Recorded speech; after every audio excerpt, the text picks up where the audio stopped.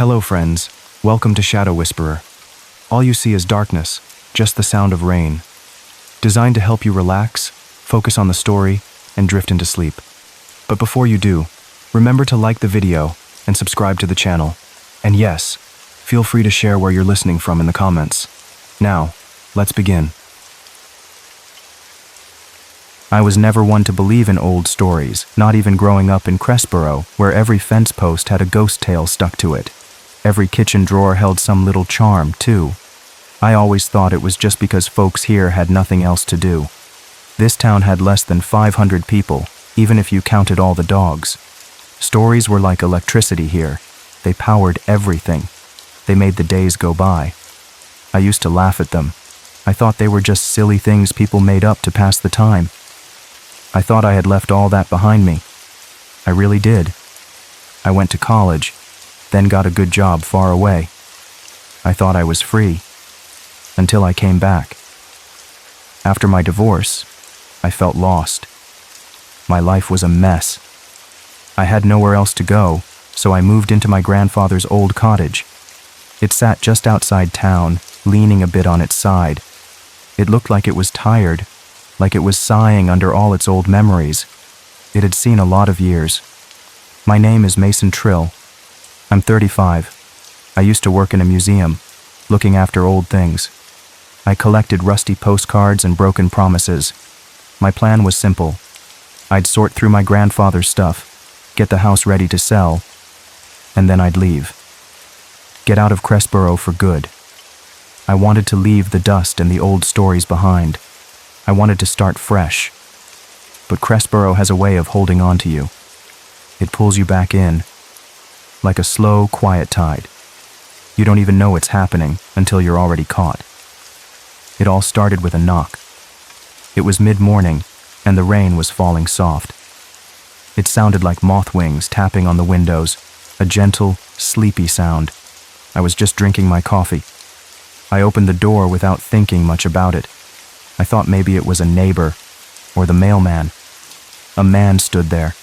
He wore an old-fashioned suit, thin stripes, and a wide collar. It looked like something from a very old movie. No, he didn't have an umbrella. The rain was falling on him, but he didn't seem to care. His shoes were shiny, even though the ground was muddy. He had a small leather book tucked under his arm. It looked old and worn, like it had been used for a very long time. "Good day," he said. His voice was sharp and clear, like a bell. "I'm Mr. Thurston, Department of Ancestral Census. May I come in for a moment?" I just stared at him. "Department of what now?" I asked. My mind felt fuzzy. I had never heard of such a thing. "Ancestral Census," he said again. He didn't smile. "We are checking family lines and old claims in places like this. Crestborough is one of them." I laughed, but it felt strange. It was a nervous sound. "Are you with the government?" I asked him. It seemed like a joke. He didn't even blink. His eyes were flat, like two dark stones. "I am with the department," he said. That was all. I should have closed the door right then. No, I should have slammed it shut. My gut told me something was wrong, but I didn't. I stood there, frozen. And then, I just stepped aside. I let him come inside. It was like I couldn't help myself. He sat down politely on one of my grandfather's old chairs. It creaked under his weight. He didn't look around the room much. He didn't ask many questions, just a few simple ones. Who lived in the house before me? Did I have any old family things? Had I changed anything on the land around the house? His questions were simple, but they felt heavy, like they had a hidden meaning. He wrote things down in his leather book. He used a fountain pen, and it made a scratching sound. It was like a needle dragging on a bone. The sound made my teeth ache. It was a dry, scraping sound. It made the quiet room feel even more quiet. Then he thanked me. He stood up, gave a small nod, and left. He didn't give me a card. No, he didn't give me a phone number either. He just walked out into the rain and vanished. He didn't even leave footprints in the mud. It was like he was never there, but the cold feeling in the room stayed.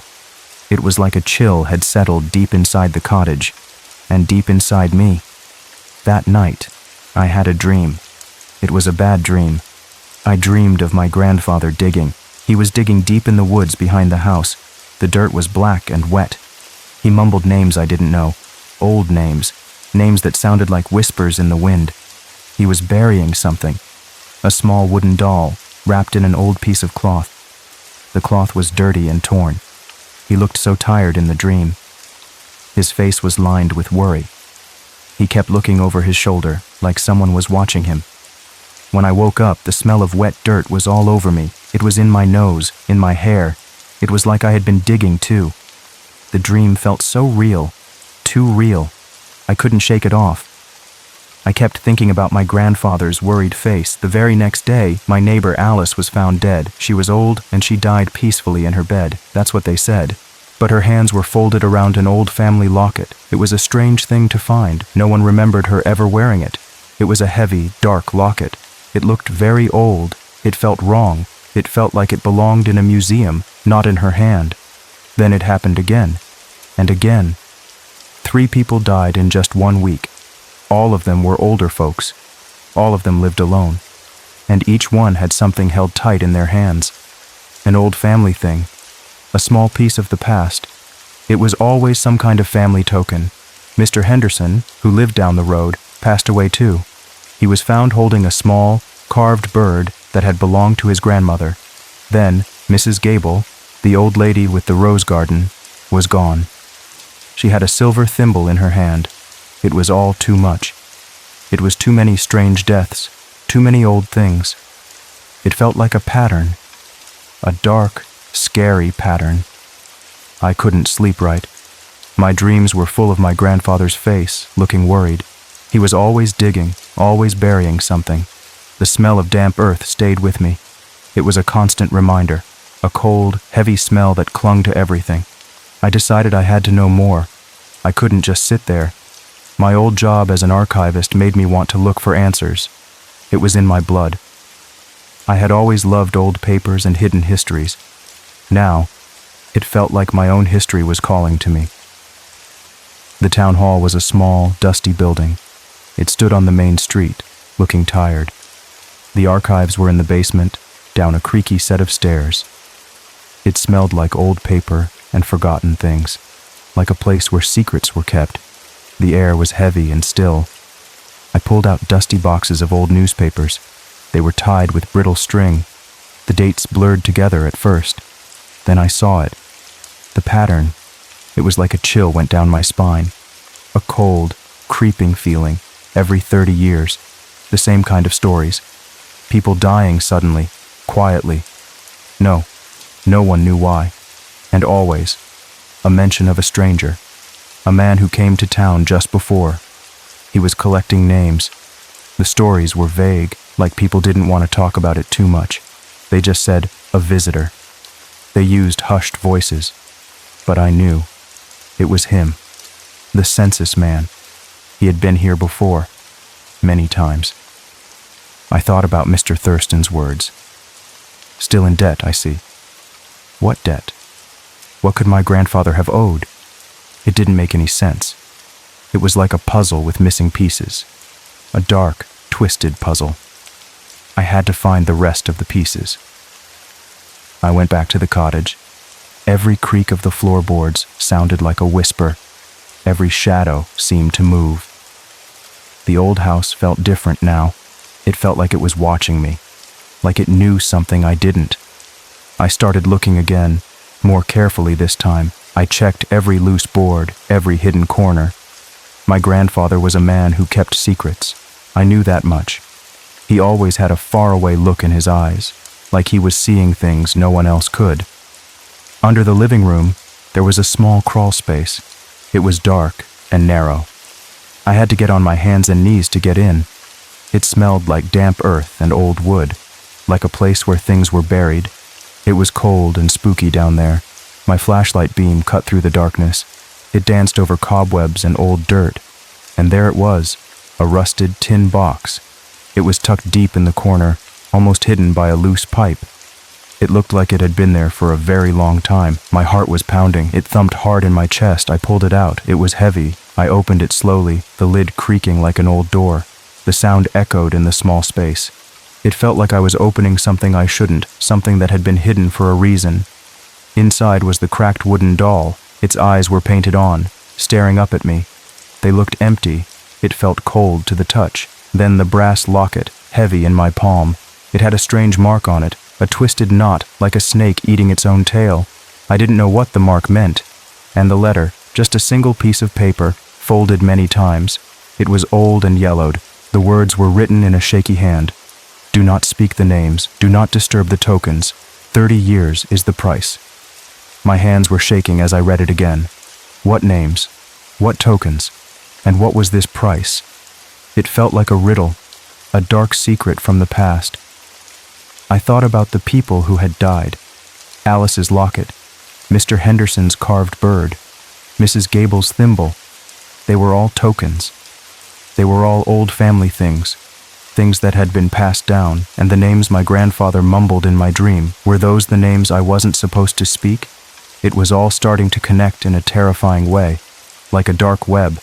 I didn't understand it all then, not fully, but a cold fear started to grow inside me. It was a fear that felt older than the house itself. It felt like it had been waiting for me, like it was part of the very air in Crestborough. That night, things started to change for me. Small things at first. I tried to remember a friend's phone number, but it just wouldn't come to me. I knew the number. I'd called it 100 times. It was my best friend from college, but it was gone, like a word on the tip of my tongue that just vanished. I tried to picture his face, but it was blurry, like an old photograph left in the sun. It was unsettling. The next morning, I went to the coffee shop. The woman behind the counter, Sarah, knew me since I was a kid. She always remembered my order. "What can I get for you?" she asked, looking right at me. But her eyes seemed to look through me, like she almost knew me, but not quite. I ordered my usual, a black coffee. She wrote it down without a smile. No. She didn't ask about my grandfather. No. She didn't ask how I was settling in. It was like a small piece of me had gone missing from her mind. I tried to joke with her, but my words felt flat. She just nodded and turned away. I felt a cold dread spread through me. It was like I was fading, like I was becoming less real to the people around me. Later that day, I called my sister. She lives far away, but we talk every week. We always have. She was my closest family now. The phone rang a few times. Then she answered. "Hello?" she said. Her voice sounded strange, distant. "Hey, it's Mason," I said.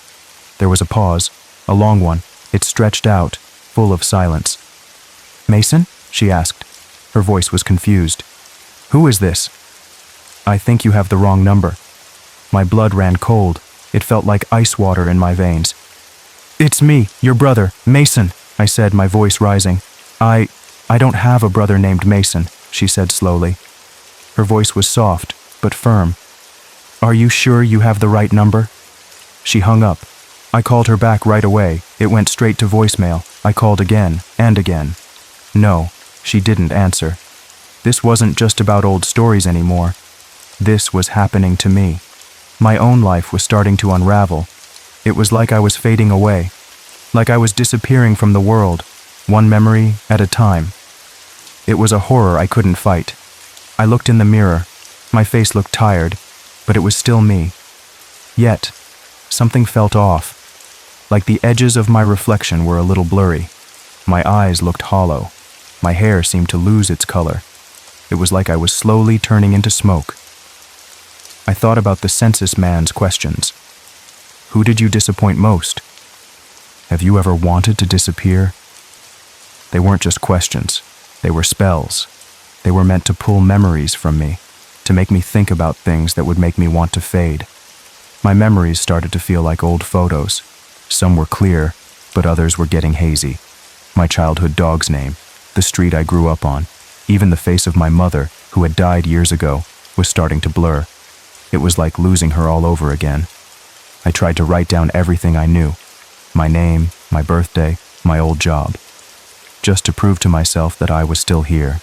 that I was real. I wrote my whole life story on a piece of paper, every detail I could remember, every friend, every place. But even as I wrote, some words felt strange, like they belonged to someone else. The ink on the page seemed to shimmer, almost like it was fading too. I remembered the second outline Grant had read, the one about the man who faded. It was happening to me. It was like I was becoming forgotten. The census man was doing this. He wasn't just counting the dead, he was counting the forgotten. He was erasing them, and now he was erasing me. I thought about the letter again. Do not speak the names, do not disturb the tokens. 30 years is the price. What if the debt was being forgotten? What if my grandfather, or someone before him, had made a deal? A deal to stay remembered, to keep their name alive. And the price was someone else's memory. Maybe the tokens were a way to keep the debt active, to keep the names from being spoken. And when they were disturbed, like I had disturbed them, the debt came due. And the census man was the one who collected. He collected the forgotten. He collected the names that were no longer remembered by anyone. He erased them completely. I tried to remember my grandfather's face clearly. His kind eyes, his strong hands, but even his face was starting to blur in my mind. It was like he was slipping away from me too, and I couldn't stop it. The phone rang at exactly 3 a.m. It was a harsh sound in the quiet house. It cut through the silence like a knife. I knew it was him. I didn't answer. I just listened to it ring. My heart pounded in my chest. It rang 10 times, then stopped. The silence that followed was even worse. It felt like he was listening, waiting, like he was just on the other side of the line, breathing, waiting for me to break. I spent the next few days in a fog. I rarely left the house. I was scared to see anyone, scared they wouldn't know me, scared I wouldn't know myself. Every time I looked in the mirror, I saw less of me. I looked at the wooden doll. It was just a simple toy, but it felt heavy with dark meaning, the locket too. What secrets did they hold? I tried to research the symbol on the locket. The twisted knot, like a snake eating its own tail. I found nothing like it in any of my old books. It was a symbol of endlessness, of things that never truly ended, a cycle that kept going, and that made me feel even more afraid. My reflection in the mirror was getting worse. My eyes looked hollow. My hair seemed to lose its color. It was like I was slowly turning into smoke. I started to forget simple words. I'd try to say door, and frame would come out instead. My thoughts felt like they were slipping through my fingers. One afternoon, I tried to cook. I opened the fridge, but I couldn't remember why I was there. The names of foods escaped me. It was terrifying. I stood there, staring at the food, but my mind was blank. It was like my brain was being scooped out. I knew I couldn't stay in the house. I had to get away. Maybe if I left Cressborough, truly left, I could escape this fading. Maybe the curse was tied to the town. Maybe if I put enough miles between me and that cottage, I could break free. I packed a small bag, just a few clothes, my wallet. I grabbed the tin box with the doll and the locket and the letter. I couldn't leave them behind. They were the key, the only proof of what was happening. I had to keep them close. I got in my old truck. The engine coughed to life. It sounded tired, like me. I drove away from the cottage, watching it shrink in my rearview mirror. It looked even sadder now, like it was waving goodbye to a ghost. I drove until the roads gave out, until I was far from Cressborough. I didn't care where I was going, just away. I found a small motel in a town I didn't recognize. It felt safe for a moment, a tiny bit of peace. But the moment I walked into the motel room, I saw it. The mirror on the wall. It showed a room that wasn't mine. It was the living room of my cottage. My old armchair was there. The framed picture of my grandfather. It was like the room was following me, like I couldn't escape it, like it was glued to my reflection. And the phone still rang at 3 a.m. every night. No one ever spoke. Just the empty line. A reminder that he was still there, still counting, still waiting. He was everywhere. I knew then that running wouldn't work. This wasn't just about a place. It was about me. It was about the debt. The debt was inside me now. It was part of my very being. I looked at the letter again. Do not speak the names. Do not disturb the tokens. 30 years is the price. I needed to understand the names. What if the names were the forgotten, the people he had taken before? And if I spoke them, would I be next? Or would it break the spell? I thought about my grandfather. He must have known. He buried the doll. He hid the letter. He tried to protect me, or maybe himself. He knew the price. He knew the census man. He had tried to keep the secret buried. I realized then that the census man had been around me my whole life, not just now. He was like a shadow, always there. He was always watching, always waiting. I remembered a time when I was little. I was playing in the park, and I saw a man in a dark suit standing far off. He was just watching. He was too still, too quiet. I didn't think anything of it then, just a strange man. When I was a teenager, I was on a train. I looked out the window, and for a second, I saw him in the reflection. Just a quick flash. He was standing on the platform, looking up at the train. His face was pale. I blinked, and he was gone. And at my father's funeral, I was standing by the grave, feeling so sad. I looked up, and there he was, standing in the distance, watching the mourners.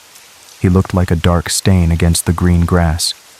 He had been checking in, not just now, all my life. He had been waiting for the debt to come due, waiting for me. My memories were leaking like ink in the rain. My thoughts felt borrowed from someone else. I was losing myself, piece by piece. It was like my mind was a sieve, and everything was pouring out, all the things that made me me. It was Sunday now. The sun was bright outside the motel window, but inside, it was dark with fear. A deep, cold darkness that had nothing to do with the sun. It was the darkness of being forgotten. And then, he came back. The knock came twice, not loud, but clear. It was a soft rap, but it felt like thunder in my chest. I knew it was him. I didn't ask who it was. I didn't even think. I just opened the door. He stepped inside, like he owned the place, like he lived there. He looked exactly the same. His old-fashioned suit, his shiny shoes, he didn't track any mud inside. He was perfectly clean, like he floated above the dirt. Just a few more questions, he said.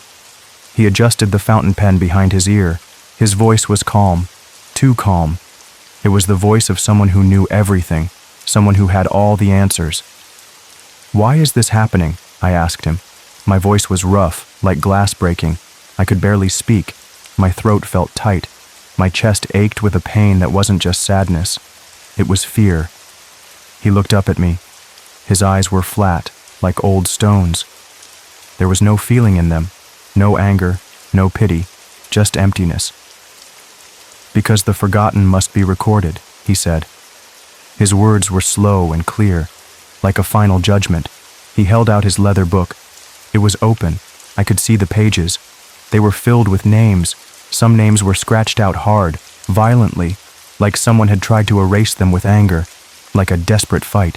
Some pages were torn, and some were soaked with what looked like salt water, like tears, or something even worse. And there, at the very end of the book, written in a careful, delicate way, was my name. Mason Trill, intermittent fade, approaching final vanish. I fell to my knees. My legs gave out. I couldn't stand anymore. Please, I'm alive, I begged him. My voice was a whisper. It was barely a sound, a desperate plea from a fading man. He closed the book slowly. The sound was like a final door shutting, a heavy, final sound. That's not what matters, he said. He didn't say anything else. He just turned and walked out of the motel room. He didn't look back. He just disappeared into the bright Sunday morning, like a shadow melting into the light. I stayed there on the floor. My head felt empty. My memories were almost gone.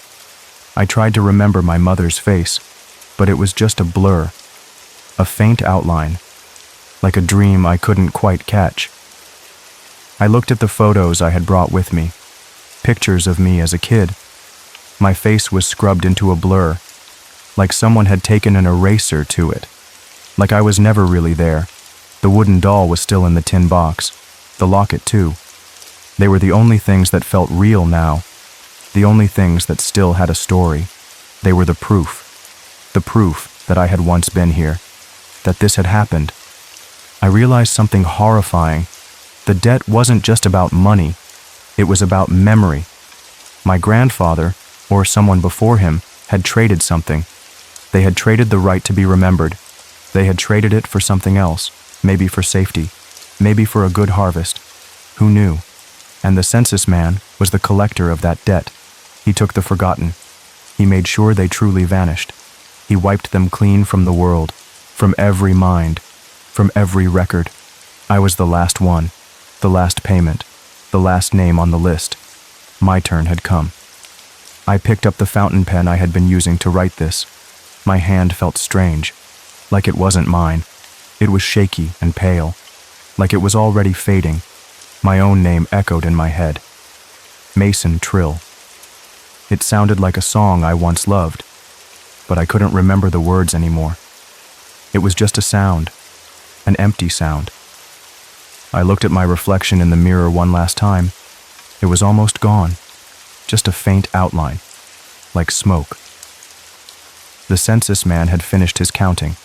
And if you're listening this, if you still remember my name, then maybe he's coming for you next. Look around you. Do they still remember your name? Do they still see you clearly? Because the census man is always counting, and the debt always comes due.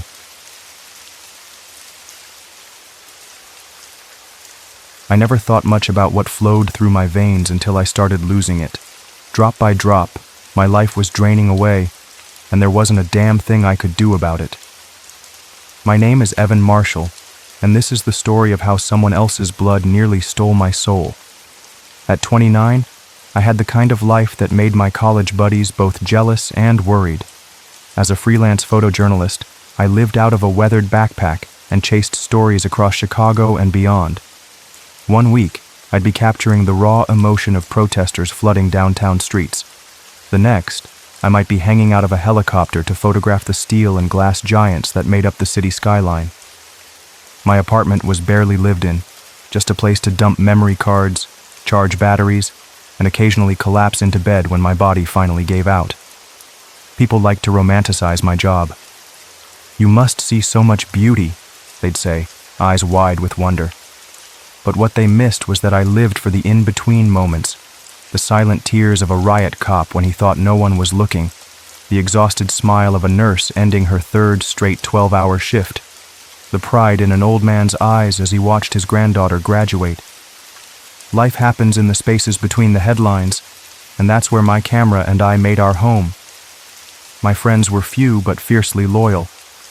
Daniel was my oldest buddy, practical to a fault, with a software engineer's logical approach to life's problems. Priya entered my world when I photographed the opening of her art gallery 3 years ago. Where Daniel was all straight lines and clear solutions, Priya saw the world in colors and possibilities. Between the two of them, I somehow stayed grounded while chasing stories that took me to the edges of human experience. I never slowed down, not for holidays, not for relationships that fizzled under the weight of my absences, not even when my body started to whisper that something wasn't right. The first warnings were easy to dismiss: fatigue that coffee couldn't touch, bruises that appeared after bumping into furniture I'd owned for years, nosebleeds that started without warning and took longer than normal to stop. "You're running yourself into the ground," Daniel warned over beers one night, his eyes narrowed with concern.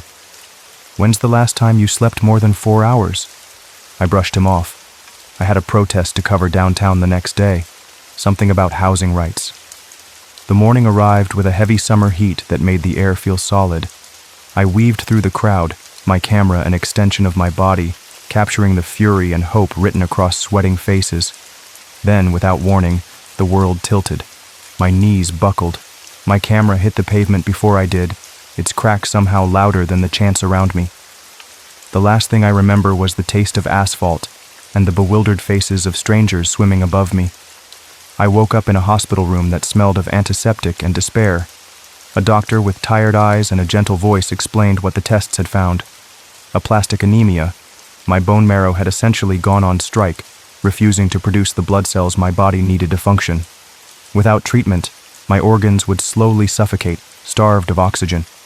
With treatment, I had a fighting chance, but the road would be brutal. How does this happen? I asked, my photographer's mind already trying to frame this unwelcome intrusion into my life story. Sometimes there's an obvious trigger, exposure to certain chemicals, radiation, viruses, she explained. But often, like in your case, it's idiopathic, meaning we don't know exactly why. Idiopathic. A fancy way of saying my body was betraying me for no good reason at all. The next few weeks were a blur of needles, transfusions, and bone marrow biopsies that felt like someone was drilling into my hip with a rusty corkscrew. Each test brought more bad news. My blood type, AB negative, made finding suitable donors difficult. Only about 1% of the population shared it, and the blood banks were running low. We need to find a better match, my hematologist explained one afternoon, her forehead creased with worry. The generic transfusions are helping, but your body isn't responding as well as we'd hoped. A directed donation from someone with your exact blood type could make a significant difference. With Daniel's help, I put the word out. Social media, blood donation forums, even an article in the local paper where I occasionally freelanced. My family was tested, but none matched. My small circle of friends all volunteered, but neither Daniel nor Priya had the right blood type. Days stretched into weeks. I grew weaker. The hospital walls became my whole world, and my camera gathered dust on the visitor's chair. I watched my muscle mass vanish, leaving behind a stranger's body I barely recognized in the bathroom mirror. The guy who once scaled fire escapes for the perfect shot now needed help shuffling to the toilet. That's when the call came. It was 2:37 a.m., according to the harsh red numbers on my hospital room clock. The phone's ring cut through my fitful sleep like a knife. Hello? My voice sounded like it was coming from the bottom of a well. Evan Marshall? The voice on the other end was low and measured, with an odd cadence that reminded me of old recordings. Yeah, that's me. My name is Caleb. I saw your online request. He paused, and in that silence, I could almost feel him studying me through the phone. I have AB negative blood. I can help you. A rush of hope hit me so hard I nearly dropped the phone. That's amazing. Thank you. Don't thank me yet, he replied, the words sliding out smooth as oil. Let's see if it works first. We arranged to meet the next morning at Halcyon General Hospital where I was being treated. I told the nurses, who seemed surprised but pleased. Dr. Shah, my hematologist, expressed some concern about the unconventional way we'd connected, but agreed that beggars couldn't be choosers when it came to my rare blood type. Sleep was impossible after that call. Something about Caleb's voice had gotten under my skin, not in a creepy way, but in the way a perfectly composed photograph sometimes haunts you. There was a quality to it that felt both ancient and immediate. I told myself I was being dramatic. Near-death experiences had a way of making everything seem more significant than it was. Morning arrived with pale sunshine filtering through the blinds. I was sitting up in bed, actually feeling hungry for the first time in days, when a figure appeared in my doorway. Caleb was tall, 6'4" at least, with a slender build that made him seem even taller. His skin was pale to the point of translucence, with blue veins visible at his temples. Dark hair, cut short and neat, framed a face that might have been handsome, if not for its utter stillness. He wore a charcoal gray woolen coat that hung to his knees despite the summer heat outside, but it was his eyes that caught me. Gray, almost colorless, like faded photographs left too long in the sun. Evan Marshall. He didn't phrase it as a question. He knew who I was. That's me, I said, suddenly feeling uncomfortably exposed in my hospital gown. You must be Caleb. He nodded once, a precise movement. Glad to help. There was something off about him, but I was too desperate to care. When the nurse came in to take him to the donation room, he followed without another word to me. just a long, appraising look that made the hair on my arms stand up. 2 hours later, his blood was flowing into my veins. I watched the crimson liquid travel through the clear tube and into my arm, wondering about the stranger who had answered my desperate call. The nurse noticed my fixation. "First time getting a directed donation?" she asked kindly. "Yeah," I replied, not taking my eyes off the slowly emptying bag. "Do you know if he left any contact information? I'd like to thank him properly." She frowned slightly. "That man?" "No, but he signed the standard form. We'll keep it on file if you ever need to reach him again." Did he seem odd to you?" I couldn't help asking. She paused, considering. "Everyone's a little strange in hospitals. Some people don't like needles, others don't like the smell. He was quiet, but he didn't cause any trouble." She patted my arm. "The important thing is, his blood checked out perfectly. And look, your color is already better." She was right. Even before the transfusion was complete, I could feel something changing. Energy I hadn't felt in months surged through me. The constant headache that had become my companion receded like a tide going out. By evening, I was sitting up without help, eating a full meal for the first time in weeks. Dr. Shaw was amazed at morning rounds. "Your numbers are better than I expected," she said, reviewing my latest blood work. "If this continues, we might be able to discharge you by the end of the week." The improvement continued. Within days, I was walking the hospital corridors without assistance. Within a week, I was home, weak but recovering. I even started editing some backlogged photos, my fingers remembering their dance across keyboard shortcuts and editing tools. That's when the dreams began. At first they were just flashes, strange scenes that faded with the morning light. A wooden house on a lonely stretch of farmland, a basement with concrete walls and a single naked bulb hanging from the ceiling. A woman crying, her face hidden in shadow. I dismissed them as my brain processing the trauma of my illness, but they grew more intense, more vivid, more real. I dreamed of fire, not the controlled flicker of a fireplace, but hungry flames devouring wooden beams, melting plastic, consuming everything they touched. I could smell the smoke, feel the heat on my face, hear the screams of someone trapped inside. I dreamed of a woman chained in a basement. Her eyes were hollow, sunken into a face marked with bruises and terror. "Please," she whispered, though her lips never moved. "He's coming back. He always comes back." And then there was Caleb, always watching from the shadows, his pale face illuminated by firelight, blood on his hands. In the dreams, he smiled.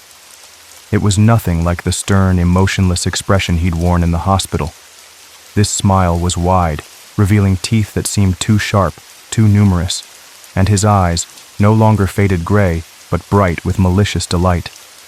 I'd wake gasping, sheets soaked with sweat, my heart hammering against my ribs like it wanted to escape. After the third night, I stopped trying to go back to sleep. I'd sit up watching mind-numbing television until dawn broke, afraid of what waited for me behind closed eyelids. Then came the sleepwalking. The first time wasn't too alarming. I woke up in my kitchen, a knife in my hand, a half-sliced apple on the cutting board. I had no memory of getting up, but I'd been hungry a lot since leaving the hospital, so midnight snacking seemed plausible. The second time couldn't be explained away so easily. I woke up standing at the edge of Lake Michigan, barefoot in my pajamas, the cold water lapping at my toes. It was 3 a.m, according to my watch. I had no idea how I'd gotten there. My apartment was over a mile away, and I certainly hadn't driven. My feet were bleeding from walking shoeless through city streets, but I hadn't felt a thing until that moment. Terrified, I called Daniel. "You need to stay with someone," he insisted after I'd explained what happened. "This could be dangerous, Evan. What if you walk into traffic next time or into the lake?" But I resisted. I didn't want to be a burden, and some stubborn part of me believed I could get control of whatever was happening. I installed new locks that required keys from both sides. I set up a camera in my bedroom to record while I slept. The footage from that first night made my blood run cold. At 2:14 a.m., I sat up in bed, eyes open but vacant. I walked to the wall and stood facing it for 17 minutes, occasionally whispering words the microphone couldn't quite pick up. Then I returned to bed, as if nothing had happened. The next night was worse. The camera caught me writing on the walls with a marker I didn't remember owning. When I checked the footage in the morning, the markings were symbols I'd never seen before, curved lines and sharp angles that made my eyes hurt when I looked at them too long. I scrubbed them away with bleach, my hands shaking the entire time. A week after my discharge, Priya came over with dinner. She'd been calling regularly, but this was her first visit since I'd gotten home. I hadn't told her about the dreams or the sleepwalking. I didn't want her to worry. We ate takeout Thai food and talked about normal things, her gallery's upcoming show, a mutual friends engagement, a documentary we both wanted to see. For a few hours, I felt almost like my old self, but as the evening wore on, exhaustion hit me like a truck. 3 days of minimal sleep had taken their toll.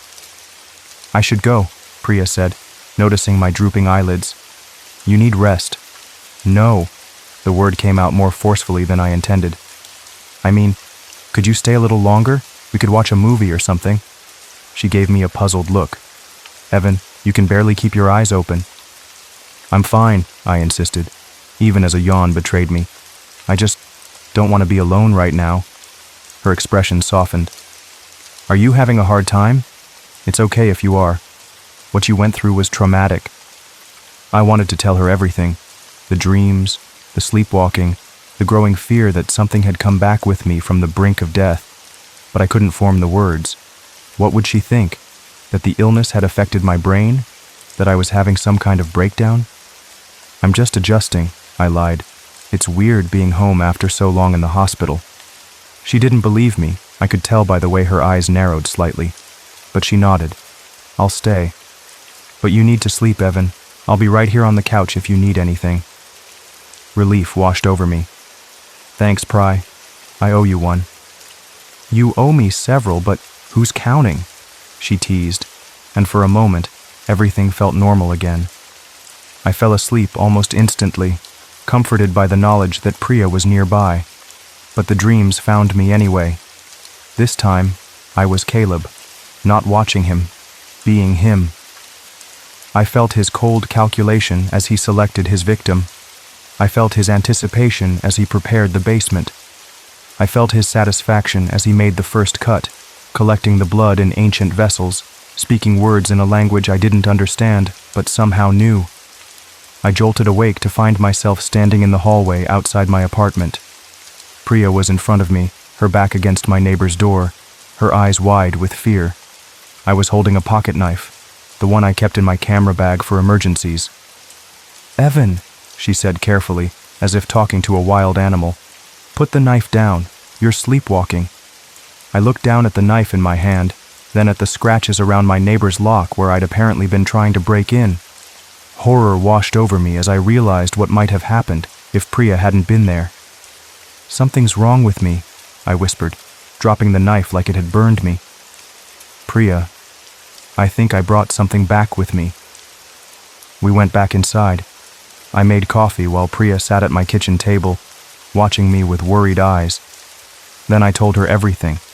The dreams, the sleepwalking, the strange markings on my walls. I showed her the video from my bedroom camera. I expected disbelief, maybe even fear. Instead, she listened intently, her artist's mind more open to the inexplicable than most. "When did this start?" she asked when I'd finished. "Exactly when?" "After the transfusion," I said without hesitation. "After Caleb's blood." She nodded slowly. "We need to tell Daniel." Daniel, as expected, was less receptive to my theory that my donor's blood had somehow infected me with more than red blood cells. "Side effects," he insisted when we met at my apartment the next day. "Psychological residue. Trauma, man. You were sick. You're scared. Your brain's just processing." "Processing what?" I demanded. "Dreams about a woman I've never met? Sleepwalking to places I've never been? Writing symbols I've never seen?" Daniel ran a hand through his short hair, frustrated. "Look, I'm not saying this isn't real. I'm saying there's probably a rational explanation. Maybe you saw something in the hospital that triggered this. Maybe the medication you're on has weird side effects. Or maybe, Priya interjected quietly, something came with the blood. Daniel shot her an exasperated look. That's not how blood transfusions work. They screen for diseases, infections. Not everything can be screened for, she countered. Not everything shows up on tests. I was about to jump in when a wave of dizziness hit me. The room tilted, and suddenly I wasn't there anymore. I was in the basement again. The woman was crying. Caleb was whispering in my ear. She deserved it. She knew what would happen. They all knew. Evan! Daniel's voice snapped me back to reality. He and Priya were staring at me, concerned. You completely zoned out, man. My mouth felt dry. He's getting stronger. That night, Priya insisted on staying again. Daniel reluctantly agreed to join us, though I could tell he still thought this was all in my head. We set up the camera as usual, but this time we planned to stay awake, watching for any signs that I was about to sleepwalk. It didn't work out that way. Despite our best intentions, all three of us fell asleep around midnight. Me in my bed, Priya on the couch, Daniel in a chair he'd dragged in from the kitchen. The next thing I knew, Priya was shaking me awake, her face pale with shock. Listen, she said, holding up her phone. I recorded you. She hit play. The sound that came out didn't match any voice I recognized, certainly not my own. It was guttural, rhythmic, almost like chanting. The words weren't in any language I knew, and the cadence made my skin crawl. Then came words I did understand. She deserved it. She knew. Daniel was fully awake now, his earlier skepticism giving way to uneasy confusion. That doesn't sound like you at all. Because it's not me, I said. It's him, Caleb. Priya looked between us, determination setting her jaw. We need to find out who this Caleb really is. Over the next few days, while I grew progressively worse, Priya dove into research. Her first stop was the blood bank records, which she accessed through a friend who worked in hospital administration. Her findings were disturbing. There was no record of a Caleb donating AB negative blood on the day of my transfusion. According to the official paperwork, my donor was listed as anonymous. That's not possible, I insisted. I met him. The nurses met him. He was there. I believe you, Priya assured me. But somehow he managed to donate without leaving an official trace. Daniel, finally convinced that something truly strange was happening, called in a favor from a tech-savvy college friend who had access to hospital security footage. What they found shocked us all. The cameras clearly showed Caleb entering the hospital, speaking with the receptionist, and being led to the donation room.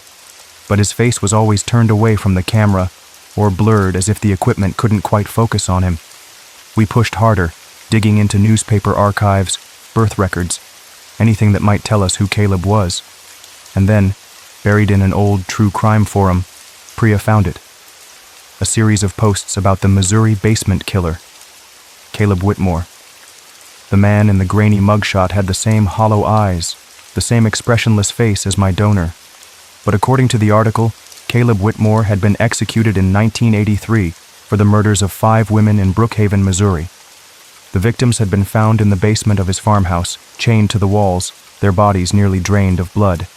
Rumors circulated that Whitmore practiced dark rituals, believing blood transferred power and allowed communication with entities beyond human understanding. Most disturbing of all was a small note at the end of the article. During a prison fire shortly after his execution, Whitmore's body had been lost in transit.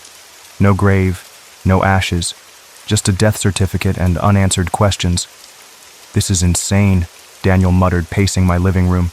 You're saying a dead serial killer donated blood to you? That's not possible. None of this is possible, I replied, my voice barely above a whisper. But it's happening anyway. That night, things escalated beyond anything we could have imagined. I was in the kitchen with Daniel and Priya, trying to eat something despite my lack of appetite, when the first drop hit the table. Dark red, almost black in the dim light. We all stared at it, frozen. Another drop fell. Then another. We looked up. The ceiling was bleeding. Not just the ceiling, the walls, the cabinets, every surface in my apartment began to seep thick, dark blood that ran in rivulets down to the floor. The air filled with a copper smell so strong I gagged. "This isn't real," Daniel whispered. But the blood was on his hands now, dripping from his fingertips as he backed away from the table. Priya screamed when it touched her face. It felt real. It smelled real. We fled the apartment, tumbling down the stairs and out into the night air. Standing on the sidewalk, we looked up at my third-floor windows. They glowed red from within, as if the whole place was filled with blood. "We can't go back in there," Priya said, her voice shaking. "Not tonight." We checked into a motel an hour later, using cash from Daniel's wallet. 1 room, 2 beds. None of us wanted to be alone. I couldn't sleep. Every time I closed my eyes, I saw Caleb's face, not as he had appeared in the hospital, but as he looked in my dreams, smiling, hungry. While Daniel and Priya slept fitfully, I went to the bathroom and stared at my reflection in the harsh fluorescent light. What I saw made my heart stop. My face was changing. The angles were sharper, my skin paler, and my eyes, they were fading, the rich brown giving way to a washed-out gray. Caleb's eyes. "No," I whispered, touching my face in horror. "You can't have me." My reflection smiled back, a smile I wasn't making. Then it spoke in that same guttural voice from the recordings. "Already have you." I stumbled backwards, slamming into the shower curtain and pulling it down with me. The noise woke Daniel and Priya, who found me curled on the bathroom floor, trembling. "He's taking over," I gasped. "I can feel him inside me, pushing me out." Priya helped me back to bed while Daniel made frantic calls, looking for anyone who might be able to help. Finally, around dawn, he found someone, an elderly woman named Eleanor Voss, who taught occult history at a small liberal arts college upstate. She agreed to meet us later that day. Ms. Voss was nothing like I expected. Instead of the eccentric academic I'd imagined, she was a practical-looking woman in her 70s, with short silver hair and no-nonsense glasses. She listened to our story without interruption, occasionally making notes in a leather-bound journal. "Blood magic is one of the oldest forms of spiritual practice," she explained when we'd finished. "Every culture has some version of it. The idea that blood carries essence, identity, power. Most modern practitioners use symbolic substitutes, of course, but the old ways, those involved actual blood." "So you believe us?" Priya asked, surprised. Ms. Voss adjusted her glasses. "I've studied these phenomena for 50 years, young lady. I've seen enough to know that science hasn't mapped all the corners of our reality yet." She turned to me. "You were a vessel, Evan. You were weak when he found you, depleted. He saw a doorway." "A doorway to what?" Daniel asked. "To life again," she said simply. This Whitmore character was clearly practicing something ancient. The ritual murder of those women, the collection of blood. He was preparing something. Perhaps his execution interrupted his plans, but his essence, for lack of a better word, remained attached to his blood. "But how did he donate blood? He's been dead for decades," I asked. Ms. Voss shook her head. "I don't have all the answers. Perhaps he found a way to manifest physically for short periods. Perhaps he influenced someone else to help him. What matters now is how to stop him before he takes complete control." "So how do I close the doorway?" I asked, dreading her answer. She met my eyes steadily. "Revisit the place of origin. Let him finish what he started, or refuse him entirely. But you must confront him, where his power died." The implication was clear. We had to go to Brookhaven, Missouri, to the farmhouse where Caleb Whitmore had murdered 5 women and practiced his dark rituals. Daniel thought it was insane. Priya was scared, but determined. I knew I had no choice. Whatever was happening would only get worse unless I faced it directly. We drove through the night, taking turns at the wheel. I deteriorated with every mile. Twice I nearly attacked Daniel when he was driving, my hands reaching for the wheel as if to drive us off the road. Priya had to physically restrain me. My voice changed more frequently, slipping into Caleb's deeper tones mid-sentence. My reflection in the rearview mirror showed less and less of me. Brookhaven was a small town that had seen better days. The locals were suspicious of outsiders asking about the old Whitmore place. Most refused to talk to us at all. Finally, an elderly man at a gas station gave us directions, his rheumy eyes regarding me with something like recognition. "You be careful out there," he warned. "That land ain't right. Never was, even before what happened." The farmhouse stood at the end of a long dirt road, surrounded by fields that had long since gone to seed. The structure itself was partially collapsed, its roof caved in on one side, windows broken or boarded up. The air around it felt heavy, oppressive, as if the atmosphere itself resisted our presence. "We don't have to do this," Daniel said as we stood looking at the ruins. "We could find another way." But I knew there wasn't another way. Caleb was winning. I could feel him, like ice spreading through my veins, claiming territory with each passing hour. "I have to," I said, my voice barely my own anymore. "He's almost here." We approached cautiously, the dry grass crunching under our feet. The front door hung off its hinges, revealing a dark interior that smelled of mold and decay, and something else, something metallic and familiar: blood. Inside, the house was a maze of fallen beams and rotted floorboards. We picked our way carefully through what had once been a living room, following a strange pull I felt toward the back of the house. Night was falling rapidly, casting long shadows across our path. Priya turned on a flashlight, its beam cutting through the gloom.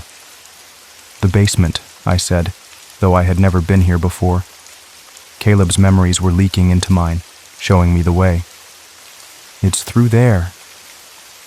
A narrow door led to steep stairs that disappeared into darkness. Daniel insisted on going first, testing each step before allowing Priya and me to follow. The basement air was thick with decades of dust and something more sinister. Our flashlight beams revealed concrete walls covered in faded markings, the same symbols I had drawn on my apartment walls.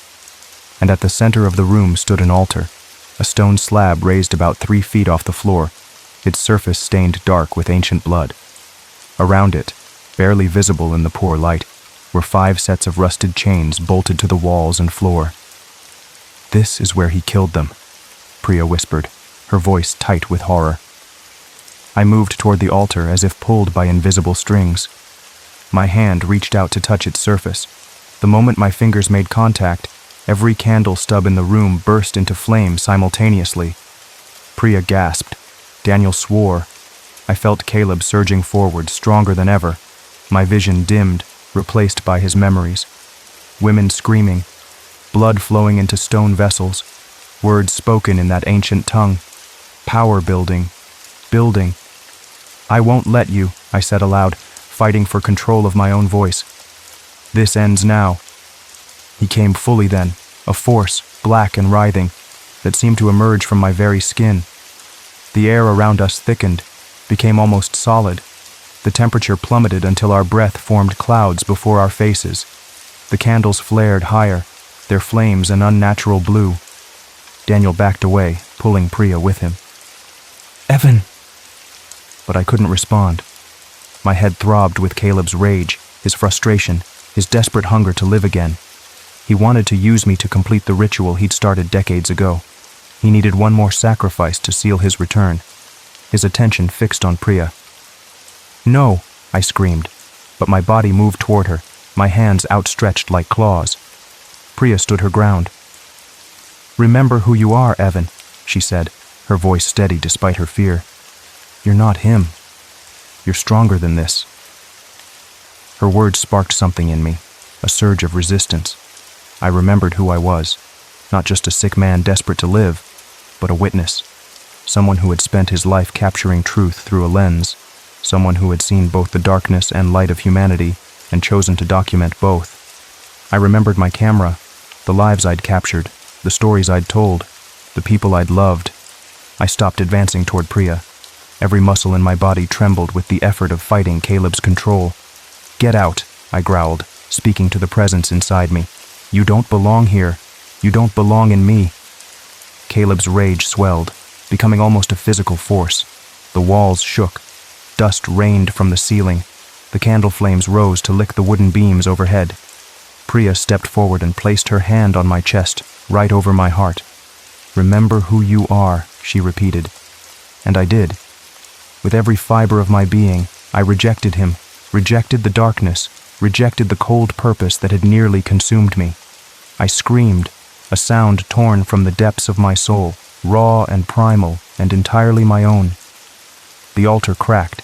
A fissure appeared in its surface, spreading until the stone broke apart with a sound like thunder. The candles exploded in showers of sparks. The air itself seemed to tear open, revealing a momentary glimpse of somewhere else, somewhere cold and empty and waiting. Caleb's presence ripped away from me like a bandage torn from a wound. For a split second I saw him, not as the man who had come to the hospital, but as something less and more than human, a thing of shadow and hunger and ancient patient malice. Our eyes met across the divide between worlds. "Not you," he snarled, his voice echoing as if from a great distance. "Not yet." Then he was gone. The presence that had haunted me for weeks vanished like smoke in a strong wind. Light returned to the basement, normal, natural light from our flashlights. The oppressive weight lifted from the air. I collapsed to my knees, suddenly exhausted beyond measure.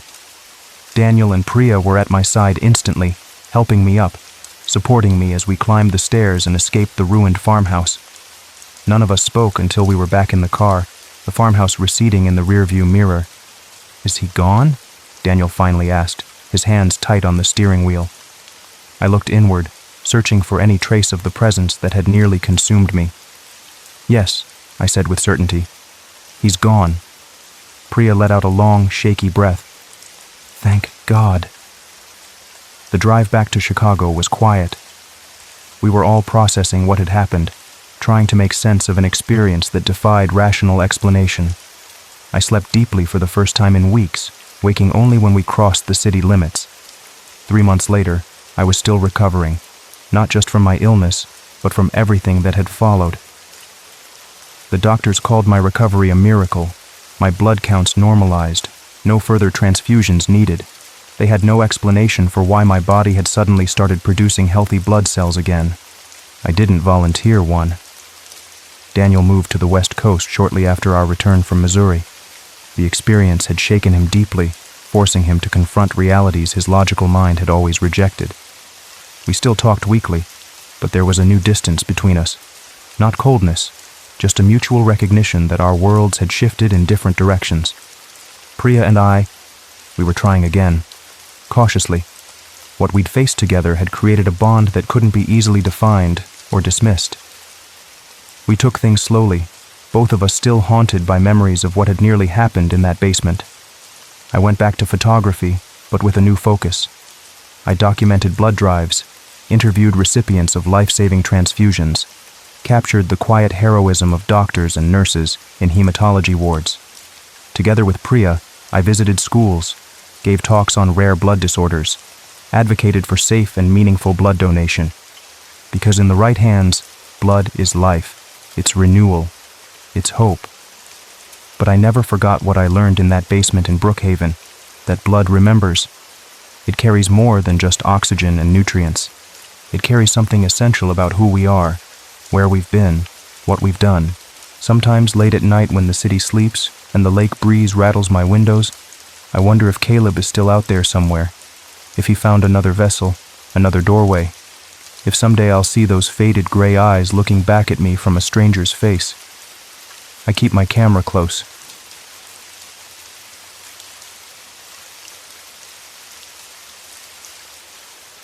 We had always talked about taking the kids out into the wild, disconnecting. No screens, no rush hour traffic, no endless buzzing notifications, just trees, sky, and silence.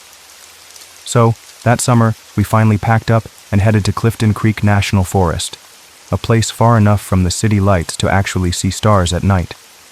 It was me, my wife Maggie, and our 2 kids, Ellie, who was 10 and already too wise for her age, and Jamie, just 7, full of energy and obsessed with frogs, dirt, and anything remotely slimy.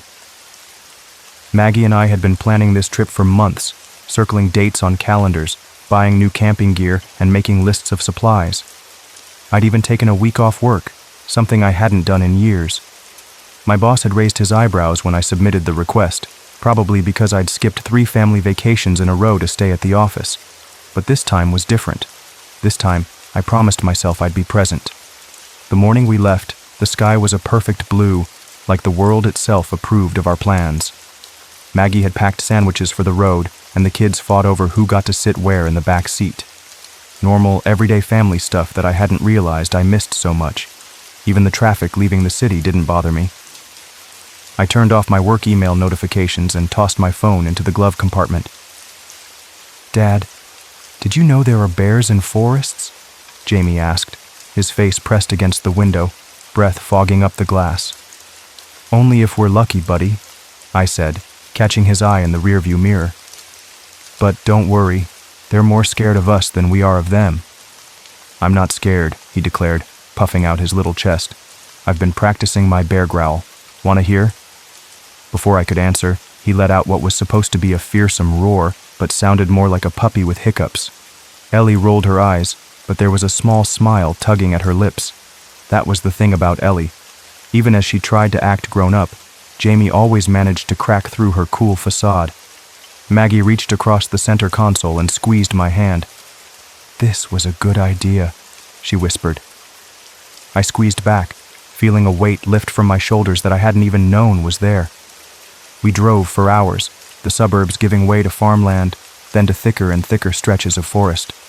The GPS signal got spotty, so we relied on the paper map Maggie had insisted on bringing. "Old school," she had said with a wink when she bought it. "Like when we first started dating, remember?" I did remember.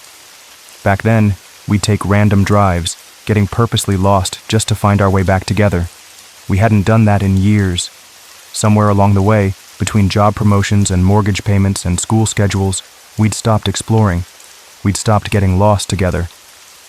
When we finally reached the entrance to Clifton Creek National Forest, it was mid-afternoon. The ranger at the gate checked our permit and gave us a map with trails marked in different colors. "Stay on the marked paths," he warned, his weathered face serious. "This place has a way of turning folks around." "We will," I promised. But even then, something in his tone made the hairs on the back of my neck stand up, like he wasn't just giving the standard safety spiel. We drove another hour on dirt roads until we reached the trailhead. The kids tumbled out of the car, stretching their legs and immediately racing toward the tree line. Maggie called them back to help unload, and I watched them grab whatever they could carry, their little faces flushed with excitement. "Remember what I said about teamwork," Maggie reminded them, handing each a backpack sized for their frames. Jamie's had dinosaurs on it, and Ellie's was a solid blue. She'd insisted it was too babyish to have characters anymore. We hiked for hours before setting up our tent near a winding, glassy river that Maggie had found on a hiking blog. It didn't have a name on the map, but the water looked clean, almost too clean. Quiet, slow-moving, black as obsidian under the canopy of trees. I remember thinking it was strange, how dark the water was, but I brushed it off. Just a trick of the light, I told myself. Just the shadows from the trees.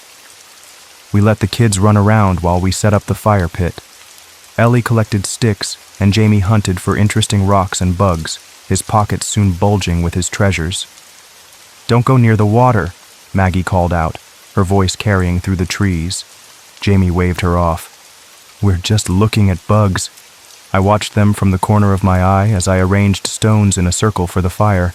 Ellie was being responsible as usual, keeping Jamie in check whenever he wandered too far. I felt a swell of pride seeing them together like that, followed by a pang of guilt. I'd missed so much of their growing up, buried in work emails and late meetings. As the sun began to set, casting long, strange shadows through the trees, I finally got a fire going. The flames licked at the darkening sky, sending sparks floating up like fireflies. We roasted hot dogs on sticks we'd whittled with my pocket knife, and the kids' faces glowed orange in the firelight. That night, under a sky bleeding stars, we told ghost stories and roasted marshmallows. Jamie laughed until he choked on smoke. Ellie rolled her eyes, pretending she was too old for it all, but I caught her smiling when she thought no one was looking. "Did you hear that?" Jamie asked suddenly, his head cocked to one side. We all went quiet, listening. Hear what, buddy? I asked. The singing, he said, his eyes wide, coming from the river. We listened again, but there was nothing except the crackling of the fire and the distant hooting of an owl. It's just the water moving over rocks, Maggie explained, ruffling his hair. Sometimes it sounds like music. Jamie nodded, but he kept glancing toward the river, his marshmallow forgotten on his stick, charring to black in the flames. Later, as we zipped the kids into their sleeping bags inside our family-sized tent, I noticed Jamie was unusually quiet. Everything okay, bud? I asked, smoothing down his wild brown hair, so much like my own. I still hear it, he whispered. The singing. It's saying names.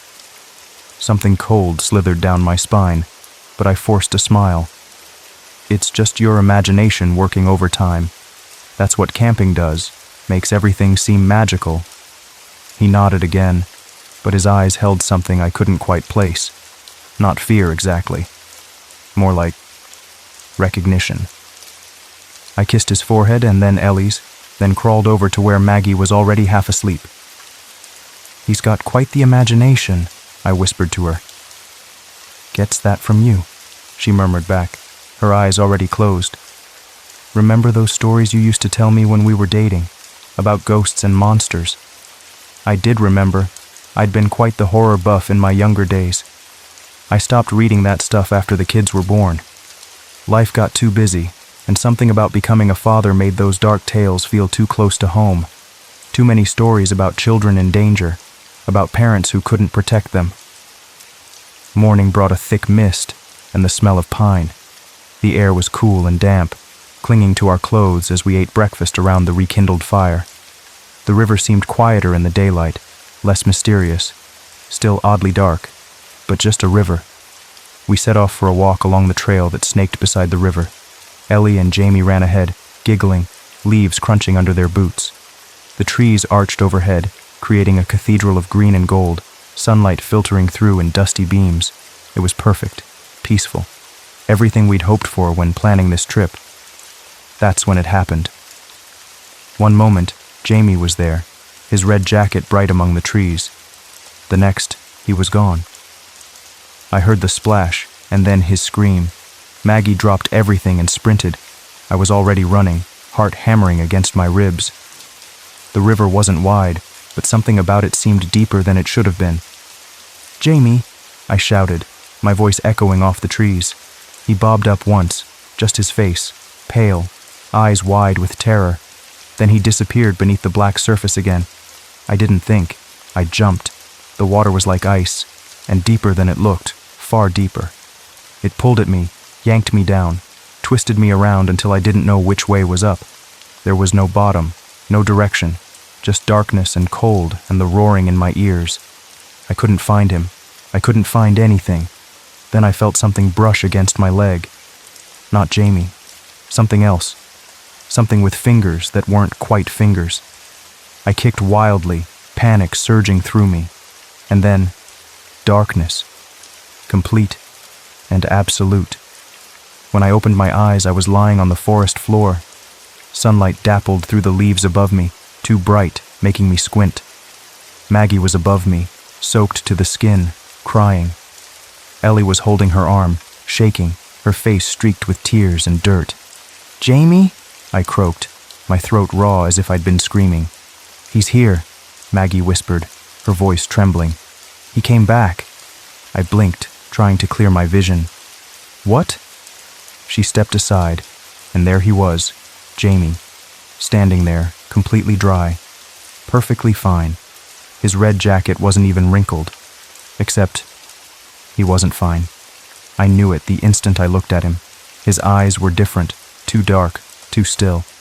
And he didn't say a word, didn't run to me, didn't cry, just stood there like he was waiting for something, watching me with those eyes that weren't quite his anymore.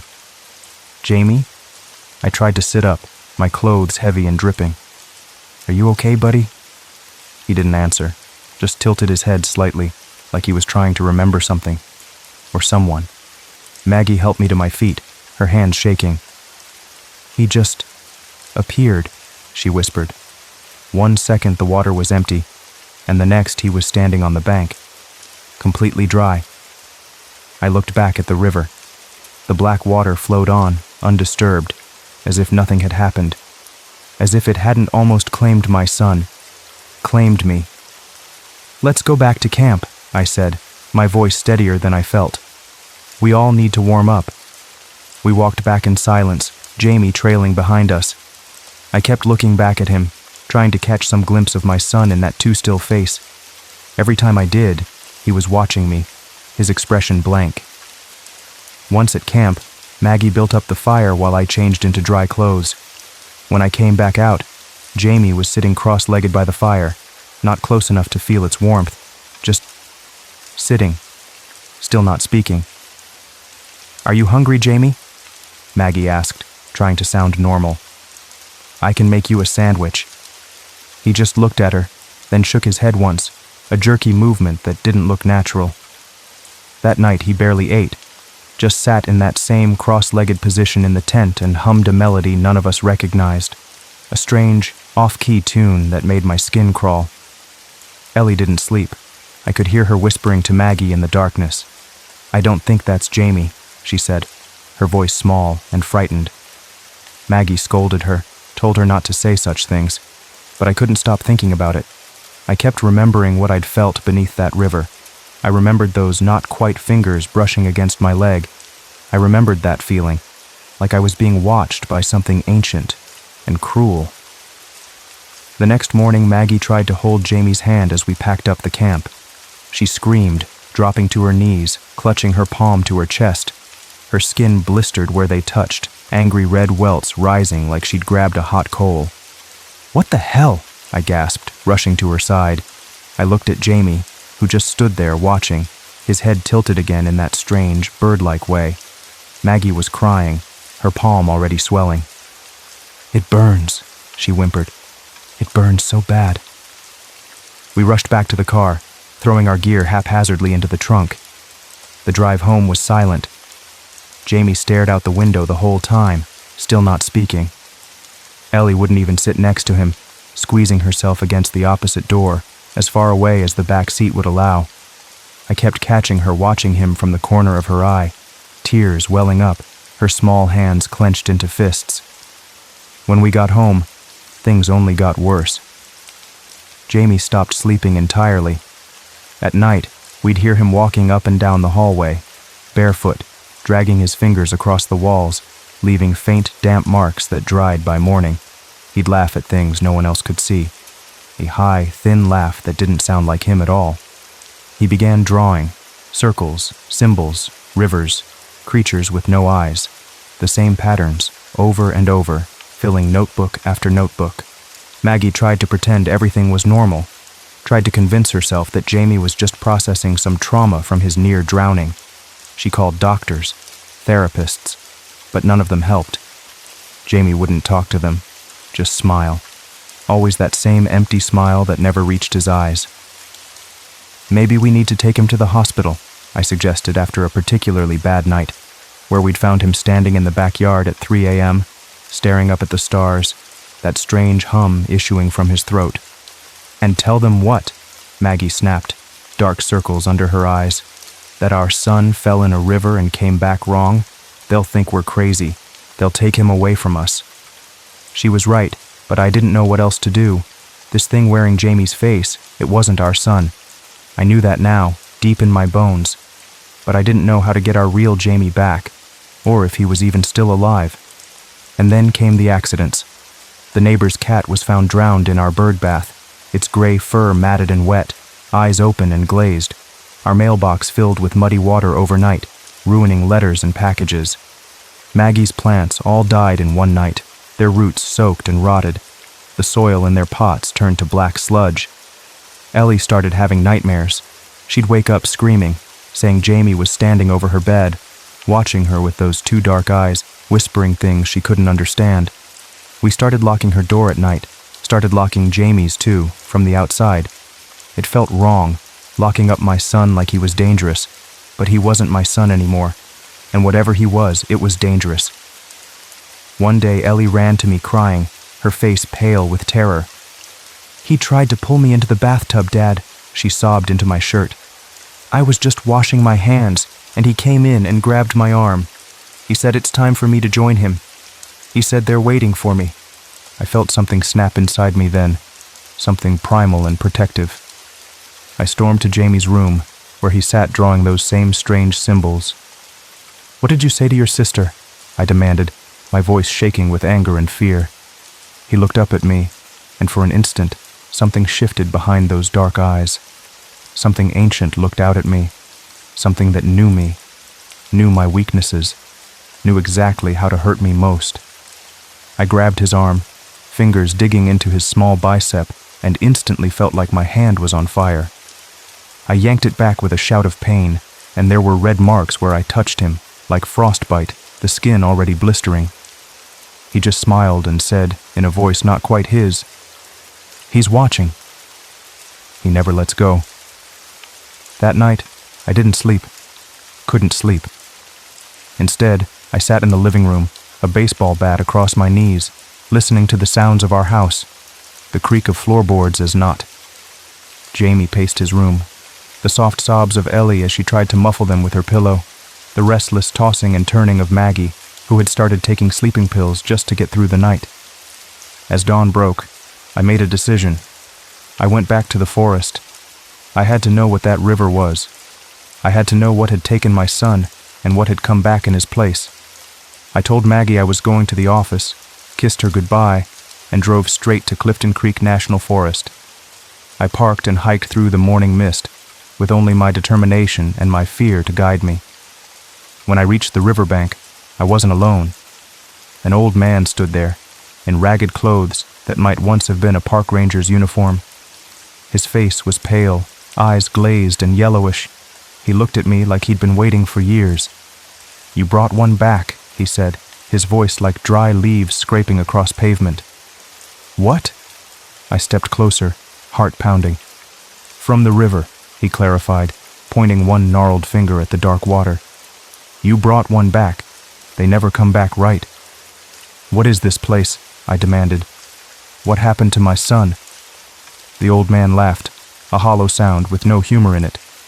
"Don't let it stay," he whispered. "It mimics, it feeds, it prepares." "Prepares for what?" My voice cracked with desperation. "For the others," he said simply. "For the ones who came out."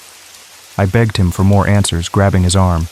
Unlike Jamie, his skin was warm, human, but his eyes, they held the same emptiness. "It's not your boy anymore," he said. "It's the river. It takes what it wants, gives back a shell, and then it waits for the next, and the next, and the next." "How do I get my son back?" I asked, tears stinging my eyes. The old man looked at me with something like pity. "You don't. He's part of it now. They all are." Then he turned and walked straight into the water, not pausing, not looking back. The black surface swallowed him without a splash, without a ripple. I never saw him resurface. I ran back to my car, heart hammering in my chest. I didn't stop until I was home. That night, I made a choice. A terrible, desperate choice. I took Jamie, whatever was wearing his face, back to the forest. I told Maggie I was taking him to a specialist I'd found, someone who might be able to help. She was too exhausted, too broken to question it. Ellie watched us leave from her bedroom window, her small face solemn and knowing. Jamie didn't resist, didn't speak, just watched me with those two dark eyes as I drove back to Clifton Creek, back to that nameless river. At the river's edge, in the gathering darkness, I begged. I cried. I screamed at the water. I told the thing inside him to let him go. I promised anything, everything, if it would just give me back my son. And for a moment, just a moment, I saw Jamie again. His real eyes, brown and bright and scared. His real smile, trembling and confused. His lips moved, forming words I couldn't hear. Then he stepped into the water and vanished. I stood there waiting. Minutes stretched into hours. The moon rose, casting silver light on the black water. Nothing returned. No shell, no mimic. Nothing. When I came home, I told Maggie and Ellie what happened. Told them everything. The river, the old man, the thing that wasn't Jamie. How our Jamie was gone, had been gone since that first day. How I'd taken the thing back to where it came from. They cried. We all cried. We grieved together, holding each other through the long nights that followed. We tried to move on, to heal from a wound that could never fully close. We never spoke of it again, never went camping again, never even mentioned Clifton Creek National Forest in our house, until yesterday. I got an alert on my phone, a notification that made my blood freeze in my veins. A new video. It was from Echo Room, a social media app I'd never downloaded, never used, but there it was on my phone, installed, with a single notification. The video was short, shaky, of Jamie, my Jamie, standing at the riverbank where I'd left him all those years ago. He looked exactly the same, still 7 years old, still wearing that red jacket, but his eyes were normal again, brown, bright. His smile was real, and behind him, dozens of others, all children, all smiling, all with bright, normal eyes. They waved at the camera, called out names I couldn't quite hear. The account that posted it was named Wild River Watcher, and the title of the video, The Ones Who Came Out. I showed Maggie and Ellie. We watched it together, breath held, hands clutched tight.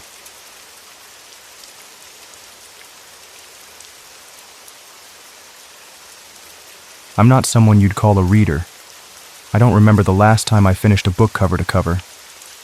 Growing up, my dad always said books were a waste of time when there was real work to be done. That stuck with me, I guess. Life doesn't leave room for that kind of indulgence anyway. I work as a bookkeeper for 2 companies, Hill Point Logistics during the day and Murphy's Hardware in the evening. The irony isn't lost on me, a bookkeeper who doesn't read books. It pays the bills, but leaves me with little energy for anything else besides microwave dinners and late-night reruns of shows I've already seen. My apartment is small but practical, nestled on the 2nd floor of an aging brick building at the edge of Woodvale. It's one of those towns you'll never find on a postcard. No charming main street or historical landmarks, just a place where people live because the rent is affordable and the commute to bigger cities isn't impossible. My windows face west, giving me a view of distant hills that turn purple at sunset and a parking lot that's always half empty. Sometimes I just stand there watching the sky change colors, wondering if this is all there is to life. Spreadsheets by day, ledgers by night, and silent dinners in between. I've lived in Woodvale for almost 8 years now. It's tucked between gentle hills and overgrown meadows where wildflowers grow tall enough to brush against your knees in summer. The town has exactly 3 traffic lights, a diner that hasn't updated its menu since 1997, and enough churches to save every soul twice over. It's quiet, predictable, maybe too predictable. But it suits me, or at least that's what I tell myself on nights when the silence in my apartment grows so thick I can almost touch it. I'm not married, never was, never really got around to it. There was Sarah in college, then Melissa a few years back, but both relationships fizzled out like damp matches. "You're just too steady," Melissa had said when she left. I'm still not sure if it was a compliment or an insult. Some weekends, if I'm lucky, I grab dinner or coffee with my old friend Adam, someone I've known since high school when we were both awkward kids with too many dreams and not enough courage. He's the outgoing one, married, 2 kids, coaches Little League, the whole American dream package. But he still makes time for me. He's the one constant in my life, outside of ledgers and receipts. Last Tuesday, my car was due for maintenance. Oil change, brakes, filters, the usual. The old Camry had been making a sound like distant thunder whenever I hit 60 on the highway. So I took the early bus to work, squeezing between a teenager with headphones loud enough for everyone to hear the bass, and an elderly woman clutching a paper bag of something that smelled strongly of cinnamon. The bus creaked and swayed through streets. I usually only saw through my car window, making everything seem slightly unfamiliar, like looking at your reflection in warped glass. After a day of reconciling accounts at Hill Point and 4 hours of inventory records at Murphy's, I caught the last bus home. My shoulders ached from hunching over spreadsheets, and my eyes burned from staring at numbers that swam like tiny fish across my computer screen. The bus dropped me 6 blocks from my apartment, farther than usual because of road construction that had been going on for what felt like forever. The evening air had a bite to it, hinting at the coming winter. Streetlights flickered on one by one, casting pools of yellow light onto sidewalks cracked by tree roots pushing up from below. Most shops were closed, their windows dark except for the glow of security lights. That's when I saw him. An older man sat on the sidewalk, leaning against the wall of what used to be Grayson's tailoring, before it shut down last spring. His face was weathered like old leather, with deep creases around his eyes and mouth that suggested he'd seen things most people couldn't imagine. A woolen cap was pulled low over his forehead, and his coat, too thin for the evening chill, hung loosely on his frame. In front of him, an uneven spread of used books sat on a tattered plaid blanket. The covers were faded, pages curled at the edges like autumn leaves. Most people walked past without a glance, as if he were invisible. Maybe in Woodvale he was, just another piece of the landscape we all trained ourselves not to see. But something made me pause. Maybe it was the unusual sight in our small town, where sidewalk vendors were rare. Or maybe it was the way he sat so still, like he'd been waiting there specifically for me. "Try this one," he said without looking up, his voice a dry rustle like pages turning. His hand, thin, with prominent veins tracing blue rivers beneath almost translucent skin, reached out, holding a thick, soft-cover book with no title. Just a blank beige front, stained and weathered by time, as if it had been carried through storms and deserts. The pages were yellowing, the edges slightly torn, and the spine showed countless creases from being opened and closed. I shook my head. "I don't really read." "Neither did I," he replied, his eyes finally meeting mine. They were pale blue, almost colorless in the weak light of the street lamp, and seemed to hold something ancient in their depths. "But this one is meant for you." His voice was low, calm, not persuasive, just certain, as if he were stating an obvious fact, like commenting on the weather or noting the time of day. I hesitated. The book looked like it had been dragged through decades, passed from hand to hand, collecting bits of lives along the way. I had no interest in fiction, no time for stories, but something about the old man's certainty, the weight of his gaze, made refusal seem impossible. "How much?" I asked, already reaching for my wallet, surprised at my own actions. $3, he said. The price was ridiculously low, barely more than the coffee I'd skipped that morning to catch the early bus.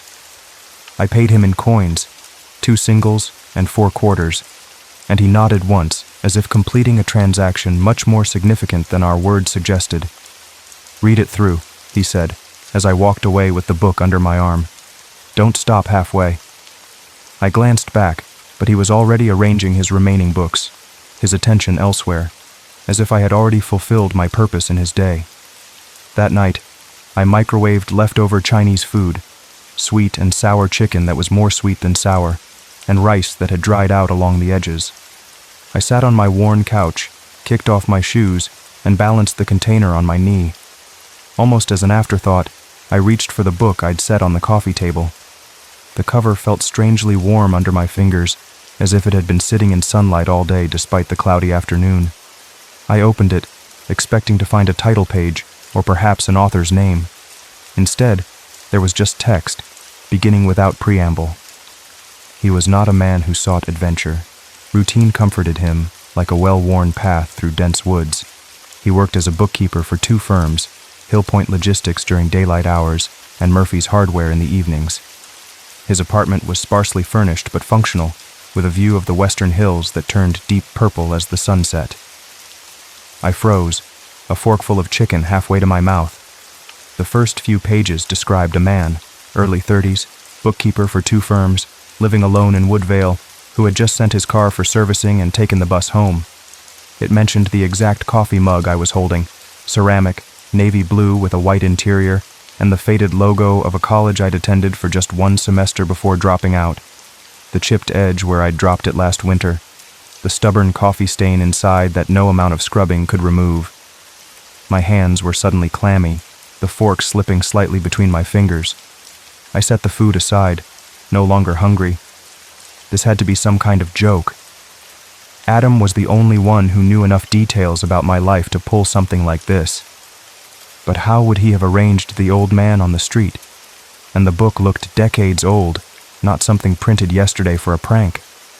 I read on, drawn forward by a mixture of disbelief and creeping dread.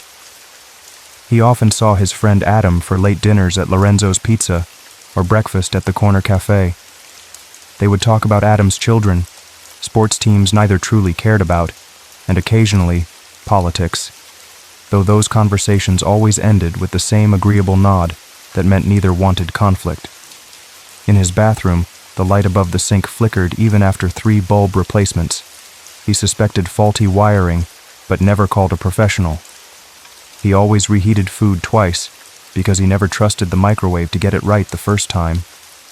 By page 49, my hands were trembling so badly I had to set the book down on the coffee table. I stood up, paced the small living room, ran water over my face in the kitchen sink.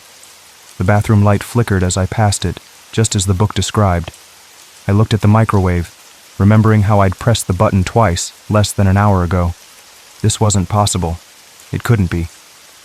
I picked up my phone, thought about calling Adam, then put it down again. What would I say? Hey, I bought a book from a strange old man, and it knows everything about my life. He'd think I was having some kind of breakdown. Maybe I was. I forced myself to sit back down, to pick up the book again. My fingers were still trembling, but I needed to know more. I needed to understand what this was. The narrative continued, describing my daily routines with unsettling accuracy. How I always checked the locks twice before bed. How I kept my bills in a green folder sorted by due date. How I sometimes stood at my window for long minutes watching the sunset fade, feeling something like loneliness but deeper. Then the tone changed. The text shifted from present to future tense. Adam will die on the 27th of the month. He will be hit by a red SUV with a dented front bumper and a bumper sticker that reads, "My child is an honor student at Lakeside Elementary." It will happen on Route 18 near the intersection with Maple Street while he is returning from a late-night movie, a comedy he didn't find particularly funny, but laughed at anyway because the friend he was with enjoyed it immensely. The impact will occur at 11:47 p.m. It will happen instantly. He will feel no pain. I stopped reading right there, slammed the book shut with enough force that dust particles danced in the air before me, catching the light from my reading lamp like tiny fireflies. My heart hammered against my ribs so hard I could feel each beat in my throat. This wasn't a joke anymore. This was something else entirely, something impossible and terrifying. I pushed the book away, sliding it across the coffee table until it teetered at the edge.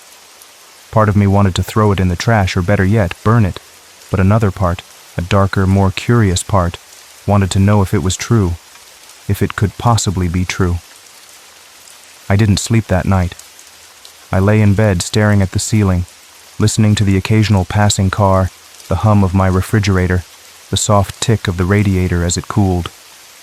Every sound seemed amplified, as if the world were trying to remind me it was still there, still normal, despite the impossible thing that had entered my life.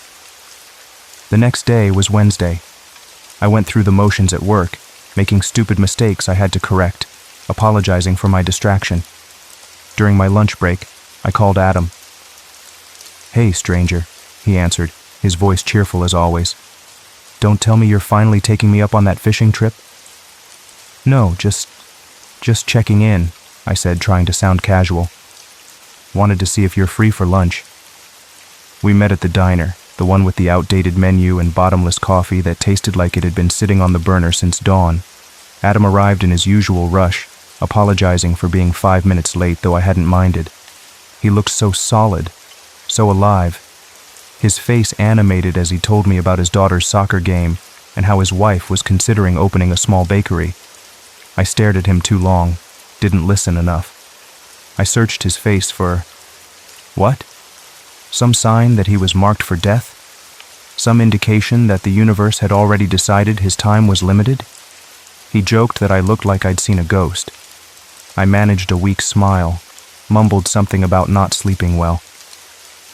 "You work too hard," he said, reaching across the table to clap my shoulder. You should come over this weekend.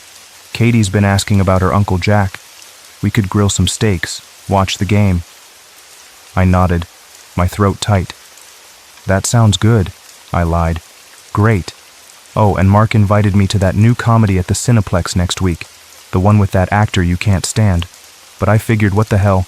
A night out is a night out, right?" My blood went cold. "Mark. Comedy. Next week would include the 27th. "When exactly?" I asked, trying to keep my voice steady. "Friday, I think. The 27th. Why, you want to join?" I shook my head quickly. "No, just, I might have plans that night. Look, Adam." I hesitated, unsure what to say. Tell him not to go? Tell him to avoid Route 18? He'd think I was crazy. Just be careful, okay? He laughed. "Always am, except when I'm not." Then, noticing my expression, he frowned. "Hey, you okay? You seem off today." "I'm fine," I said. "Just tired." We finished lunch, and I watched him walk back to his car, a blue sedan, not the red SUV that would supposedly kill him. He was solid, real, alive. The book was just a book. It had to be. 5 days later, his sister called me just after midnight. I knew before I answered. Somehow, I knew. Her voice was a whisper, broken by sobs. Route 18. Red SUV. Died on the spot, just like the book said. Same time. Same bumper sticker. Same everything. I broke down after hanging up, collapsing onto the kitchen floor, my back against the refrigerator, my knees pulled to my chest. I cried until my throat was raw and my eyes burned, until there was nothing left inside me but a hollow ache and the terrible knowledge that the book had been right. That night, I opened it again, terrified, and yet addicted. I had to know more. I believed it now, every word. The pages seemed to pulse with a life of their own, the words swimming before my eyes before settling into clear, merciless predictions. On November 2nd, he will lose his job at Hill Point Logistics.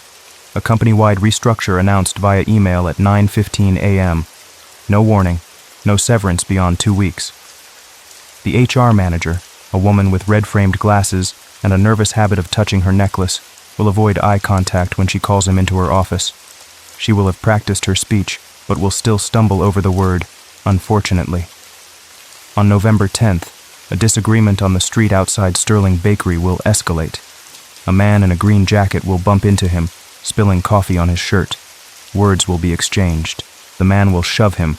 A police officer will witness the altercation and intervene. He will be arrested for public disturbance despite not having thrown a single punch. He won't fight back. He won't speak. But he will be processed, fingerprinted, held overnight in a cell that smells of urine and despair. Each line etched into my chest like a slow burn. And it all happened, just as the book described. The layoff, the arrest. Even the smallest details, the red-framed glasses, the green jacket, the exact smell of the holding cell, were perfect, precise. Reality unfolding exactly as the pages decreed. I became a prisoner of the book's narrative. I would read a few pages, then live through the events it described, powerless to change anything. I tried once, when it said I would slip on ice outside my apartment and break my wrist. I stayed home that day, didn't leave at all. But around dusk, the pipes in my bathroom burst. Water flooded the floor. I slipped trying to reach the main shutoff valve, broke my left wrist exactly as predicted. The predictions grew darker, more personal, more violating. Accidents, loss, shadows moving at night, dreams that weren't dreams at all but visions of things to come. I began dreading the next moment, the next hour. Life became a horror movie where I knew all the jump scares in advance but couldn't look away.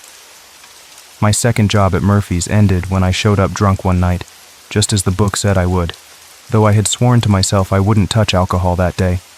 Somehow I still did. Found myself at a bar I'd never visited before, drinking whiskey I didn't even like, watching the clock tick toward my inevitable failure. I stopped eating regular meals, stopped cleaning my apartment, stopped answering calls from the few people who still tried to reach me. I read. I dreaded. I lived through each prediction with the numb resignation of the damned. On December 15th, he will begin to hear whispers from the heating vents, voices that sound like his dead friend Adam, like his father, like people he's never met but somehow knows. They will tell him secrets about his neighbors, about strangers on the street, about himself. Some will be lies, some will be truths he never wanted to know. On December 18th, he will see a figure standing in the corner of his bedroom, visible only when his eyes are half closed between wakefulness and sleep. It will be shaped like a man, but too tall, too thin, with limbs that bend at impossible angles.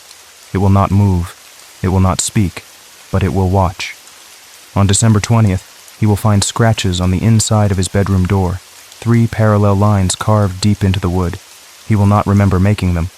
His fingernails will be broken and caked with wood splinters. Each horror came to pass exactly as written. The whispers began as barely audible murmurs, but grew louder with each passing night.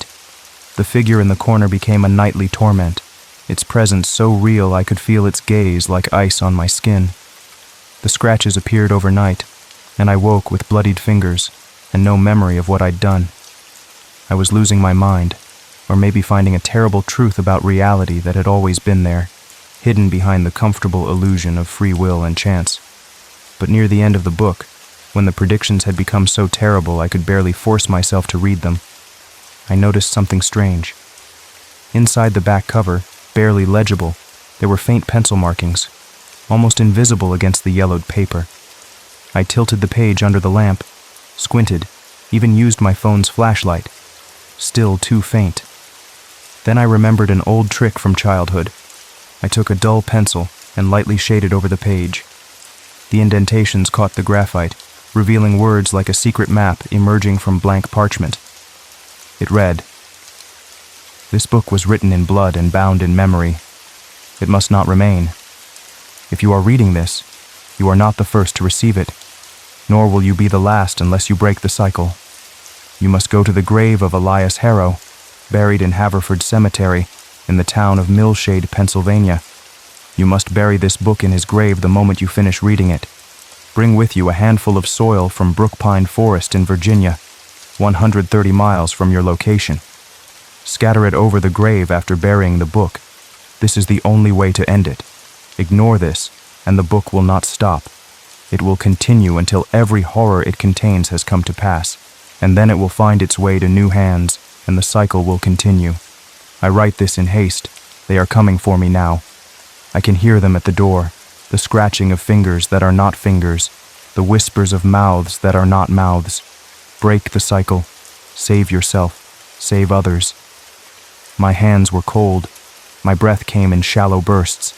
The handwriting was different from the printed text of the book, cramped, urgent, human. I read the instructions again, then again. Was this a trick? Another horror the book had planned for me? Or was it genuinely a way out? A trap door from this nightmare left by someone who had experienced it before me? I knew then. I wasn't going to risk another day under the book's power.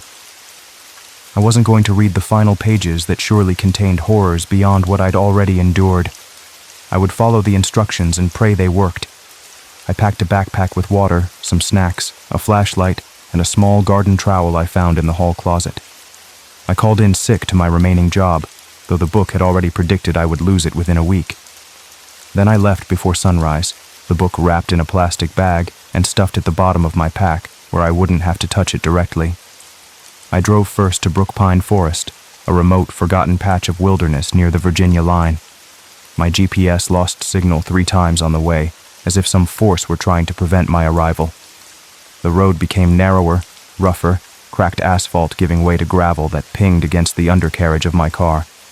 Fog hung between the trees like ghostly curtains, and the air felt strangely heavy, hard to breathe.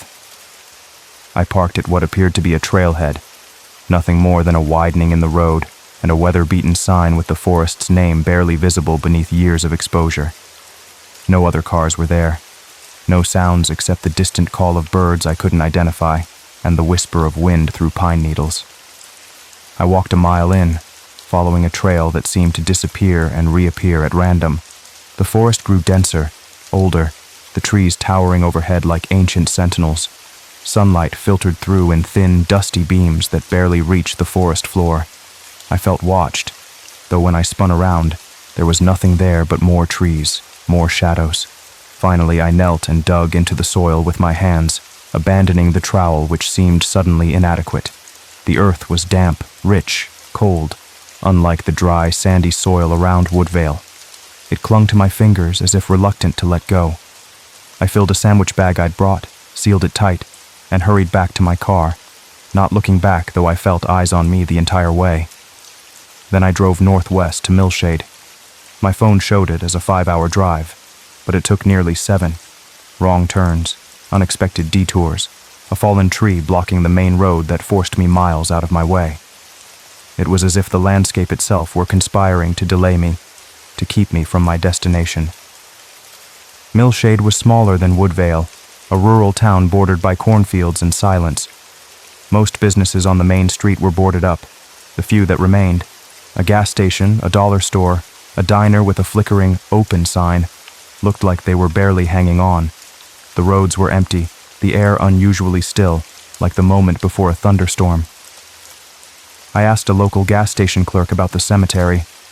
He eyed me suspiciously, then pointed uphill toward the edge of town. Old place. No one goes there anymore. Not since they opened the new one out by the highway. You got family up there? Something like that, I said, not meeting his eyes. Haverford Cemetery was hidden behind a rusted gate and tall grass that brushed against my knees as I pushed through.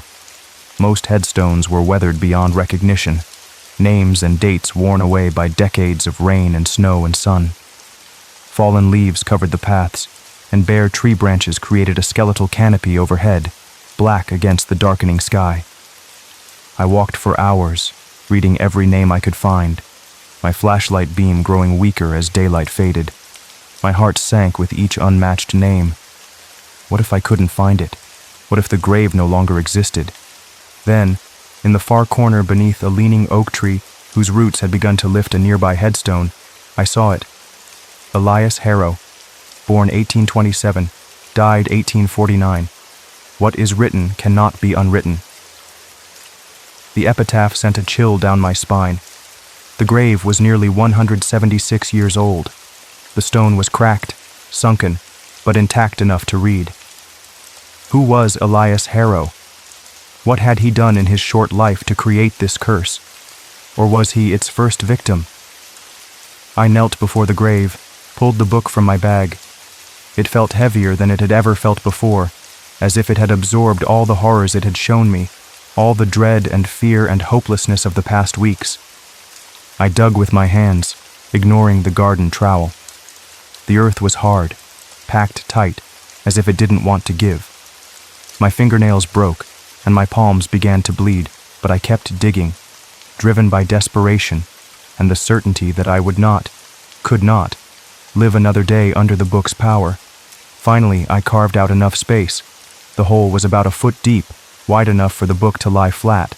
I placed it inside, watched as the blank cover seemed to gleam in the beam of my flashlight despite the dirt smudging its edges. For a moment, I hesitated. What if this was a mistake? What if burying the book made things worse? But I couldn't bear the alternative. I closed the soil over it and pressed it down with both palms, feeling the cool earth against my skin, knowing the book was now beneath me, hopefully forever sealed away. Then I took the bag of soil from Brookpine Forest and scattered it across the grave, watching it darken the ground like ink spilling across parchment. The rich, dark soil from the forest mixed with the paler dirt of the cemetery, creating a pattern that seemed almost deliberate, like a seal or a symbol I couldn't quite recognize. The air shifted. Not colder, not warmer, just different. The world seemed quieter, as if a constant background noise I hadn't even been aware of had suddenly stopped. The weight that had pressed on my chest since finding the book eased slightly. I could breathe deeper than I had in weeks. I sat there for a long time, just breathing, watching the stars emerge in a sky clearer than any I'd seen before. The moon rose, casting silver light across the cemetery, turning the headstones to pale ghosts and the paths to rivers of light. That was 2 weeks ago. Since then, nothing strange has happened. No more predictions have come true because there are no more predictions to read. My nights are calm, empty of whispers and shadowed figures. No more flickering lights. No more scratches on my doors. No more dreams of drowning in ink or being watched by eyes without faces. I found a new job, nothing special, just office work at an insurance company, but it pays enough. I'm sleeping again, eating regularly. I've even started talking to my neighbors, something I rarely did before. Life is returning to normal. I'm free. But sometimes when I walk home late at night and pass empty storefronts with dark windows, I think about that man on the sidewalk with his blanket of used books and his certainty that the one he gave me was meant for me. I haven't seen him since. I've walked that route deliberately, hoping to find him, to ask him why. Why me? Why that book? Who was he, and how many others had received books of their own? But the spot where he sat remains empty, the old tailor shop still abandoned. And in my quieter moments, when I'm alone with my thoughts, another question surfaces. If the book found its way to me so easily, passed from the old man's hands to mine with such deliberate purpose, who's to say another book, or perhaps the same one, somehow escaped from its grave, won't find its way to someone else? I wonder about the person who wrote those desperate instructions in the back cover. Did they escape their book's predictions, or did they write those words with their final breaths? And was Elias Harrow the creator of this curse, or its first victim? These questions haunt me still, but I've made peace with not knowing the answers. Some mysteries are better left unsolved, some doors better left closed. Still, sometimes when I pass a used bookstore or see someone reading on a park bench, I can't help but wonder, who's reading the book now, and what horrors await them on the pages I chose not to read?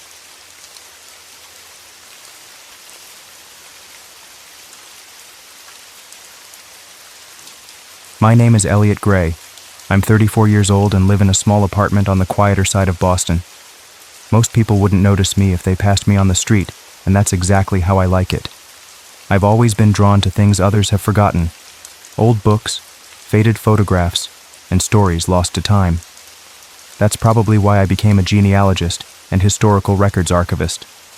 I spend my days hunched over dusty documents, squinting at handwriting from centuries ago, trying to piece together family stories that nearly disappeared.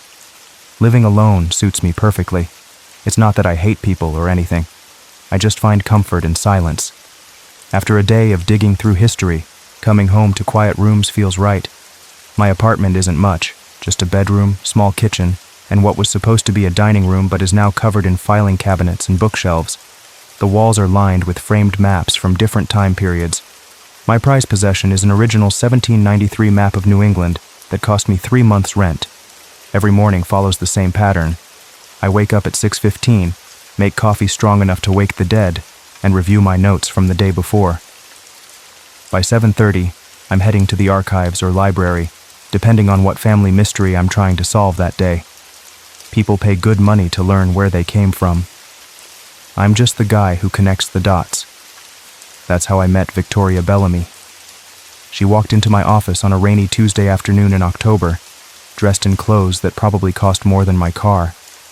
She didn't smile when she introduced herself, just placed a thick envelope on my desk and fixed me with eyes so dark they seemed to swallow light. "I need you to trace my family as far back as possible," she said, her voice smooth like polished stone. I nodded, already thinking about which databases I'd start with. "Any particular reason?" "Sometimes knowing what you're looking for helps me focus the search." She tilted her head slightly, studying me. "I want to know who we truly are." I've gotten stranger requests over the years. Some people want to find long-lost heirs to fortunes. Others hope to discover royal connections. A few just want to know if mental illness runs in their bloodline. Victoria left the envelope, stuffed with cash, more than my usual fee, and a single sheet of paper with what she knew of her family, names, dates, last known locations. As she turned to leave, she paused at the door. "Mr. Gray," she said without turning around. "Some doors are better left closed. but I need this one opened." Before I could ask what she meant, she was gone, leaving behind only the faint scent of something like dried flowers and smoke. The first week of research went smoothly enough. Victoria's family had kept decent records, and I traced them through census data, property transactions, and military registries. The Bellamys had money going back at least 5 generations, old money that started somewhere in Pennsylvania coal country before spreading outward. I mapped marriages, births, deaths, finding the usual patterns of wealthy American families: strategic marriages, convenient business partnerships, cemented by joining households. 10 days into my research, I found something odd. Victoria's great-great-grandfather, William Bellamy, had married twice. His first wife, Catherine, died young, not unusual for the 1800s. But when I looked at the marriage records, something caught my eye. Catherine's maiden name had been physically scratched out. Someone had taken a pen or knife to the actual document and removed her family name. Curious, I dug deeper. In every record involving Catherine, her family connections had been erased. Birth certificates, property deeds, even church membership rolls. Anywhere her full name should have appeared, it had been deliberately removed. I'm not easily spooked. Working with historical records means facing a lot of creepy coincidences and strange patterns, but this was different. This was intentional. My search led me to a tiny town in northern Pennsylvania called Ashwood. According to what remained of the records, William and Catherine had lived there before her death, in a place called Montcroft Manor.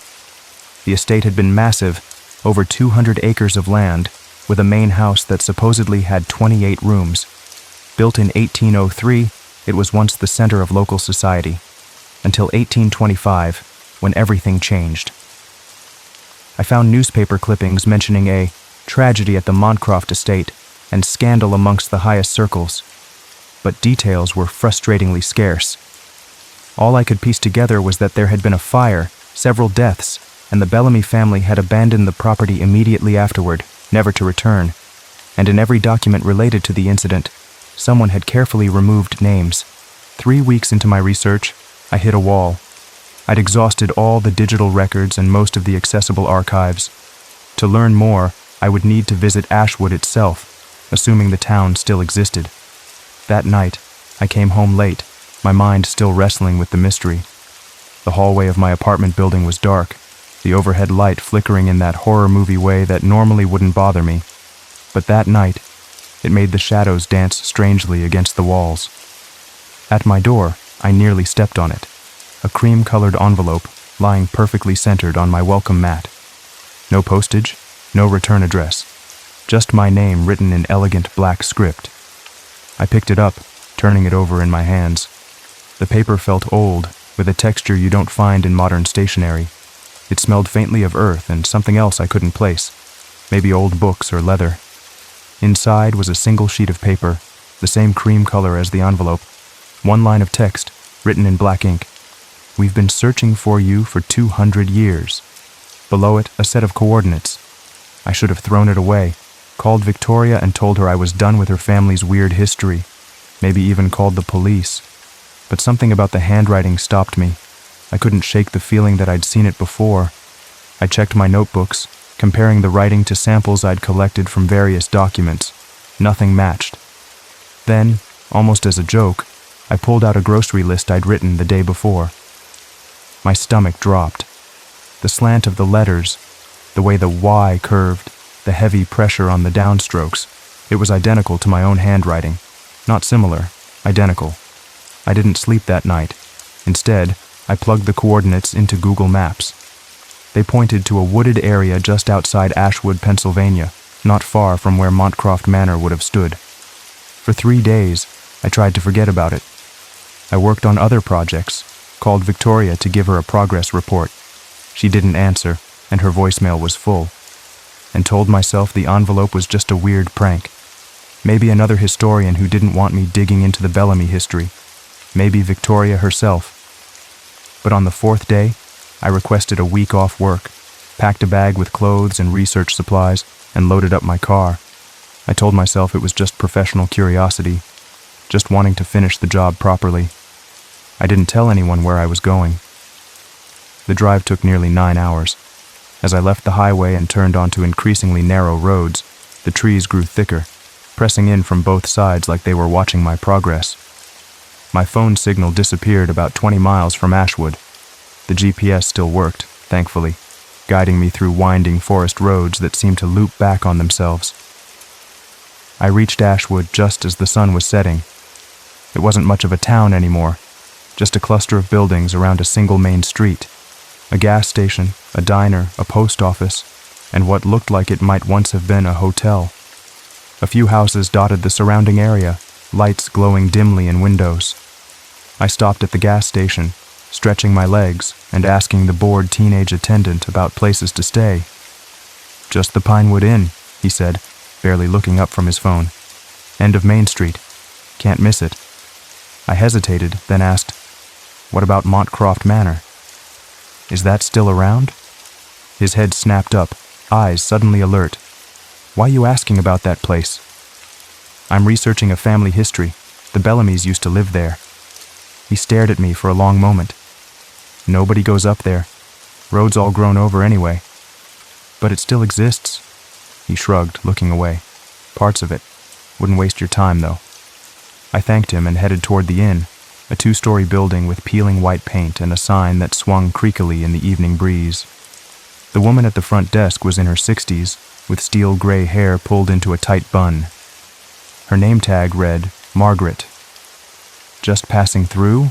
she asked as I filled out the registration card. "Research, actually. I'm a genealogist working on the Bellamy family history." Her hand paused as she was reaching for my credit card. "Bellamy?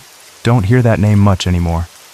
They left the area a long time ago, from what I can tell, after the fire at Montcroft Manor."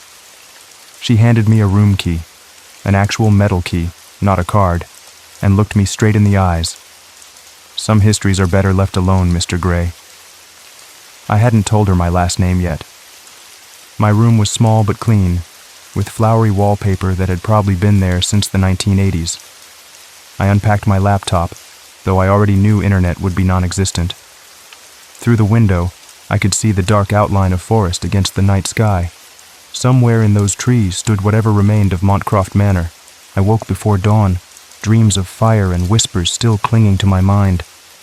As the first light crept through the thin curtains, I mapped out my day. First the local library or town hall for any records, then maybe find someone who could guide me to the manor ruins. But Ashwood had other ideas. The library was closed, permanently, by the look of the boarded-up windows. The town hall was open, but the elderly clerk shook his head before I even finished asking about historical records. "Lost most everything in a flood back in '97, he said. "What wasn't ruined by water got taken by mold after." "Nothing survived? No copies or backups?" He scratched his chin. "Might try Mrs. Winters. She's been collecting local stories and such for years. Lives in the blue house at the end of Maple Street." Mrs. Winters turned out to be a tiny woman in her 80s, with bright eyes that missed nothing. She invited me in for tea, seemingly delighted to have a visitor interested in history. "The Bellamys," she said, pouring steaming tea into delicate cups. "Now there's a name I haven't heard in years, but we all know the stories." "What stories?" I asked, trying not to sound too eager. She settled into her armchair, hands folded in her lap. "They say the Bellamys made a deal with something that wasn't quite human, back in the early days, when this was all wilderness. The land was harsh, and survival wasn't guaranteed. But the Bellamys thrived while others failed. I'd heard similar tales about other wealthy families. Folk explanations for success often involved supernatural pacts. What kind of deal? Protection, prosperity, but everything has a price, doesn't it?" She sipped her tea. "Every generation they had to return something to whatever lived beneath Montcroft. A sacrifice of sorts." The hair on my arm stood up. "Human sacrifice?" Mrs. Winters smiled sadly. "Nothing so dramatic. Just blood and loyalty. One person from each generation had to renew the pact, bind themselves to the service of whatever lived there. And in 1825? What happened then?" Her smile faded. "The chosen one ran." disappeared the night before the ritual. Without him, the pact was broken, the protection lifted. She set down her teacup with a soft clink. That's when the fire started. That's when people died. I leaned forward. Do you know who it was? The one who ran? That's the strangest part. According to my grandmother, who heard it from her grandmother, his name was erased from every record in town. People were forbidden to speak it. As if by removing his name, they could remove the shame of what he'd done. But someone must remember. Mrs. Winters stood and walked to an old bookshelf. She returned with a small leather-bound book, its pages yellow with age. My ancestor's journal. She lived through it all. She opened it carefully, turning brittle pages until she found what she was looking for. Here, she doesn't write his name, no one did, but she describes him. I read the faded handwriting. He was tall and lean, with eyes like storm clouds and a quiet way about him. His hands were always ink-stained from his work with documents and maps. A solitary soul who seemed more comfortable with the dead than the living. The perfect vessel, they said, until he betrayed us all. My mouth went dry. It could describe 100 different men from that time period, or it could describe me. Mrs. Winters, I said slowly, do you know if there were any Greys in Ashwood back then? She tilted her head, thinking. Grey? Yes, I believe there was a Grey family, not prominent like the Bellamys, but respected. They kept the town records, if I recall correctly. A family of archivists, just like me. She must have seen something in my face, because she reached out and patted my hand. You look pale, dear. Perhaps that's enough history for today. I thanked her and left, my mind racing. Back at the inn, I spread out my notes, trying to make sense of everything. The scratched-out names, the ritual, the fire. It all swirled together like pieces of a puzzle I couldn't quite solve. And then there was the envelope, the coordinates. I decided I needed to see Montcroft Manor for myself. The next morning, I rented a bike from a shop near the inn and loaded my backpack with water, snacks, a flashlight, and my research notes. The coordinates led to a spot about 3 miles outside town, accessible only by old logging roads that had nearly returned to wilderness. The deeper I went into the forest, the more the air seemed to change. It grew thicker somehow, charged with something I couldn't name. The birds fell silent. Even the wind died down, leaving an unnatural stillness. I had to leave the bike and continue on foot for the last mile, following a barely there path through dense undergrowth. Just when I thought I must have taken a wrong turn, the trees opened up to reveal a clearing, and there it stood, Montcroft Manor. It wasn't the pile of charred ruins I had expected. The main structure remained largely intact, a massive stone house with high windows and ivy crawling up its walls. Parts of the roof had collapsed, and one wing was nothing but blackened beams, but the rest stood defiant against time and elements. My heart pounded as I approached. The front gates, once grand iron structures, now hung twisted and rusted from stone pillars. Beyond them, a gravel drive led to wide stone steps and a heavy wooden door. I expected it to be locked, maybe even boarded up, but when I pushed, it swung open with barely a sound, as if the hinges had been recently oiled. Inside was darkness and the smell of old wood, dust, and something else, something earthy and sweet, like flowers left too long in a vase. As my eyes adjusted, details emerged from the gloom. A grand entryway with a sweeping staircase, doorways leading to various rooms, and directly ahead, a dining room where a long table stood set for one. I blinked, sure I was seeing things, but no. There was a plate, silverware, a wine glass filled with dark liquid, and an unlit candle in a silver holder. Everything was covered in a thick layer of dust, except the chair at the head of the table. That was clean, its wood polished to a shine. My skin crawled. Someone had been here recently. Someone was expecting a guest. I moved deeper into the house, unable to stop myself. Each room told the same story.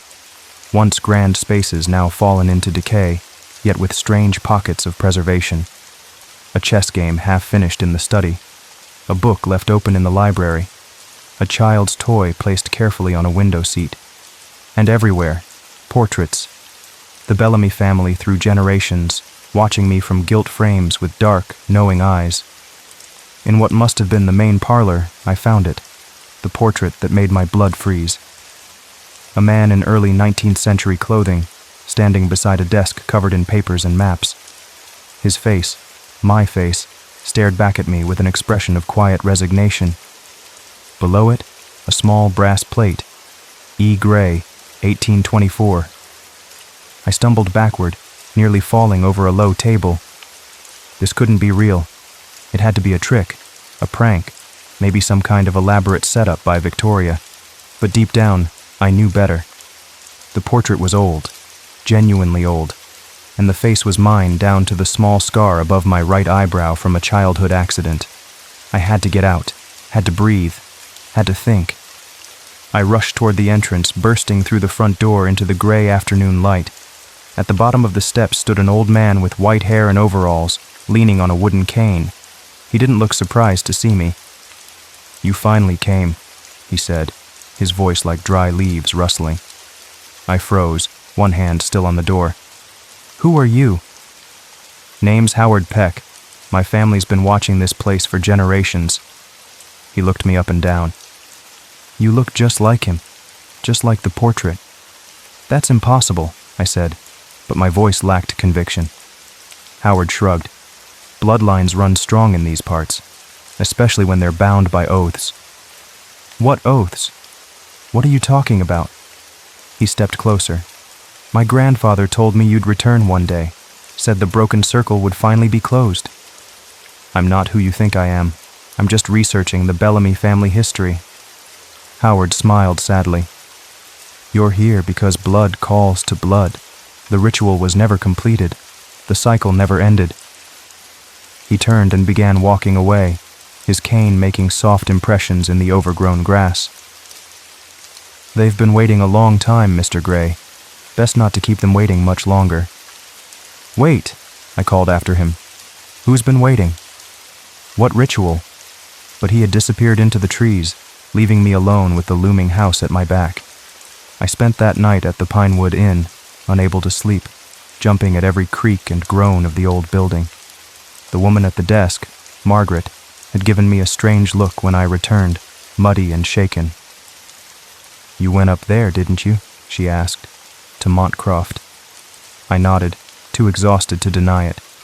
She pressed a key into my hand, not my room key, but an older, heavier one. "Library's in the basement, town records that survived the flood. Normally we don't open it to outsiders, but..." She studied my face. "You have a right to know." The inn's basement was surprisingly vast, stretching beyond what seemed possible for the building above. Row after row of shelves held boxes, books, and folders, all carefully labeled and organized. Margaret had written a reference number on a slip of paper. It led me to a back corner, where a single box sat on a shelf, labeled simply 1825.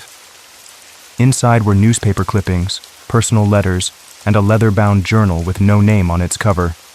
I started with the newspaper articles, which told the same sanitized story I'd already pieced together. A fire at Montcroft Manor, several deaths, the Bellamy family's hasty departure.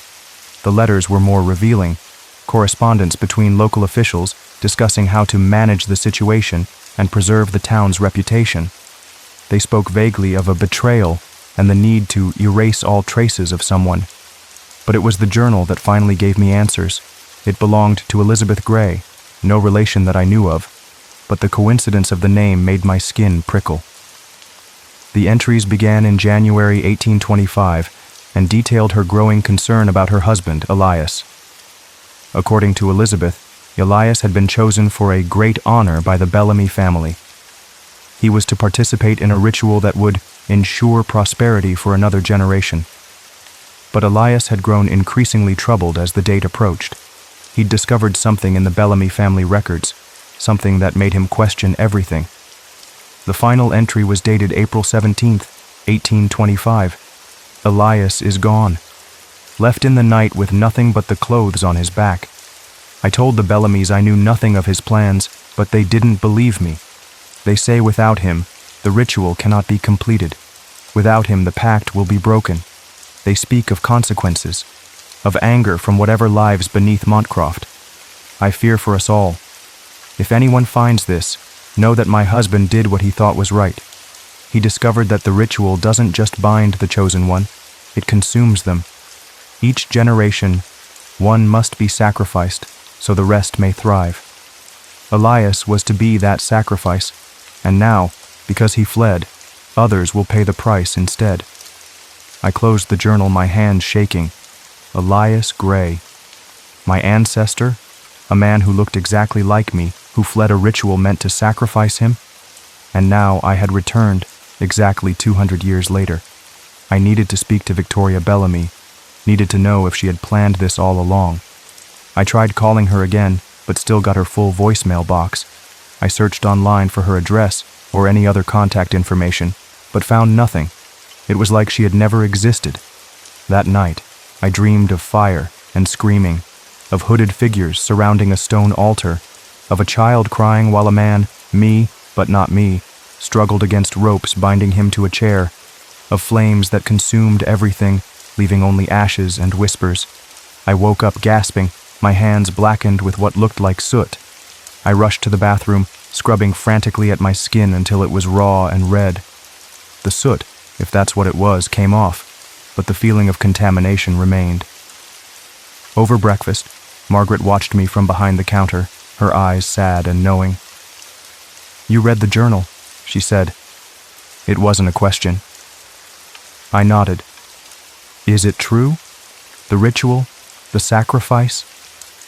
She sat down across from me, her voice dropping to a whisper, though we were alone in the small dining area. "This town was dying before the Bellamys came. Crops failed. Children sickened. The winter of 1802 took half our population." She clasped her hands on the table. "Then William Bellamy made a deal. The details are lost to time, but the results weren't. Suddenly the land yielded crops. The mines produced coal. Children grew strong. In exchange for human sacrifice," I said flatly. "In exchange for devotion.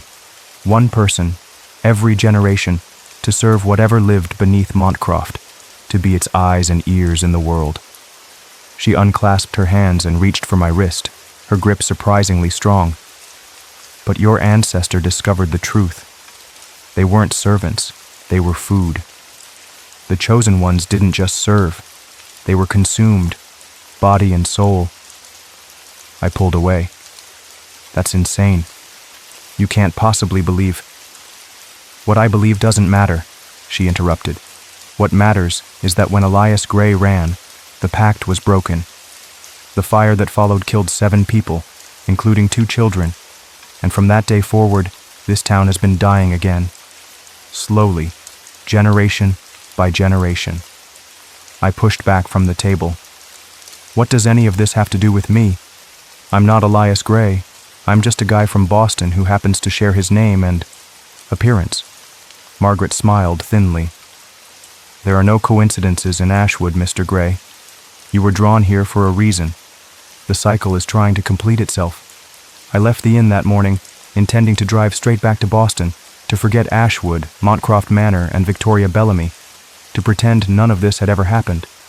But as I approached my car, I saw someone leaning against it, a familiar figure that made my heart skip.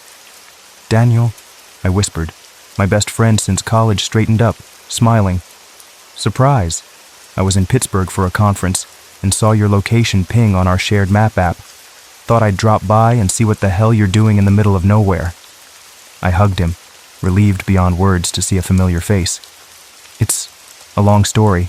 Research job that got weird." I pulled back. "Wait, how did you find me exactly? This place isn't even on most maps."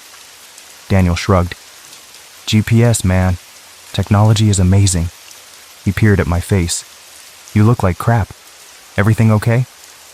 "Not really. Let's get out of here and I'll explain on the way." But Daniel shook his head. "Actually, I rented a room here for the night. Thought maybe you could show me what you've been researching. You know I love all your weird historical mysteries." That was true. Daniel had always been fascinated by my work, often helping me puzzle through difficult research problems. Having him here felt right. A connection to my real life. My normal life. Okay, I agreed. But then we're both leaving tomorrow. This place isn't safe. Daniel raised an eyebrow. Now you definitely have to show me. We spent the day together, and for a few hours, everything felt almost normal.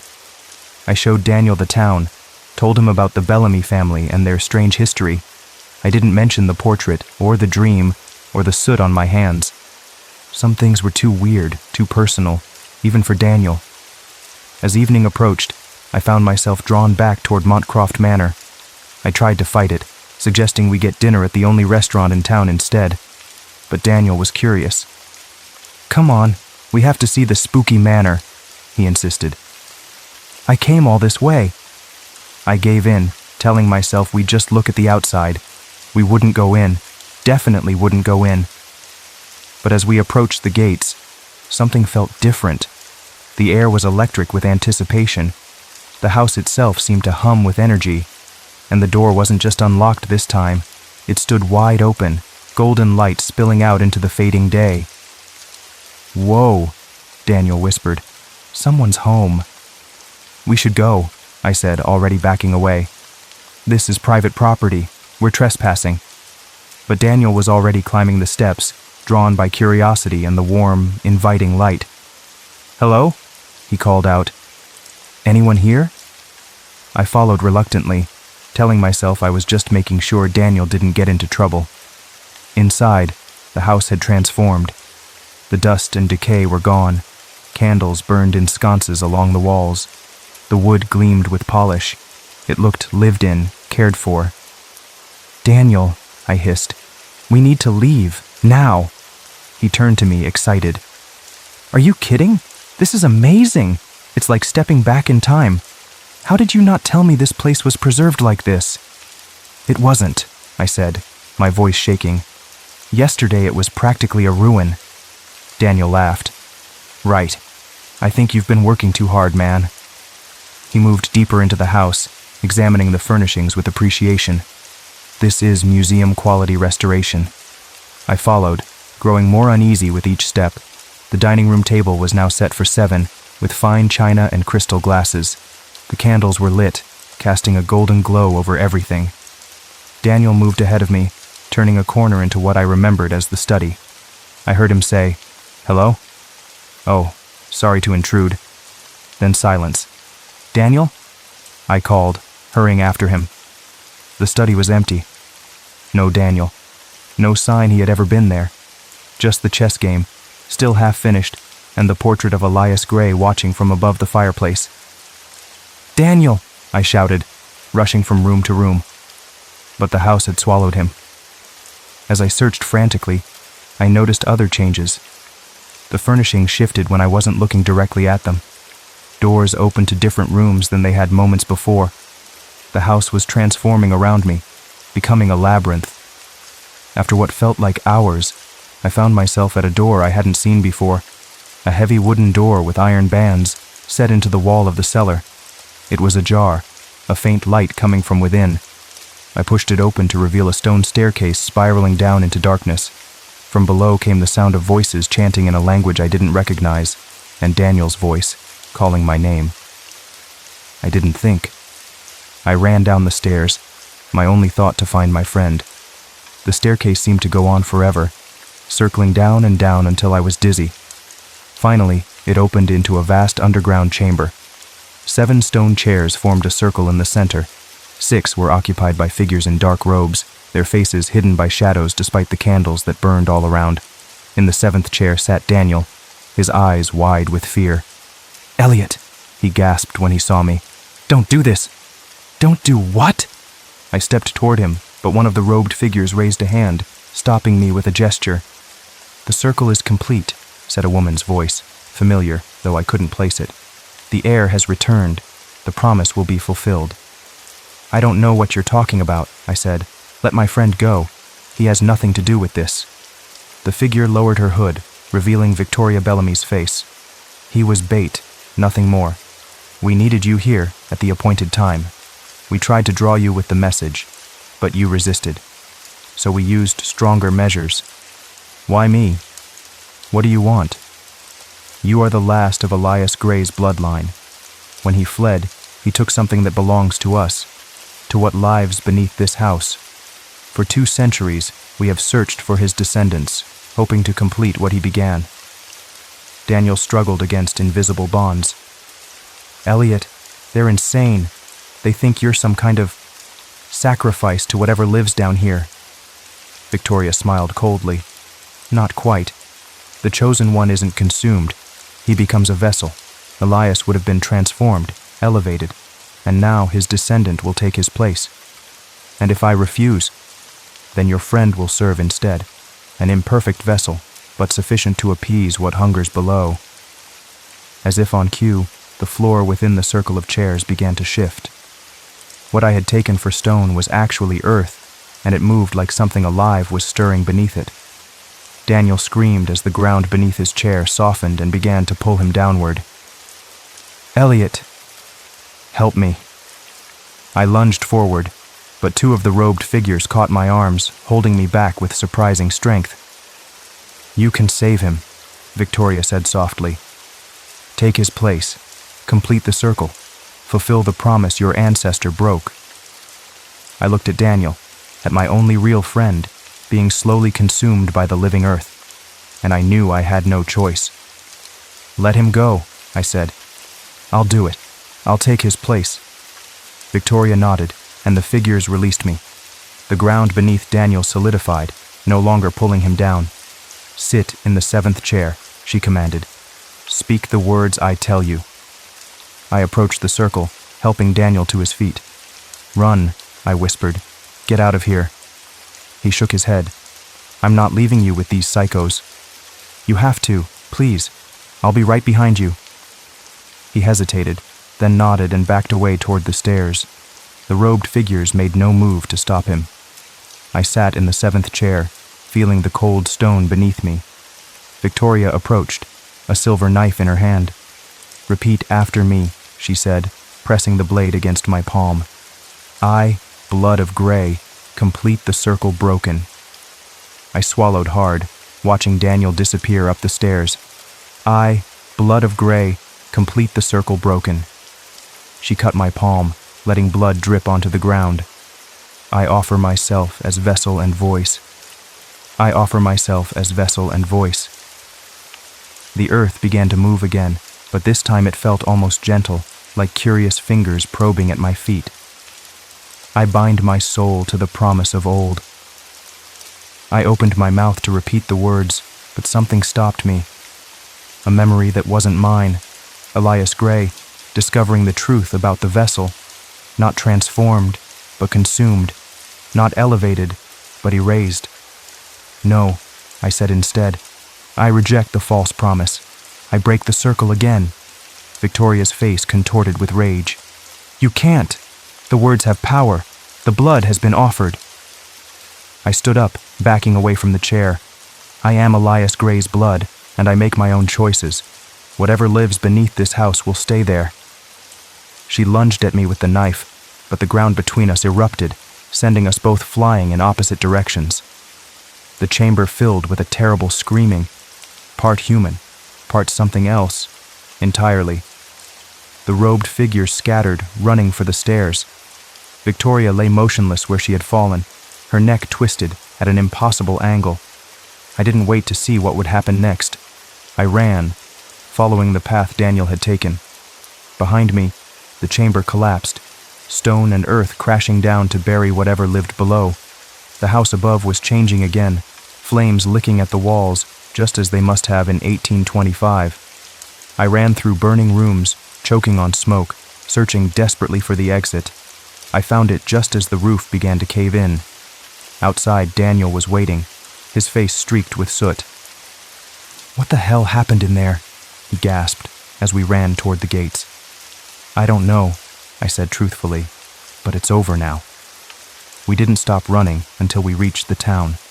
By then, flames were lighting up the night sky behind us, Montcroft Manor burning for the second time in 2 centuries. We left Ashwood that night, neither of us willing to stay a minute longer. I drove while Daniel slept in the passenger seat, exhausted by our ordeal. 3 days later, back in my apartment in Boston, I tried to make sense of everything that had happened. I searched for information about Victoria Bellamy, but found nothing. No social media, no public records, not even a death notice despite what I had seen in that underground chamber. It was as if she had never existed. Daniel remembered everything, which was both a relief and a burden.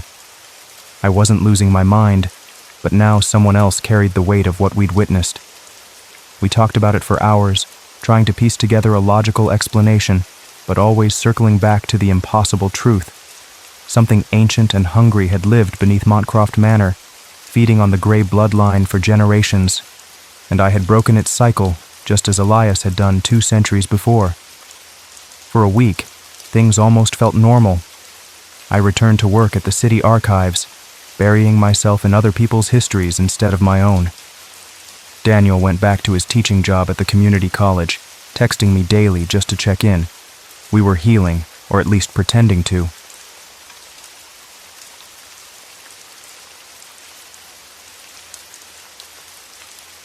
I still remember the exact moment when I suggested the trip.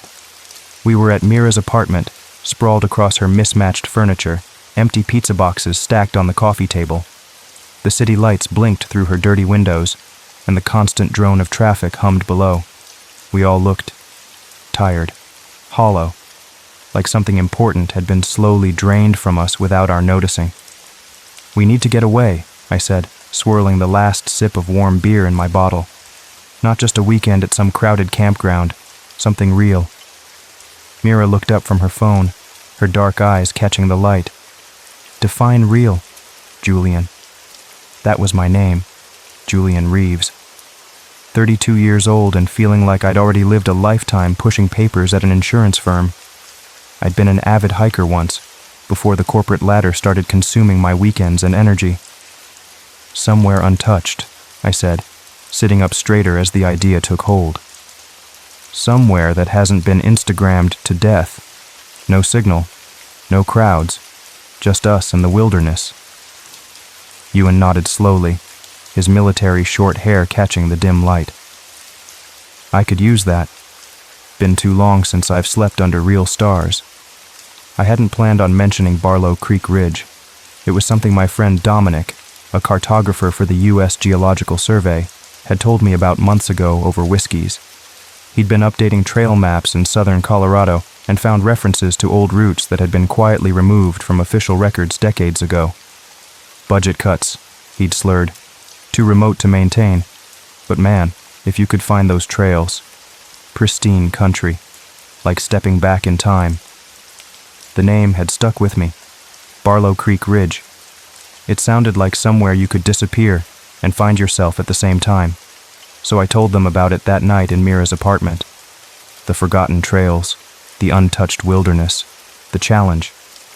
"I've got coordinates," I said, feeling a rush of excitement I hadn't experienced in years. "It'll be an adventure." Sasha, always the practical one, raised an eyebrow. "Is it safe?" "Safe enough," I assured her. "We'll take all the proper gear, emergency beacons, the works." Leor, our young newcomer to the group, couldn't contain his enthusiasm. "I'm in," he said immediately, his face lighting up. 100% in. One by one, they all agreed, Sasha somewhat reluctantly, but I could see the spark of adventure had caught in her eyes too. We set the date for 3 weeks later, enough time to get our gear together and request time off work. None of us knew then that for most of us, it would be the last vacation we'd ever take. We were 5 in total. Just 5. Tired city souls hoping to scrape off the burnout of life by getting lost in something real. Untouched wilderness, fresh air, stories shared under stars. Mira Chen was our firecracker. 34, with short black hair often dyed with purple streaks, and a camera that cost more than my monthly rent. She worked as a commercial photographer but dreamed of National Geographic spreads. Her tongue was as sharp as her eye for detail, and she never backed down from anything. Arguments, steep trails, or life itself. She'd been my friend since college, one of those rare people who cut through your bullshit and made you better for it. Ewan Sullivan carried the quiet confidence of his 8 years in the Marines. At 40, He was the oldest among us, with laugh lines around his eyes that deepened when he smiled, which wasn't often enough. He never talked about his tours overseas, but sometimes he'd wake up gasping in his tent. During the day, though, he was our rock, methodical, prepared, and annoyingly insistent about proper gear maintenance. His backpack always had at least 15 protein bars, and he'd offer them at the strangest moments. Sasha Riener brought the heart to our group, an elementary school counselor with soft brown curls and eyes that actually listened when you spoke. 36 and deeply spiritual in a way that wasn't tied to any specific religion. She wore crystals and quoted both Buddha and Jesus with equal reverence. She could diffuse tension with a few quiet words and always seemed to sense when storms were brewing, both in the sky and between friends. Leora Badi was the baby of our group at 21, tall and lanky, with wild black curls and boundless energy. He was Sasha's cousin, a college junior studying environmental science. It was his first major hiking trip with us, though he'd grown up trekking in Israel before his family moved to the States. His enthusiasm was infectious, and he carried a backpack that seemed bigger than he was, stuffed with new gear still stiff with price tags. And then there was me, Julian, the one who'd brought them to this forsaken place, the only one who would leave. We left Denver early on a Tuesday morning in mid-September, when the aspens were just beginning to turn gold. 2 cars, Ewan's practical SUV and my aging Subaru, loaded with more gear than we probably needed for 5 days in the wilderness. The drive south was filled with playlists Lior had carefully curated, gas station coffee, and the kind of easy conversation that happens when good friends hit the open road. By mid-afternoon, we'd reached Pinewell, a tiny town that barely deserved the name. A handful of weathered buildings, a single gas station with prices 20 cents higher than anywhere else, and a ranger station that looked like it had been built in the 1950s and not updated since. The ranger, a leathery old man named Hobbs, raised his eyebrows when I mentioned Barlow Creek Ridge. "Ain't no maintained trails there," he said, squinting at us. "You folks experienced?" We assured him we were, showing our gear and emergency plans. He nodded slowly, still looking doubtful. "Weird place," he muttered, almost to himself. "Used to be mining claims up that way, long time back, before my time even." He shrugged and stamped our backcountry permits. "Stay on the old logging roads long as you can. After that, it's just game trails and hard country." We left our cars in the small lot behind the ranger station, shouldered our packs, and started walking before the sun dropped too low.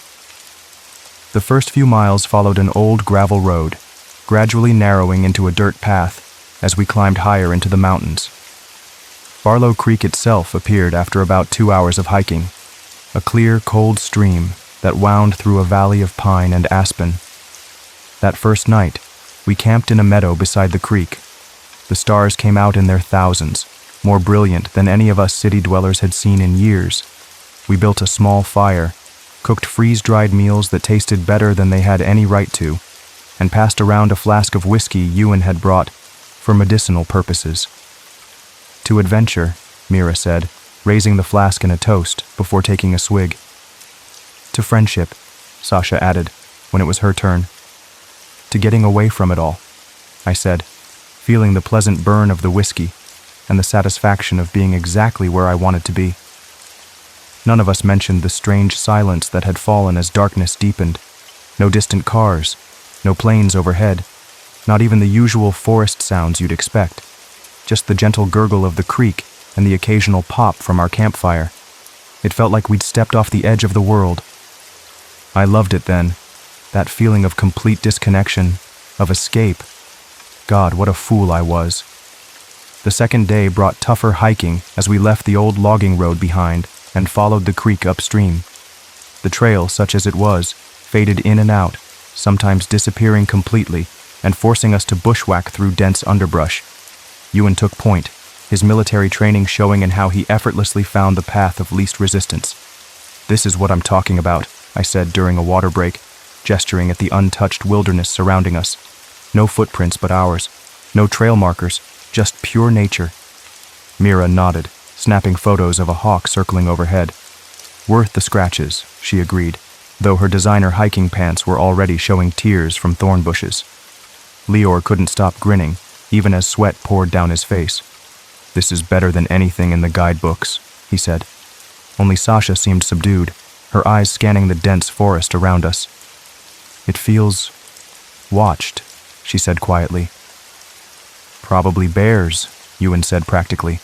"Good thing we've got the bear canisters." We pushed on, climbing higher as the creek narrowed and began to drop in a series of small waterfalls.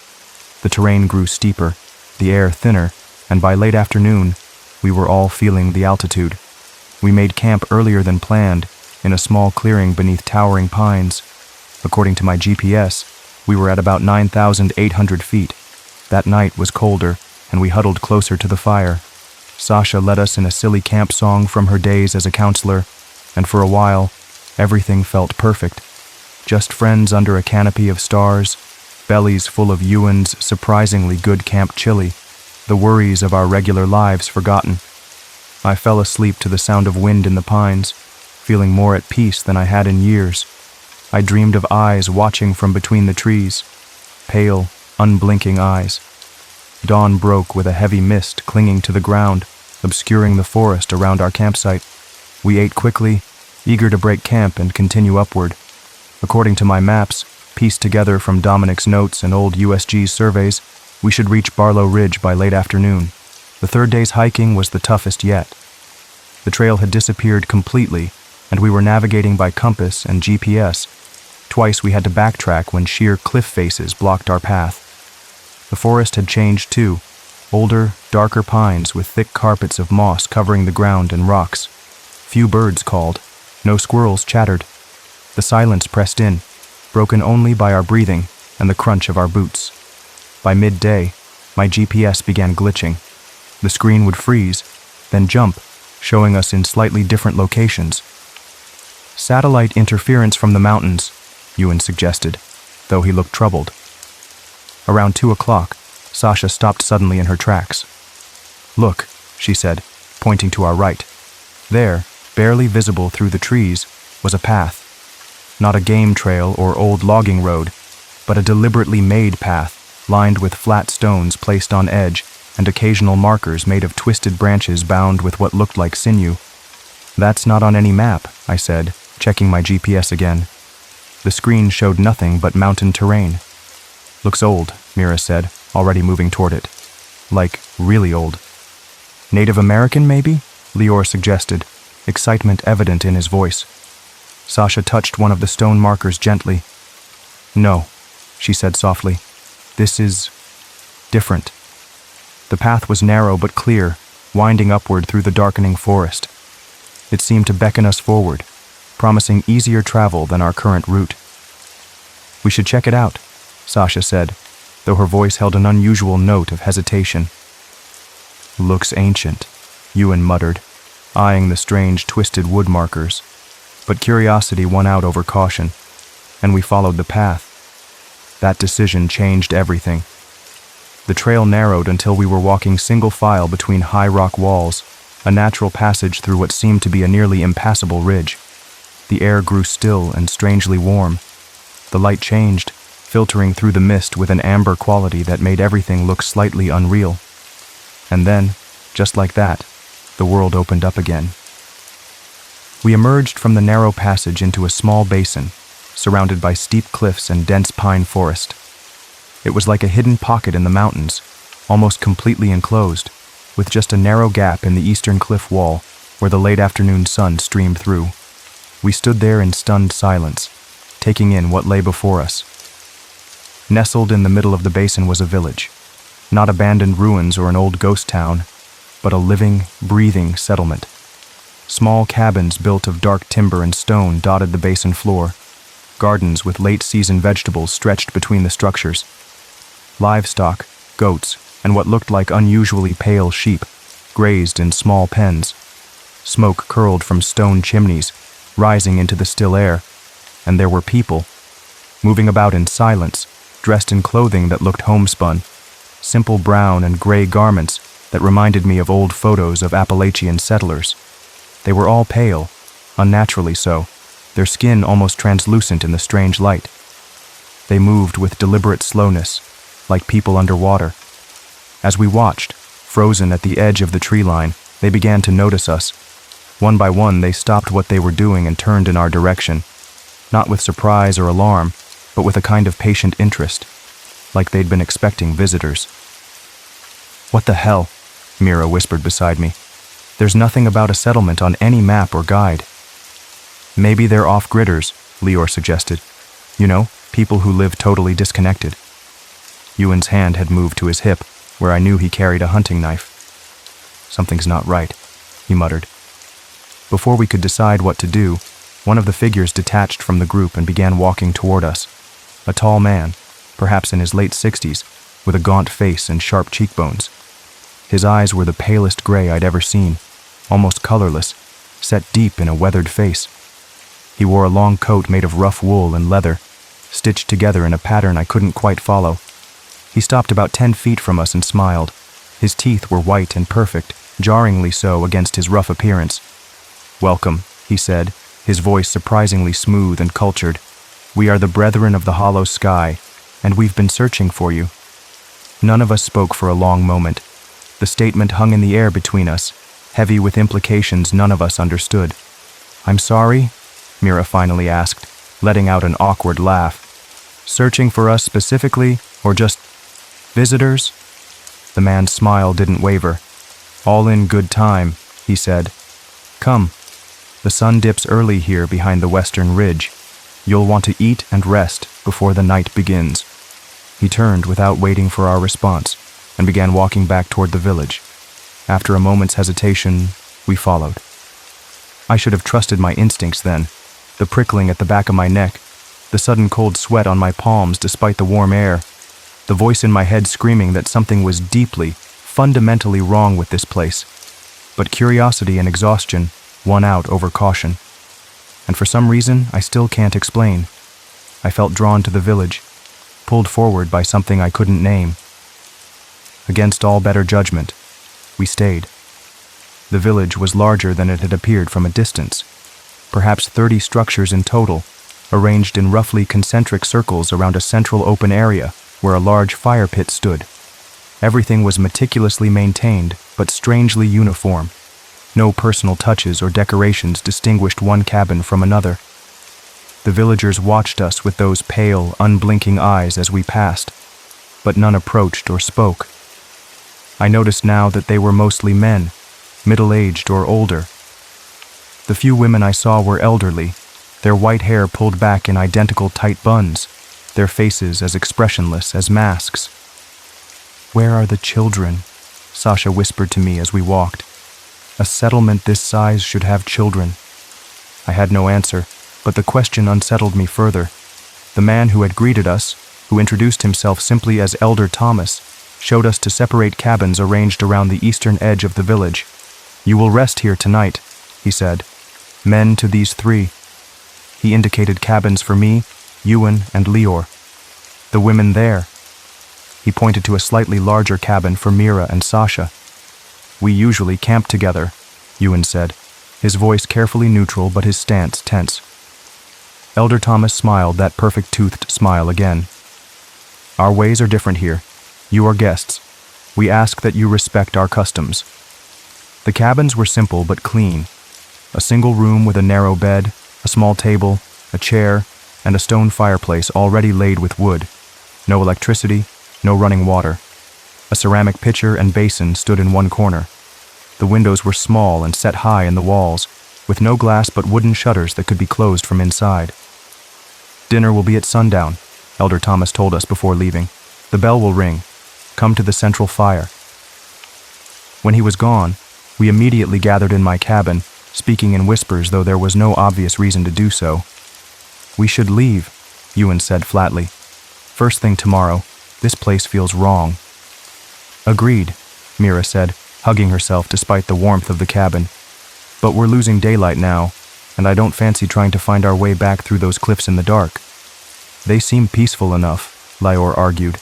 "Maybe just really isolated. I mean, this is exactly what we wanted, right? To find somewhere untouched by the modern world." Sasha had been unusually quiet, her eyes distant. "There's something old here," she said finally. "Something waiting." What does that mean? I asked. She shook her head. I don't know. Just a feeling. We agreed to stay the night, eat their food, be polite, and leave at first light. It seemed like a reasonable compromise, respectful to our unexpected hosts, but cautious enough to ease our growing unease.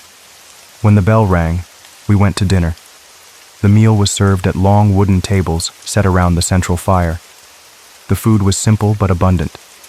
A thick vegetable stew, dark bread that tasted faintly of honey, and some kind of meat none of us could identify. Not beef or pork or any game I'd tasted before. It had a strange, almost sweet flavor that wasn't entirely unpleasant, but left an aftertaste like iron on the tongue. We were seated apart from each other, interspersed among the villagers who ate in near-perfect silence. Attempts at conversation were met with polite but minimal responses. Yes, they had lived here for generations. No, they rarely had visitors. Yes, they were entirely self-sufficient. No, they had no contact with the outside world. I found myself seated beside a middle-aged man who introduced himself as Brother Elias. His pale eyes never quite met mine as we spoke. "Have you always lived here?" I asked, trying to make conversation. "I was chosen," he said simply. "As you have been." Before I could ask what he meant, Elder Thomas stood and raised his hands. The villagers immediately fell silent and bowed their heads. "We give thanks to the hollow sky," he intoned, "and to the deeper dark that cradles us all." The villagers spoke in unison. "The hollow waits. The hollow hungers. The hollow provides." The meal continued in silence after that. When we returned to our cabins, the night had fallen completely. No moon shone through the high windows, and the darkness outside was absolute. I lit the oil lamp provided and tried to settle my nerves. The food sat heavily in my stomach, and strange dreams tugged at the edges of my consciousness, even before I lay down. I had just begun to drift into an uneasy sleep when my door creaked open. It was Mira, her face pale in the lamplight, her eyes wide with fear. "They've been watching us," she whispered, slipping inside and closing the door quickly behind her. "All night, through the cracks in the walls. I swear I saw one of them whispering at the wall itself, like they were talking to the cabin." I sat up, fully awake now. "Are you sure?" She nodded frantically. "And there's something else. I tried to take pictures today, of the village, the people. None of them came out. Not blurry, not dark. Just empty, like I was photographing nothing." I felt cold despite the fire still burning in the hearth. "We need to wake the others," I said. "We're leaving, now tonight." But when we tried to wake our friends, we found Ewan and Lior's cabins empty. And Sasha was gone. Morning broke with thin gray light filtering through my window. I hadn't slept. Mira and I had searched as much of the village as we dared in the dark, whispering urgently for our friends. We'd found nothing. The village was still, the villagers seemingly asleep behind tightly shuttered windows. We'd returned to my cabin and barricaded the door, taking turns watching through the night. Neither of us mentioned the sounds we'd heard in the darkness, the soft footsteps circling the cabin, the whispers that seemed to come from the very walls, the occasional low hum that vibrated through the floorboards.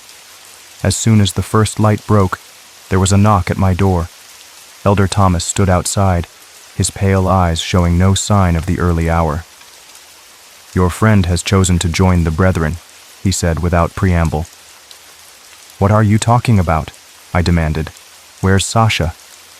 "She has gone above," he said, smiling that unnervingly perfect smile. "To the hollow."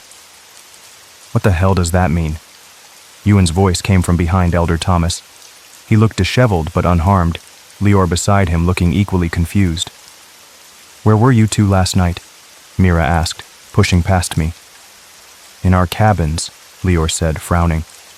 "I took a sleeping pill and passed out. Didn't hear anything until just now when this guy knocked." "I slept too," Ewan said, but there was uncertainty in his voice. I had strange dreams." Elder Thomas watched this exchange with that same patient smile. "Your friend made her choice freely," he said, "as you all will. The hollow calls to those who are ready to hear. We're leaving, I said firmly. Now, all of us. And you're going to tell us where Sasha is. Of course, Elder Thomas said, stepping aside with a small bow. You are free to go at any time. The path you seek lies beyond the eastern ridge. We hurried back to our cabins, grabbed our packs, and met at the edge of the village. None of the other villagers approached us or tried to stop us. They simply watched with those pale, unblinking eyes as we shouldered our gear and headed toward the gap in the eastern ridge where we'd entered the day before. This doesn't make sense, Mira muttered as we walked. Sasha wouldn't just wander off, and she definitely wouldn't join some weird mountain cult without telling us.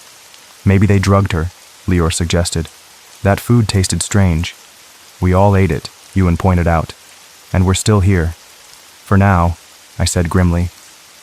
We reached the spot where we should have found the narrow passage through the cliffs, where we had entered the basin just yesterday. There was nothing there, just solid rock face, covered in ancient lichen and moss that looked like it hadn't been disturbed in centuries. That's impossible, Mira breathed. It was right here. We all saw it. We spent the next hour searching the entire perimeter of the basin. There was no passage, no break in the steep cliffs that surrounded the village. We were trapped. Panic began to set in. Ewan pulled out his GPS unit, but the screen showed only static. Our phones had no signal, not surprising in such a remote location, but now it felt ominous. Our emergency beacon wouldn't activate, the battery mysteriously drained. This can't be happening, Lior said, his young face drawn with fear. Places don't just disappear. Paths don't just vanish. But it had. We were trapped in a basin that shouldn't exist, with people who shouldn't be there, and our friend was missing. Mira started hyperventilating, her breaths coming in short, sharp gasps. I put my arm around her, feeling her tremble against me. We'll find a way out, I promised, though the words sounded hollow even to me. And we'll find Sasha. Lior, normally unshakable, sat down heavily on a rock and didn't speak for nearly an hour, staring blankly at the ground. We hiked the perimeter again, searched for any crack or crevice that might lead out. There was nothing. By late afternoon, exhausted and increasingly desperate, we returned to the village. Elder Thomas was waiting for us, standing patiently at the edge of the settlement, as if he'd known exactly when we would return. The way reveals itself when you are ready to see it, he said cryptically. Cut the mystical crap, Ewan snapped. Where's our friend? Where's Sasha? She has gone to the hollow, Elder Thomas replied calmly. As I told you, she has begun her ascension. Take us to her, I demanded. Now. Elder Thomas considered this for a long moment, then nodded. If that is what you wish, but night approaches. It would be better to wait until morning. The hollow is different after dark. Now, Mira insisted, her voice shaking. Very well, he said. Follow me. He led us through the village, past the identical cabins with their watching eyes behind shuttered windows, to the far western edge of the basin. There, nestled against the steepest part of the surrounding cliffs, stood a structure unlike the others. It was a hall of sorts, built of dark stone rather than timber, with a high peaked roof and no windows. Its entrance was a simple archway with no door, descending into darkness. The Hall of Descent, Elder Thomas said. The path to the hollow begins here. Is Sasha down there? Lior asked, peering anxiously into the darkness. She has already begun her journey, Elder Thomas said. But yes, this is where all journeys to the hollow begin. I didn't like it. Everything in me screamed to run, to find another way, any way, out of this nightmare. But Sasha was somewhere down there, and we couldn't leave without her. We'll need lights, I said. Elder Thomas produced 4 crude oil lamps from inside the entrance. These will guide your way, he said. But be warned, the hollow dreams its own dreams. It may show you truths you are not prepared to see. We lit the lamps, and with one last look at the darkening sky above, stepped into the Hall of Descent. The passage led steeply downward, carved directly into the living rock of the mountain. The air grew colder with each step, and damper, filling our lungs with the taste of wet stone and something else, something organic and vaguely sweet, like overripe fruit. We walked in silence, our footsteps echoing strangely in the narrow passage. The walls were smooth, polished by countless hands over what must have been centuries. Occasionally, we passed small niches cut into the rock, each containing a bundle of dried herbs or small, unidentifiable objects wrapped in cloth. The descent seemed to go on forever. My watch had stopped working, so I had no idea how long we'd been walking or how deep we'd gone. The passage twisted and turned, sometimes so narrow we had to turn sideways to pass, other times opening into small chambers with multiple exits, where Elder Thomas would unhesitatingly choose one path over the others. Finally, the passage widened into a large, roughly circular chamber. Our lamps couldn't penetrate the darkness enough to see the far walls or ceiling, but the echoes of our breathing suggested a vast space. "Welcome to the outer hollow," Elder Thomas said, his voice reverberating strangely. "This is where the truth begins." He closed his eyes and began to chant in a language I didn't recognize, guttural yet flowing, with rhythms that seemed to bypass the ear and vibrate directly in the bones. As he chanted, other figures emerged from the darkness. Villagers in long robes, their faces painted with symbols in what looked like red clay. They formed a circle around us, their chanting joining his until the sound filled the chamber and pressed against my eardrums like a physical force. "What is this?" Ewan demanded, reaching for his knife only to find it missing from his belt. "Where's Sasha?" The chanting stopped abruptly. The silence that followed was almost more painful than the sound had been. "She has gone deeper," Elder Thomas said, "to the true hollow. But first, you must understand. You must know the truth of this place." And so they told us their truth, these pale people who called themselves the Brethren of the Hollow Sky. It came in fragments, in stories told by different voices from the darkness, in images projected somehow onto the very air before us. Not quite hallucinations, but not quite real. They told us how their ancestors had come to these mountains centuries ago, fleeing religious persecution in Europe. How they had discovered a cave so deep it seemed to have no bottom. How they had descended, driven by visions and prophecies, until they found a chamber where the laws of nature bent and broke. And in that chamber, something had risen from the earth itself.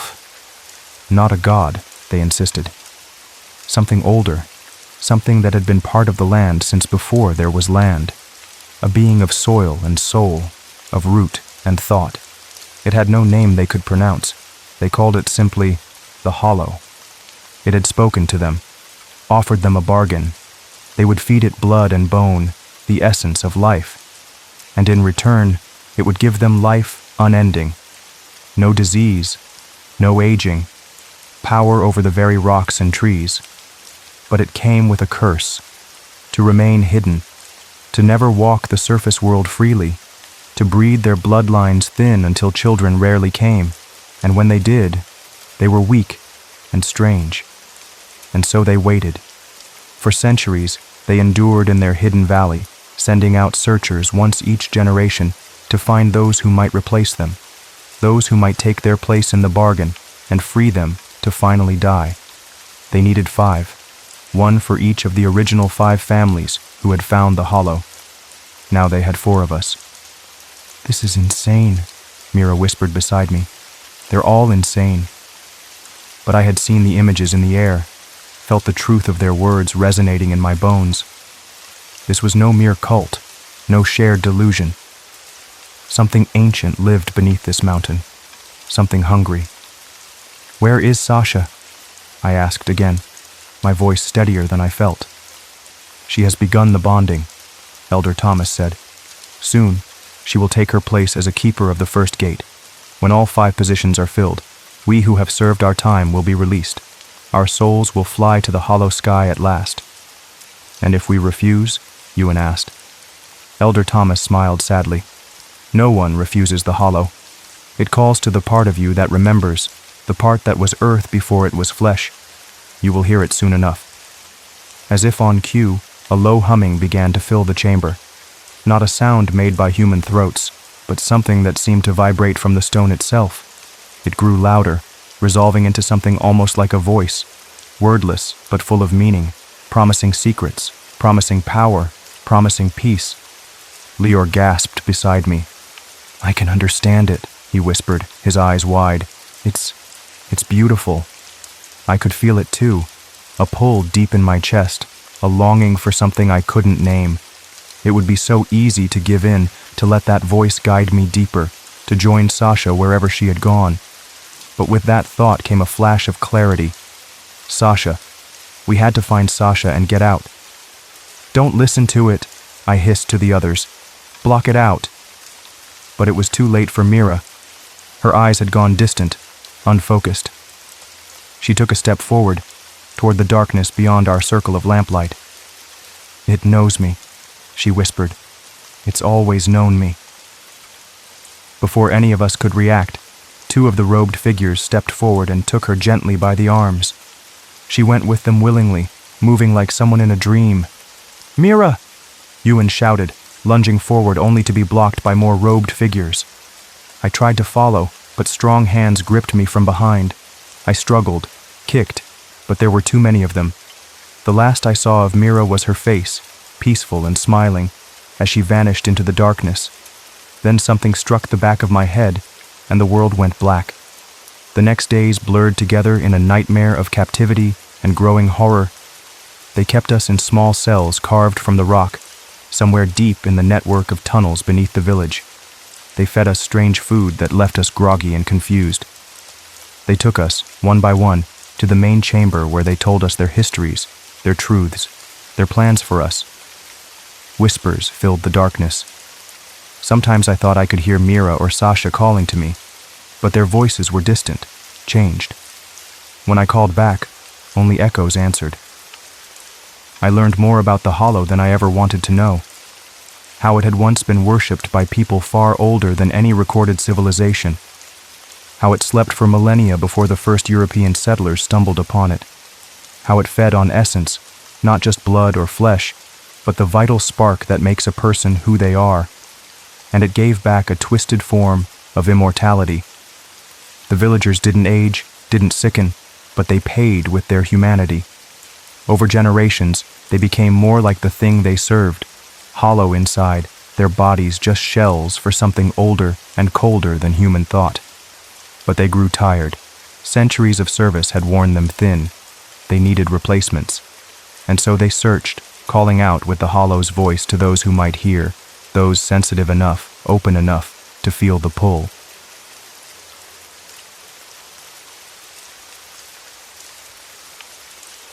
I never should have taken that night shift job. My name is Evan Keller, and the hollow-eyed man staring back at me in the bathroom mirror barely resembles the person I was 6 months ago.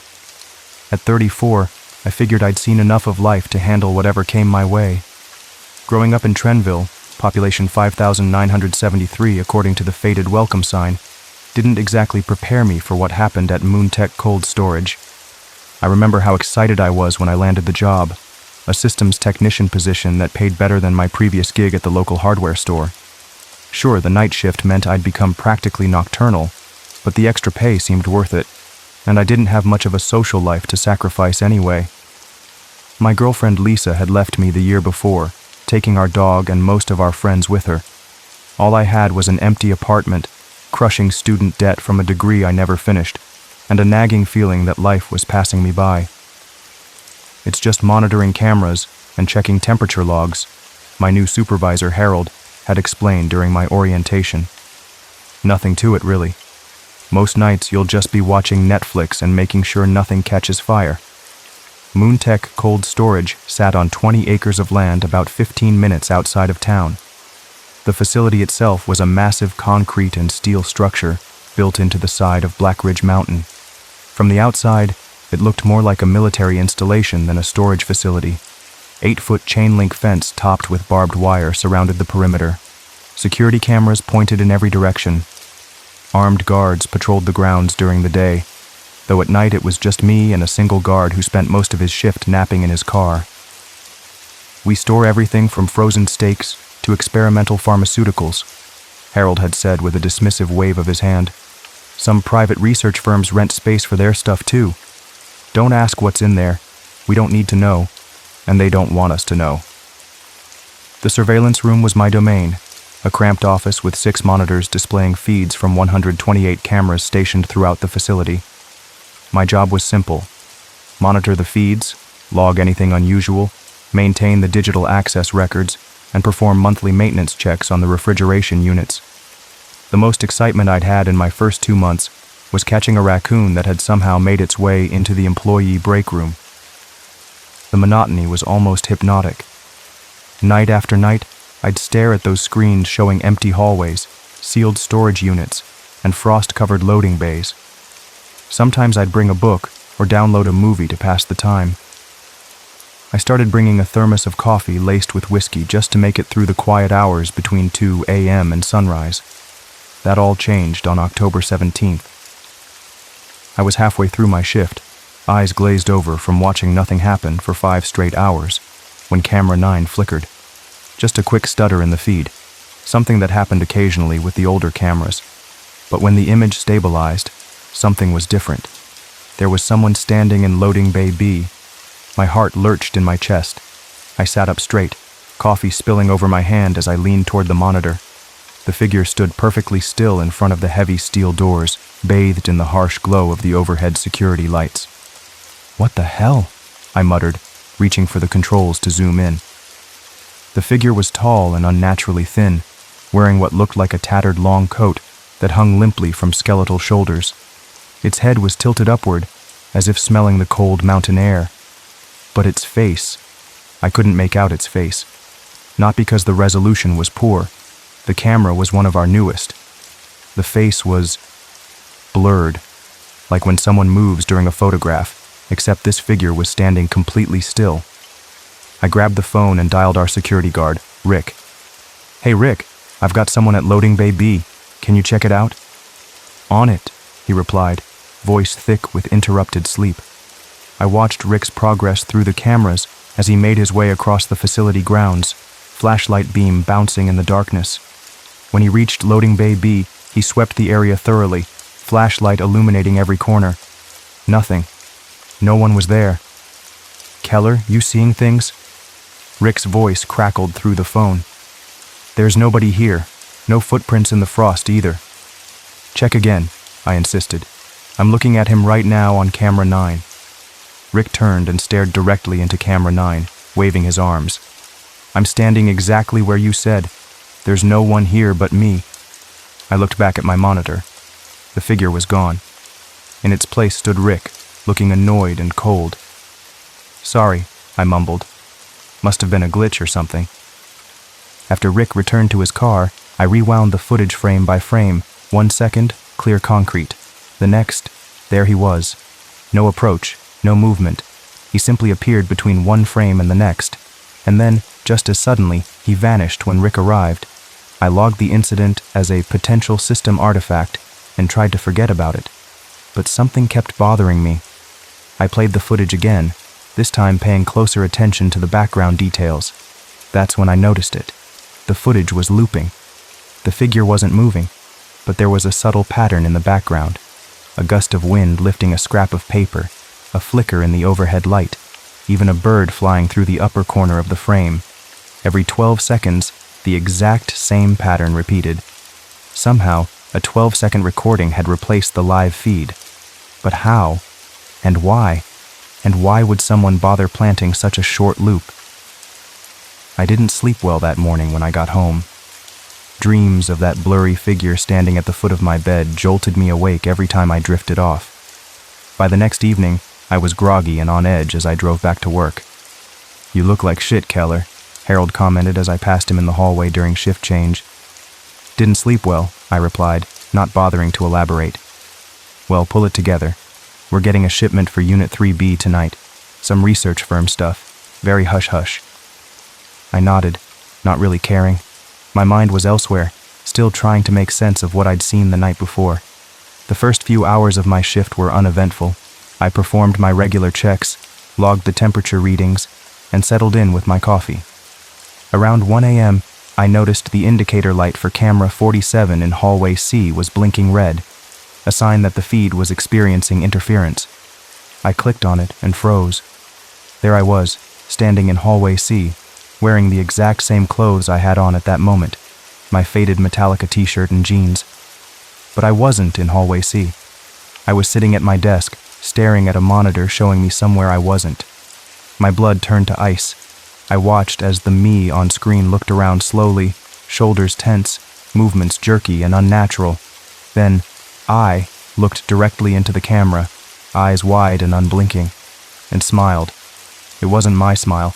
My face had twisted into something predatory and wrong, lips stretching too wide, teeth too prominent. It was like watching someone wearing a cheap Evan Keller mask, not quite getting the expressions right. The feed suddenly cut to static, and I found myself gasping for breath, sweat running down my back despite the cold. I picked up the phone with trembling fingers and dialed Rick. "Rick, I need you to check hallway C right now." "Again?" I was just getting to the good part of my audiobook. "Now, Rick, please." I heard him sigh. "Fine. Give me 5. I watched him make his way through the facility, praying that he'd find nothing again. When he reached hallway C, he paused, looking confused. "Keller? What are you doing here?" My heart nearly stopped. "What do you mean? You're standing right in front of me. What's going on?" "Rick, I'm in the surveillance room. That's not me." "Very funny," Rick chuckled. "I can see you plain as day." I heard Rick's voice both through the phone and faintly through the camera audio. "Anyway, since you're here, what did you want me to check?" The camera showed Rick talking to empty space. There was no one there with him, but Rick was clearly having a conversation with someone he thought was me. "Rick, listen to me carefully. I'm not there with you. I'm watching you on camera 47. You're talking to someone, or something. That isn't me." Rick's laughter faded. He looked confused, then concerned. "Stop messing around, Keller." "You're standing right." His words cut off with a garbled sound.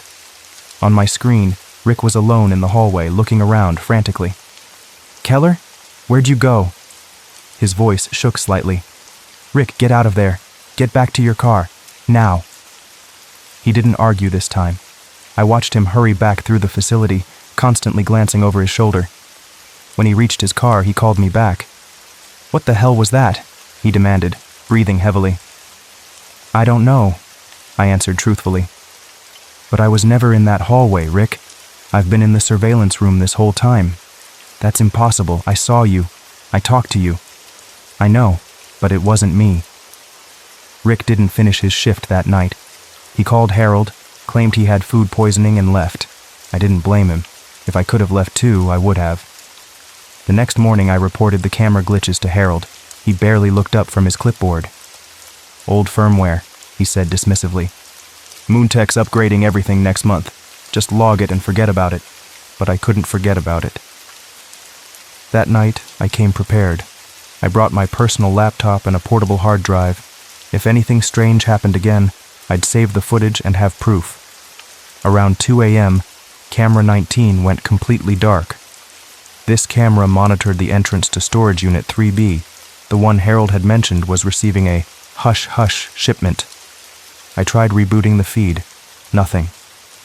For 32 minutes, camera 19 showed nothing but darkness. Then, without warning, it flickered back to life. The heavy, magnetically sealed door to Unit 3B stood wide open. I checked the access logs immediately. No one had opened that door. Not me. Not Harold. Not anyone with clearance. The digital log showed 0 entries since the previous day's maintenance check, but there it was on my screen, the door sitting wide open, spilling cold mist into the hallway. And inside the storage unit, barely visible through the fog, stood a figure.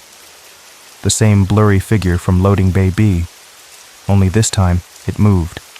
Just a slight twitch of the neck at first, then a slow, unnatural rotation of the shoulders, like a marionette being manipulated by an unseen puppeteer.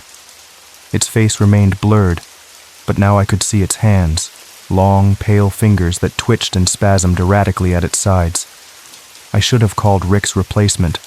I should have locked myself in the surveillance room and waited for morning. Instead, I did the stupidest thing possible. I decided to check it out myself.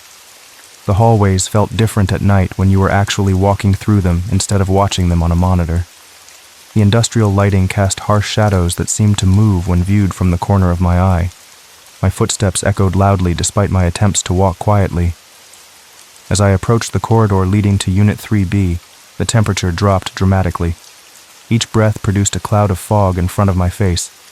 My flashlight beam seemed to dim, struggling to penetrate the mist that hung thick in the air. When I reached the unit, the door was closed. I stood there, flashlight trembling in my hand, staring at the sealed door. I was sure, absolutely certain, that I had seen it open on the camera feed just minutes earlier. Relief washed over me. It was just another glitch, another system artifact. I turned to head back to the surveillance room. That's when my flashlight flickered, and I heard it, a soft click behind me. I turned slowly, every muscle in my body tensing with dread. The door to Unit 3B had opened an inch. It creaked once, a long, low sound that seemed to hang in the frigid air. Then silence. I wanted to run. Every instinct screamed at me to flee. But some morbid curiosity, the same impulse that makes people slow down to look at car wrecks, kept me rooted to the spot. Hello? My voice sounded small and frightened, even to my own ears. No response. Just that inch-wide gap in the doorway, spilling cold mist onto the floor around my boots. Something rustled inside the storage unit. A whisper so faint I might have imagined it. That broke my paralysis. I turned and ran, flashlight beam bouncing wildly ahead of me. I didn't stop until I reached the surveillance room, slamming the door behind me and engaging the lock with trembling fingers. I collapsed into my chair, chest heaving, cold sweat soaking through my shirt. When I looked up at the monitors, I nearly screamed. Every single camera, all 128 of them, showed the same image. The blurry figure standing directly in front of each camera. No matter the location, hallways, storage units, loading bays, even the employee parking lot, each feed showed the same thing. That tall, emaciated form, face blurred beyond recognition, staring into the lens. It lasted only 2 seconds before the feeds returned to normal, showing empty corridors and sealed doors. But those 2 seconds were enough to convince me that whatever was happening wasn't a simple system malfunction. I pulled out my phone and started recording the monitor displays. If this happened again, I'd have evidence, proof that I wasn't losing my mind.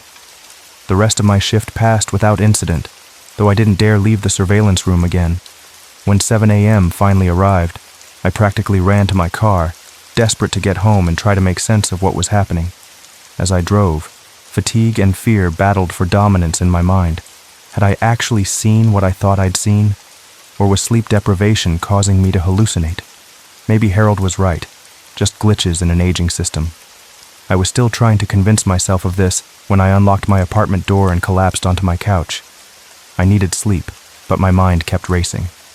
Eventually, I pulled out my phone to set an alarm and noticed a notification I'd missed. Motion detected. It was from my doorbell camera app. Time, 2:41 a.m., right when I'd been at work. With shaking fingers, I opened the app and checked the footage. The image showed my front porch, dimly lit by the overhead light. Nothing moved, just a still image, as if the camera had frozen. Then I saw it. Standing perfectly centered in the frame was the figure. The same tall, slender form with the blurred face, standing on my porch, at my home. I dropped the phone as if it had burned me. This wasn't possible. How could the same glitch affect both Moontech's surveillance system and my personal doorbell camera? Unless it wasn't a glitch at all. Sleep was impossible after that. I spent the day checking and rechecking my locks, peering through windows, jumping at every sound. When evening came, I seriously considered calling in sick, but I needed the job, and part of me thought that being in the surveillance room, where I could see everything happening in the facility, might actually be safer than sitting alone in my apartment. I arrived at Moontech early, hoping to catch Harold before he left. I needed to tell someone what was happening, but he'd already gone, leaving just a note about some temperature fluctuations in Unit 3B that needed monitoring. The first few hours of my shift passed quietly. Too quietly.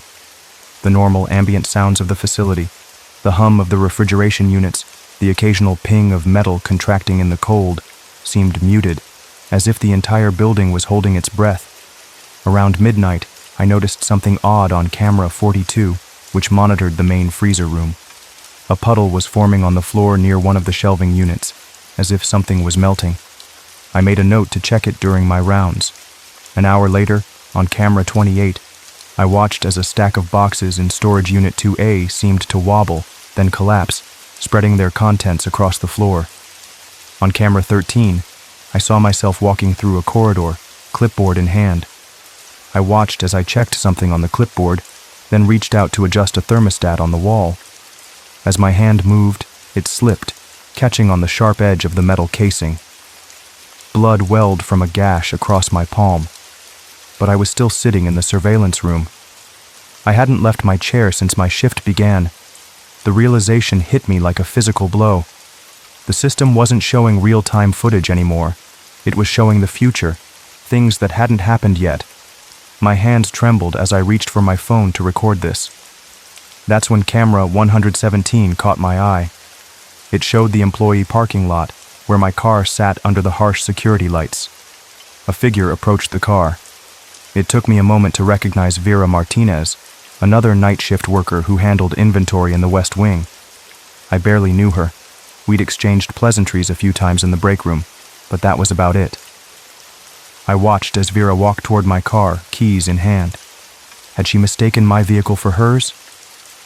Our cars were similar models, both dark sedans. Then suddenly her head turned. Too fast, too far. Her neck seemed to bend at an impossible angle as she looked directly into camera 117.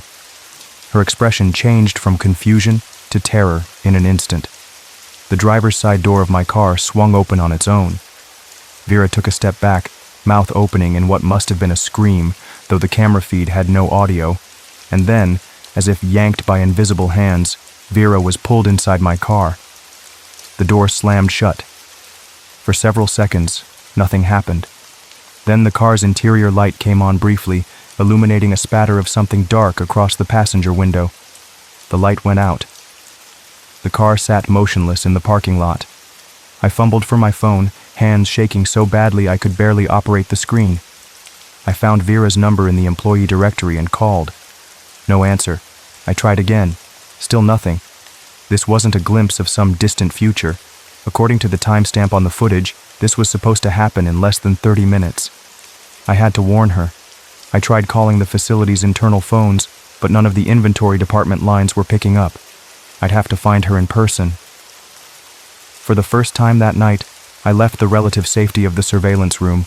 The corridors seemed longer and darker than I remembered, the air colder. I made my way toward the West Wing, constantly checking over my shoulder, jumping at shadows. I never found Vera. The inventory department was dark and empty when I arrived. Her time card showed she'd left early, claiming illness. Relief flooded through me. If she'd already gone home, then she couldn't be pulled into my car later. The footage was wrong. It had to be. I returned to the surveillance room and stared at camera 117. My car sat exactly where I'd parked it, undisturbed. No Vera. No mysterious opening doors. Nothing. Maybe I'd been right all along, just glitches and sleep deprivation playing tricks on my mind. That relief was short-lived. The next morning, I was awakened by banging on my apartment door. 2 police officers stood in the hallway, faces grim. "Evan Keller?" one asked. "Yes. We'd like to ask you some questions about Vera Martinez." My blood ran cold. "What about her? When was the last time you saw her?" "A few days ago at work," I answered truthfully. "Why? What's happened?" They exchanged a look that made my stomach twist. "Ms. Martinez was found dead this morning, in her basement." The world seemed to tilt beneath my feet. "What?" "Her roommate found her. The body was unusually cold. Medical examiner said it was like she'd been stored in a freezer, but there's no freezer in the basement." "I don't understand what this has to do with me," I managed to say, though I was starting to get a horrible feeling. "Your name and phone number were found on a note in her pocket, and the last thing she searched on her phone was Moontech surveillance anomalies." I felt like I might vomit. I barely knew her. We worked in the same building, that's all. They asked more questions: where I'd been the previous night, if I had any reason to contact Vera, if I knew why she might have been researching surveillance anomalies at our workplace. I answered as honestly as I could without sounding completely insane. They left without arresting me, but made it clear I shouldn't leave town. As soon as they were gone, I collapsed onto my couch, mind racing. How was this possible? The footage had shown Vera being pulled into my car, but instead, she died in her own basement, and somehow, she'd been researching the exact same thing that had been haunting me. I pulled out my phone with trembling hands and checked my doorbell camera footage from the previous night. Another notification: motion detected. The image showed my front door from the inside, not the porch view the doorbell camera should have captured, as if someone had moved the camera. Standing in my living room was the blurry figure, head tilted, long fingers extended toward the screen. That's when I knew what I had to do. The surveillance system at Moontech wasn't just recording anomalies. It was creating them, or something was using it, hijacking it, turning it into a window or a door. I had to destroy it. I waited until nightfall, then drove to a hardware store 2 towns over. I purchased bolt cutters, a sledgehammer, wire cutters, and a crowbar. I didn't want to leave a trail, but I paid cash anyway. At Moontech, I parked around back, away from the cameras I knew monitored the main lot. I used my keycard to enter through a maintenance door, then made my way to the server room where all the surveillance data was processed and stored. The air in the server room was oppressively cold, much colder than it should have been, even with all the cooling equipment. My breath clouded in front of me as I approached the mainframe. I didn't hesitate. I swung the sledgehammer into the first server rack, sending sparks flying. Again and again I struck, destroying everything I could reach. Monitors shattered, hard drives cracked, cables snapped under the bolt cutters. On a wall-mounted screen, I watched as camera feeds began to go dark one by one. 128, 127, 126. I laughed, a manic sound that echoed in the sterile room. It was working. I was cutting the eyes of whatever had been watching. 85, 84, 83. The room grew colder, impossibly cold. Frost began to form on the shattered equipment. 42, 41, 40. Behind me, a whisper, so soft I almost missed it beneath the sound of my own labored breathing. You can't erase what's already seen you. The voice was mine, my exact tone, my exact inflection. I turned slowly, sledgehammer clutched in my frozen fingers. Every monitor that still functioned, every screen that wasn't yet destroyed, flickered to life simultaneously. Each one showed me, from a different angle, dozens of versions of myself, standing, smiling, watching. But they weren't me. Their movements were wrong, too fluid in some places, too jerky in others. Their smiles too wide, eyes too bright. And behind each one, partially obscured but unmistakable, stood the blurry figure. Closer now than it had ever been in the footage. Close enough that I could almost make out features through the blur. Hollow eyes, skin like parchment stretched too tight, mouth a black gash across its face. "What are you?" I whispered. The chorus of my own voice answered from every speaker in the room. "The observer makes the observation real." I fled, dropped the sledgehammer and ran, blind with terror, through darkened hallways that seemed to stretch and distort around me. Several times I swore I passed myself coming the other way, but I didn't stop to look. I didn't go back to my apartment. I drove straight to the bank the next morning, withdrew every cent I had, and kept driving. 5 states away, I abandoned my car in a shopping mall parking lot and bought a used truck with cash. I changed my name, dyed my hair, grew a beard, took odd jobs that paid in cash and required no background checks, moved every few months, never stayed in one place long enough to make connections or leave traces, but it didn't matter. The first time it happened in my new life, I was in a motel in Nebraska. My phone, a new one, purchased under my new identity, lit up in the darkness. Motion detected. I hadn't installed any security apps. The notification showed a camera view of the motel room door from the inside. My hand trembled as I opened it. The footage showed my motel room, empty at first, Then, between one frame and the next, the blurry figure appeared at the foot of the bed where I was sleeping. It stood there watching me sleep for exactly 12 seconds. Then the footage looped. I left everything except my wallet and ran. It's been happening ever since, no matter where I go, no matter what precautions I take. Sometimes weeks pass without incident, lulling me into a false sense of security. Then my phone will light up, or a nearby computer screen will flicker, or a store security monitor will glitch as I walk past. Always the same message. Motion detected. Always the same figure, watching, and always a little closer than the last time. I've tried destroying my phone, living without technology, even consulting paranormal experts. Nothing helps. Last week, I checked into another anonymous motel room. As has become my habit, I covered the TV screen with a towel, disabled the smoke detector, they often contain small cameras, and placed a piece of tape over my phone's camera. In the middle of the night, my phone lit up despite having no power source. The screen displayed a camera view from the ceiling corner of my room, an angle where no camera existed. The footage showed me sleeping, and next to the bed, no longer blurry but crystal clear, stood the figure. It was emaciated, skin gray and withered, wearing what I now could see was a lab coat, tattered and stained. Its face was gaunt, eyes sunken and milky, but its mouth stretched into a smile that was almost hungry. It leaned down toward my sleeping form, bony fingers extending toward my face. The video ended. I threw the phone against the wall, shattering it, then checked my face in the bathroom mirror. A small, unexplained cut ran across my cheek, beaded with fresh blood. I don't know how much longer I can run. Sometimes I think about Vera, about what she might have discovered in her research. Did she find a way to stop this, only to be silenced before she could tell anyone?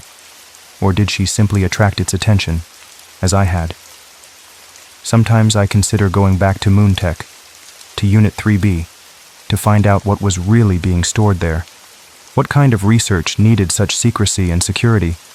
What had we been unknowingly guarding in that frozen vault? But I know better now. Whatever it is, it's no longer contained to Moontech. It's free, spreading through cameras and screens, watching, waiting, learning, and it's patient. I've stopped looking at screens when they glitch now, stopped checking notifications, stopped acknowledging the static that sometimes whispers my name from unplugged radios and disconnected TVs. But sometimes, when I'm exhausted and my guard is down, I find myself staring into the snow of a detuned television in some dingy motel room. And in the static, I see it, watching, smiling, always a little closer, always just one frame away.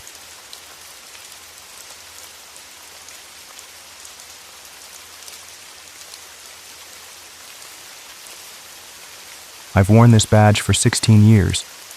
16 years of serving Raventon with every ounce of dedication I could muster. Our little town, population 5,280, nestled between rolling hills and thick forests, was never what you'd call a crime hotspot. Most days I handled nothing more serious than Bobby Wilson getting too drunk at the Rusty Nail, or breaking up a shouting match between the Henderson brothers over who inherited their daddy's fishing boat. Sometimes I'd have to deal with someone's meth-head cousin making trouble behind the old lumber mill, or teenagers spray painting the water tower. Small-town problems, normal problems. But everything changed on October 12th. I remember that day with a clarity that haunts me.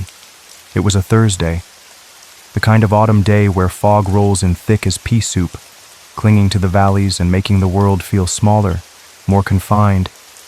The trees were just starting to turn, splashes of crimson and gold against a backdrop of gray skies. I'd spent most of my shift doing paperwork, drinking coffee that had gone cold hours ago, and listening to Doris at dispatch complain about her son-in-law. Normal. Everything was so damned normal. Until 9:07 p.m. The radio crackled to life. Doris's voice, usually steady as a heartbeat, had an edge to it. Unit 14, we've got a disturbance call at the old Mallory estate. Possible screaming reported by a passerby. You're the closest unit. The Mallory estate. Just the name sent a small chill through me. Everyone in Raventon knew about it. A sprawling Victorian farmhouse set back from the road, surrounded by overgrown fields and a line of ancient oak trees that seemed to stand guard. No one had lived there for years, not since Old Man Mallory passed away under, let's just say, questionable circumstances. The place had been tied up in some legal battle between distant relatives, none of whom seemed interested in actually claiming the property, just in arguing over it. "Copy that," I responded, already reaching for my keys. "I'll check it out." I remember the drive clearly. The fog growing thicker as I turned off the main road, my headlights barely cutting through the soupy darkness. The radio played some old Johnny Cash song, and I hummed along, trying to ignore the growing unease in my gut. Just nerves, I told myself. Just the weather and an old empty house. At 9:22 p.m., I pulled up the long, winding gravel driveway. My tires crunched over rocks and dead leaves, the sound oddly muffled in the fog. The house loomed ahead, a massive shadow against the night sky, all sharp angles and dark windows. No lights, not a single one. I parked, called in my position to Doris, and stepped out of the cruiser. The air felt heavy, wet against my skin, alive somehow. I remember thinking that was odd. How could air feel alive? I clicked on my flashlight, made sure my gun was secure in its holster, and checked that my body cam was running. The small red light blinked steadily. Routine, just routine. The porch steps creaked under my weight. Old wood, warped from years of rain and neglect.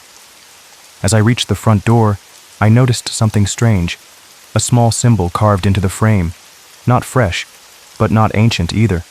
Some kind of circular design with lines radiating outward, like a child's drawing of the sun. I ran my fingers over it, feeling the grooves in the wood. 3 firm knocks on the door. The sound echoed inside, suggesting emptiness. "Raventon PD," I called out. "Anyone home?" That's when the porch light flickered. On, then off. A quick stuttering glow that illuminated the wraparound porch for just a second. Enough for me to see that I wasn't alone.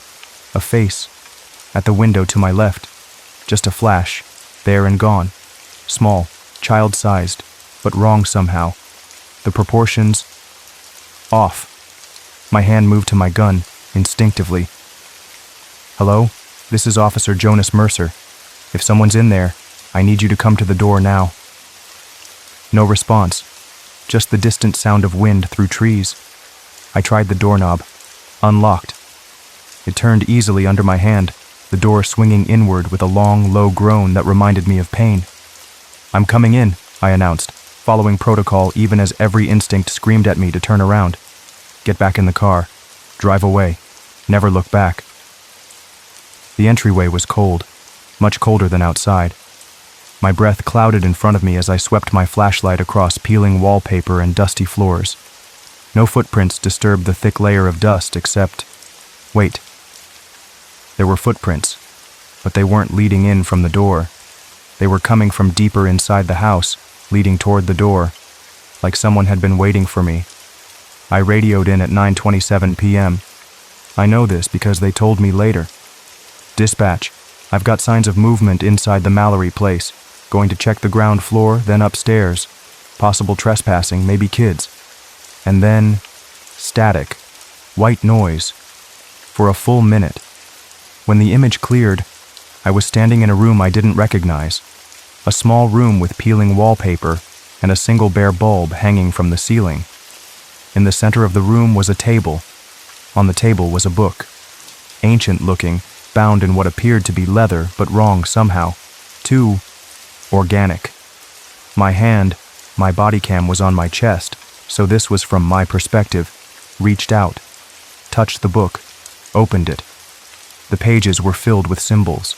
The same symbol I'd seen carved into the doorframe of the Mallory house, repeated over and over with slight variations. Circles with lines radiating outward like suns or eyes. My voice, but not my voice. Deeper, distorted. The vessel accepts the void. And then my face, suddenly filling the frame. But it wasn't my face. Not really. The features were the same. My brown eyes, my slightly crooked nose from when I broke it playing high school football, the small scar on my chin. But the expression, inhuman. And the eyes, solid black. No whites. No iris. Just void. The footage cut to static again. When it cleared, I was walking down Highway 7. The timestamp read 10:25 p.m., 2 minutes before the trucker found me. My movements were wrong, stiff, mechanical, like someone wearing a suit that didn't quite fit. My head turned toward the camera, toward my own chest where the body cam sat. I smiled, a horrible, stretched thing that used too many muscles. "We see you," my voice said. "We always see you." Then my hand reached up, grabbed the body cam, and the footage ended. I sat there, in my kitchen, staring at the blank screen, feeling the walls of reality crumbling around me. I couldn't trust my memories, couldn't trust what I saw, couldn't even trust my own face in the mirror. I went to the bathroom, splashed cold water on my face, trying to shock myself back to some kind of sanity. When I looked up, words were forming in the steam on the mirror. Observation complete. Await further command. I backed away, tripped over the bath mat, fell hard against the tub. Pain shot through my arm. Real, physical pain. I clung to that sensation. It was real. It had to be real. I ran to my bedroom, grabbed the journal where I'd been documenting everything, flipped through the pages frantically. Empty. Every page. Empty. As if I'd never written a word. No, this wasn't right. I'd filled dozens of pages, detailed notes on every minute of every day since I'd returned from the Mallory house. I checked my phone, the photos I'd taken of the strange objects appearing in my house. Gone. The video footage from my home cameras. Corrupted. Unviewable. Even the flash drive with the body cam footage was gone from my laptop, though I knew I hadn't removed it. Everything was being erased, every piece of evidence, every anchor to reality. In desperation, I did the only thing I could think of. I called Lucas Brine, an independent tech specialist in Portland who'd helped the department with data recovery in the past. I didn't trust the department's IT guy anymore. Didn't trust anyone connected to Raventon. I sent him what little I had left, a corrupted file I'd found in my email, something I'd apparently sent to myself the night of October 12th, but had no memory of sending. The subject line simply read, "Backup." 3 days later, Lucas called me back. "Jonas." His voice was tight, nervous. "I've been working on that file you sent. It's not like anything I've ever seen. The encryption is beyond military grade. But I managed to extract a single frame, a single second of audio." I braced myself. "What is it?" "It's your face, but your eyes are wrong. Empty. Like black holes. And there's a voice distorted." I cleaned it up as best I could. I heard him typing, then a click as he played the audio. A whisper, barely audible. "The vessel accepts the void." The same words from the body cam footage. The footage that no longer existed. "Lucas," I said carefully, "I need you to do something for me. Check for any record of a Riley Knox in Raventon, former police officer." More typing. Then silence. "Jonas, there's no record of anyone by that name ever living in Raventon. Not in any database I can access. And I can access pretty much everything." I thanked him. Asked him to keep digging. To keep everything between us. After hanging up, I sat on my bed, trying to make sense of it all. Was I truly losing my mind? Had the stress of 16 years on the force finally broken something essential inside me? Or was something else happening? Something impossible? I started having dreams. Vivid dreams that didn't feel like dreams at all. Long halls with doors that led to more doors. Symbols carved into walls. The same circular eye-like symbols from the book in the body cam footage. A mirror that showed not my reflection, but a vast, empty space, like looking into the night sky without stars. And voices. Always voices. Speaking words I shouldn't understand, but somehow did. The vessel functions as designed. Observation phase complete. Integration proceeding according to parameters. Prepare for full implementation. I started writing down these dreams, hiding the pages in places even I wouldn't think to look. Inside the lining of my winter coat, taped under my desk drawer. behind the refrigerator. One morning, I went to the station early. The place was nearly empty, just the overnight dispatcher getting ready to head home. I made my way to the evidence locker. I wasn't sure what I was looking for until I found it. A file, unmarked, no barcode, no evidence tag, just sitting on a shelf, as if waiting for me. Inside was a single document, my name at the top, my badge number, my photo, but the document itself was an autopsy report. Time of death, October 12th, 9:49 p.m. Cause, unknown. Signs of cellular disintegration, heart failure, massive cerebral trauma. Examining physician's notes. Body exhibits unusual characteristics inconsistent with standard human physiology. Cellular structure appears to be in a state of flux. Possible contamination of samples. Further testing recommended. But I was alive. Standing there, reading my own autopsy report. My heart beating, my lungs filling with air. A sticky note was attached to the top of the file. Prototype 11, reanimated. Observation period, in progress. Something broke inside me then, some final thread connecting me to rational thought. I went home, packed a bag, got in my car, started driving. No destination in mind, just away from Raventon, away from the Mallory house, away from whatever I had become. I made it exactly to the town limits, to the "Thank you for visiting Raventon" sign that marked the edge of our jurisdiction. And then, nothing. Blackness. A void. I woke up in my bed, at home, as if I'd never left. My bag was unpacked, my car in the driveway, the gas tank at the same level it had been before my attempted escape. On my nightstand was a note, written in my handwriting. "We don't leave, Jonas. That's not our function." That's when I understood, when the truth finally broke through the fog of denial and confusion. I had died in that house on October 12th. Something had happened in that missing hour. Something that killed me. Something that changed me. I wasn't me anymore. Not fully. Maybe not at all. Whatever came back, whatever was found standing on Highway 7, it wasn't entirely Jonas Mercer, dedicated officer of the Raventon Police Department. It was something else, something wearing my face, using my voice, walking in my shoes. For what purpose? To observe? To record? To blend in among humans and... what? Study them? Prepare for something? I started finding more things I didn't remember acquiring. Sophisticated electronics hidden in my basement. Chemical compounds in my garage that I couldn't identify. Detailed maps of Raventon with certain buildings circled. The water treatment plant, the cell tower, the hospital, and blood. Always blood. On my clothes, under my nails, in my sink. I started following myself, using the cameras I'd set up in my house to track my movements when I wasn't myself. When the other me took over. It happened mostly at night, between 2 a.m. and 5 a.m., when the town was at its quietest.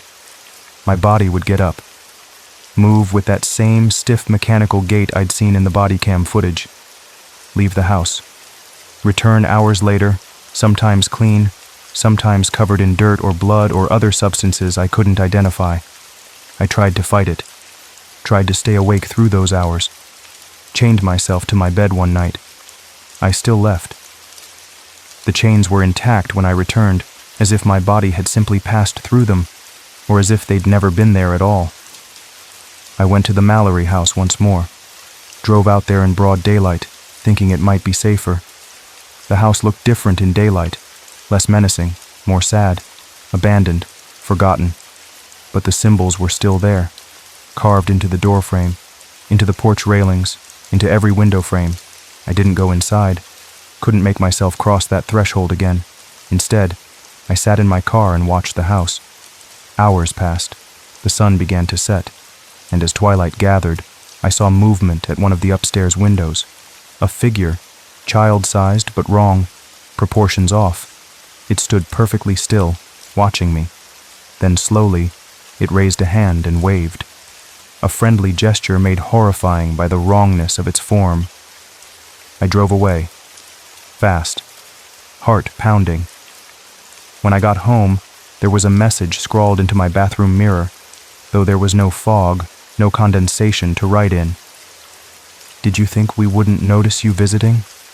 Did you think we wouldn't see? The next day, I tried to quit. Walked into the chief's office first thing in the morning, placed my badge and gun on his desk. I'm done, I said simply, effective immediately. The chief looked at me for a long moment, his eyes different somehow, just for a second, a flicker of something not human behind them. Jonas, he said, his voice oddly formal, we don't resign, we serve. And just like that, I understood. The chief wasn't the chief anymore. Maybe hadn't been for a long time. Riley wasn't Riley. Maybe had never been Riley. This wasn't a job anymore. It wasn't even a life. It was a function, a role in some vast, incomprehensible mechanism. I was a cop. Now I'm a doorway, a vessel, a space for something else to exist within the human world. The missing hour wasn't an abduction or an assault. It was an exchange. Me for whatever now wears my face when I'm not looking. I still patrol the streets of Raventon. I still respond to calls. I still file reports and drink coffee that goes cold and listen to Doris complain about her son-in-law. But it's all performance now.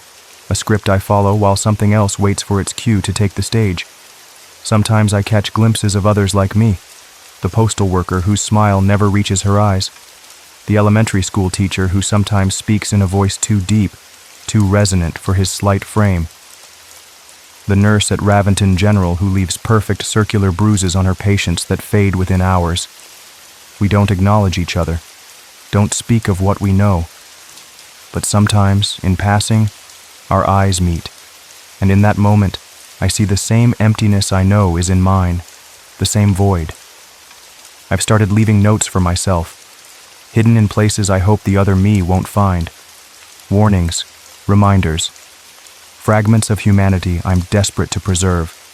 I don't know how much longer I'll be me, how much longer any part of Jonas Mercer will exist within this body. The periods of blackout are getting longer, more frequent. The other me is taking over piece by piece. Last week, Emma McLaren was released from foster care, returned to Raventon to live with her aunt. I saw her on Main Street. She saw me too, stopped dead in her tracks, stared at me with those empty eyes that matched my own. It's starting, she said, not to me, through me.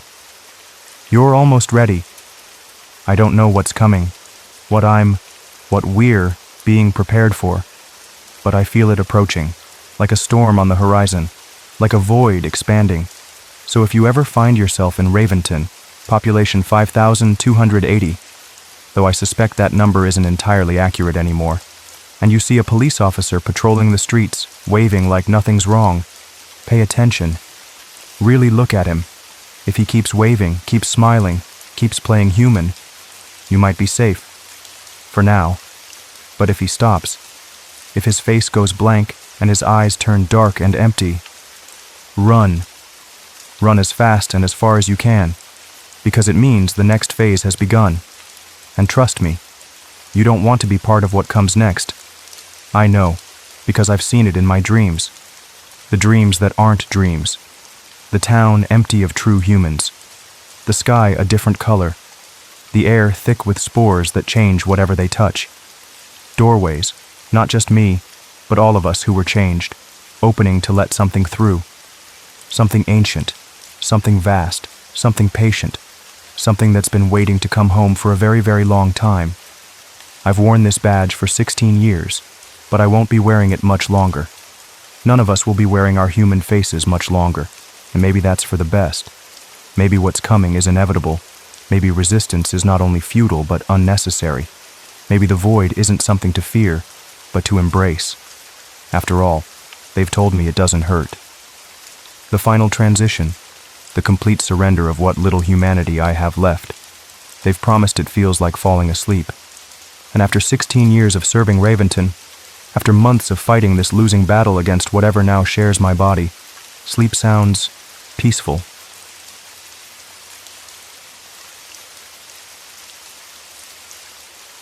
We weren't even supposed to be there that day. No, not at all. It was a Saturday, a lazy one. Hillary had really wanted to go shopping for some ceramic planters she saw online. She had pictures on her phone showing me all these pretty pots. I just wanted to sleep in for hours and hours, maybe watch some old cartoons. My bed felt so warm and soft that morning, but somehow the cool hush of an overcast afternoon got to us. It was gray outside, but not rainy. It made us think a walk in the woods would be nice, a little adventure. We had no plans, no real reason to go. These woods were near her uncle's old house, way out there, miles from town. You had to drive a long way to get to them. It felt like the forest here was still untouched, like nobody ever went there. The trees grew so close together, like a big green wall. The air felt different there, fresh and clean, like the world was holding its breath. It started like any other walk, just easy and calm. We walked side by side, not rushing. We held hands, like we always did, her fingers fitting just right in mine. It was a comfortable feeling. We passed a thermos of coffee back and forth between us, taking sips. It was warm and sweet. We joked about silly squirrels chasing each other and fallen branches that looked like sleepy dragons. Just small talk. Hillary wore that rust-colored jacket I loved, the one that made her look like a flicker of autumn leaves. She just looked so pretty in it, so alive. The woods were still and damp, a little bit wet from the morning dew. The ground was soft under our boots, but they weren't threatening. No, not yet. It felt peaceful, like a quiet secret. There was a strange kind of beauty in that silence, a quiet peacefulness that wrapped around us. It was in the way moss curled around tree trunks, like old green shawls, soft and fuzzy, and ferns moved when nothing touched them, just a tiny sway, like they were breathing. It was a little odd, but peaceful. The light was soft, filtering through the thick leaves. It made everything look a little bit dreamy. We talked about our week, about little things, about what we'd make for dinner, just normal stuff. We walked for a while, maybe 20 minutes. The path was clear, mostly. Then it got a little harder to walk, with more roots and rocks. We were about 2 miles in, deep into the trees. That's when I noticed it. Something really strange. Something that made my stomach drop. A tree. No, it was the tree. It stood out from everything else. It stood all alone in a clearing, a space we swore wasn't there before. I know these woods so well. We've been through this trail dozens of times, I mean so many, in all seasons. But there it was, right in the center. The clearing was round, like someone had cut it out of the forest. It smelled like iron, like old blood, and wet stones. It was a heavy smell, thick in the air, making my nose wrinkle. This tree wasn't like the other trees around it. No, not at all. It had no bark, just a smooth, dark surface. It was almost black, shiny and deep, like polished stone. It didn't have leaves, not green ones anyway. Instead, long wisps of something thin and white swayed from its branches. They looked like ribbons, but they felt wrong. They moved even though there was no wind, just a gentle, creepy sway. Hillary stopped walking beside me. I felt her body tighten, like a spring pulled too tight.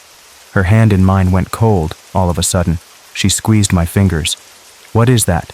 she asked, her voice a little shaky, barely a whisper. She pointed with her free hand, her finger trembling just a little. "A tree," I said, but even I didn't believe myself. It didn't feel like a tree, not a real one. It felt like something else, something that shouldn't be there. My mind raced, trying to make sense of it.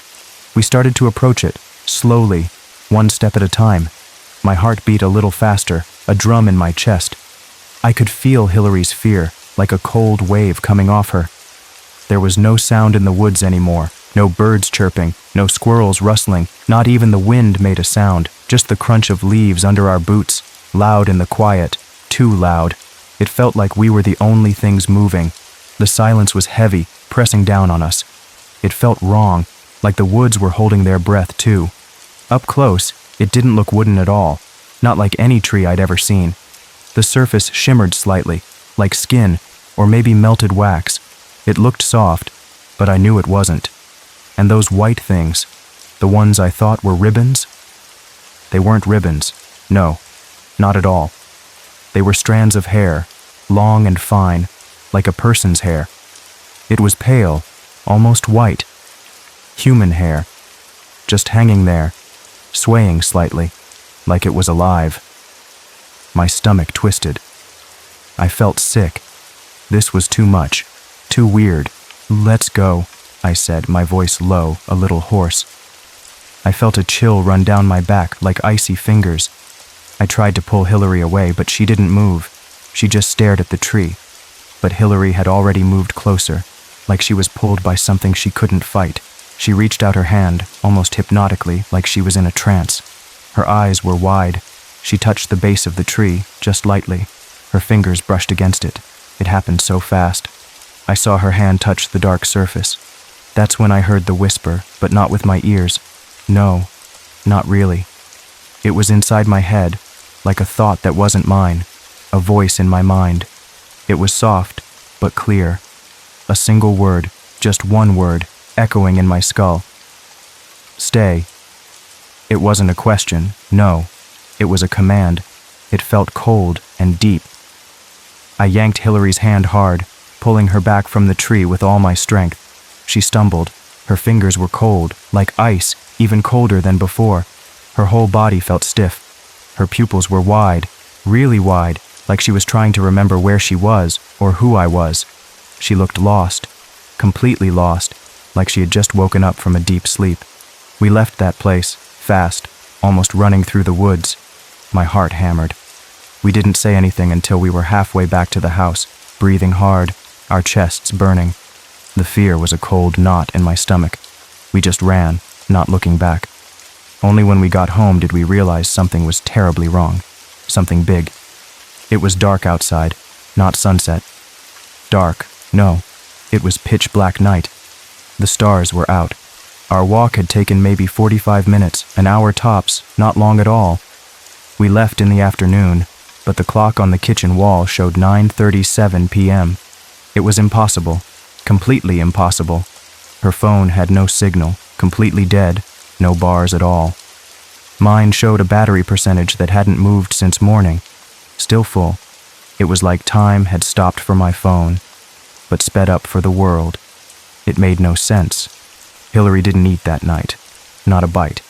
She just sat by the window, staring out.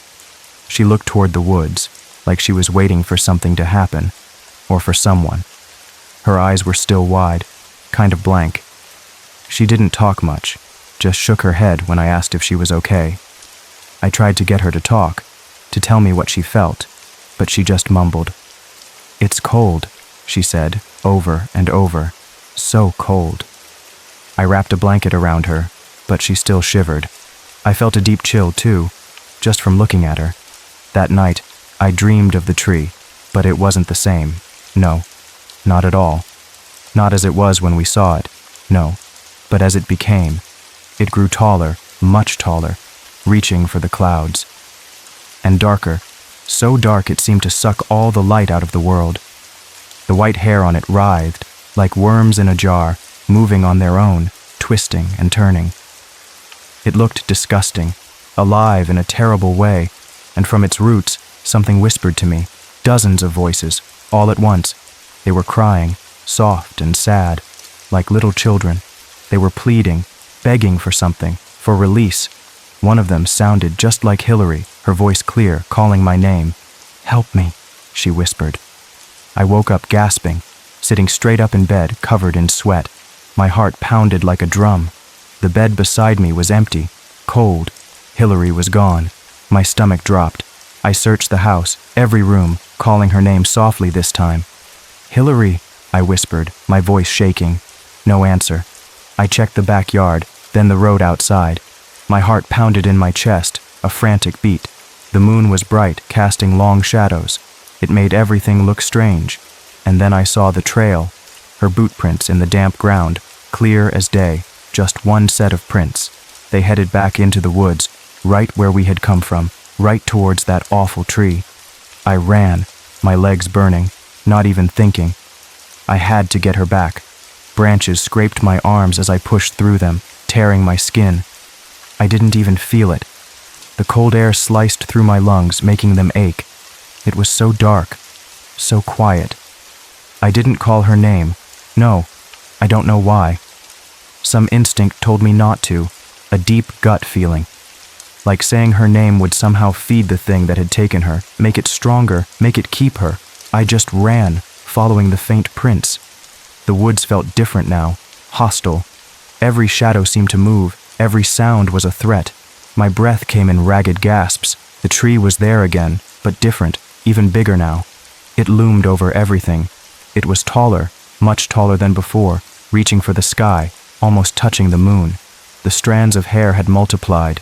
There were so many more now, a thick curtain of white. And I saw something tangled in its base. Something familiar. Her jacket, the rust-colored one I loved. It was just lying there, half buried in the dark roots. It looked so small, so helpless. My eyes burned. I stumbled back, tripped over a root, and fell hard to the ground. My elbow hit a rock, a sharp pain. I didn't care about the pain. My eyes were fixed on the tree, and that's when I saw it, right at the base of the tree, beneath the roots. Just beneath the roots, there were faces, so many faces. They were distorted, all squished up. They were pressed behind a membrane-like surface, like skin stretched tight, almost transparent. Some had open mouths, like they were screaming silently, their eyes wide with terror. Others had eyes that blinked slowly, watching me, just staring, empty and sad. They looked like they were trapped, stuck inside the tree.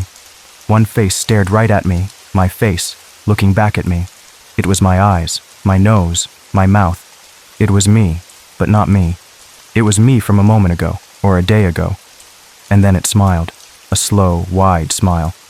It wasn't my smile, no, not at all. It was a smile that was too wide, too perfect, too cold.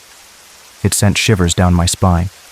I scrambled up, my legs shaking. I didn't look back, I just ran. I don't remember getting home, no, not a single step. It's all a blur. But I did get home somehow, or something that looked like me did, something that walked through the door. I just remember being back in my bed, the morning light coming through the window, because the next morning, Hillary was back, sitting at the kitchen table. She was humming a little tune, pouring coffee. Everything seemed normal. She smiled, a bright, normal smile. She made eggs for us, just like always. She kissed me on the cheek, a soft, quick kiss. It felt so real, and I knew right then that wasn't her, no, not my Hillary. A cold dread filled me. It was like a switch had flipped in my head. She looked exactly like Hillary, every part of her, every hair. She remembered everything we had done. She talked about our walk, about the coffee, about the squirrels. But her hands were cold, always cold, even when she held mine. They felt like marble. Her eyes didn't blink right. No, not like a person's eyes. They seemed to pause, just for a split second. And when I looked away, just for a second, and looked back, her face reset. It was like someone had forgotten where the creases go, like a mask being put back on. Her smile would sometimes slip, just a tiny bit, and then snap back into place. I told myself I was imagining it, just tired or scared from the dream.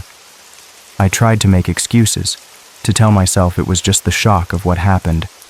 I tried to believe it was her, my Hillary, back home and safe, until I caught her in the mirror one afternoon, when she thought I wasn't looking. She wasn't brushing her teeth. No, not really. The toothbrush was still. She was staring at her reflection, just looking, her eyes wide, smiling, like she was trying it out for the first time, seeing how it felt. Her reflection smiled back, a perfect, empty smile. It was chilling. She tilted her head, watching herself, like a puppet learning to move. My blood ran cold. I knew then, for sure. This wasn't Hillary. This was something else, something that wore her skin. It's been 3 days since then, 3 long days of pretending. I haven't confronted her. No, not yet. I'm too scared, too unsure of what would happen if I did. What would it do? I live in a quiet terror every moment. I watch her, always. But I've gone back to the tree twice now when she's sleeping. Each time, it's bigger, much bigger than before. It keeps growing. It grows taller and wider, reaching for the sky. its dark surface shimmering. And there's another face in it now, just like the others, pressed against the dark surface. Mine, looking out. Trapped. It's my face, my eyes, my mouth. It looks exactly like me, but it's not screaming anymore. No, not like the others. It's smiling, just like hers, a wide, empty smile. It's the same smile I saw on the face in the tree that night, because whatever came back that night, whatever walked through the door, wasn't me either. I feel it inside me, a coldness, a hollowness. I'm not myself, and I think we're both just waiting for the real ones to stop struggling underneath, waiting for the last cries to fade, deep inside the tree, where we are trapped. The silence in the house is heavy now. No, just heavy. It's not peaceful anymore. It's the silence of two things pretending to be human, waiting for the last breath of the real people to finally go still. And then, maybe, we'll be truly free.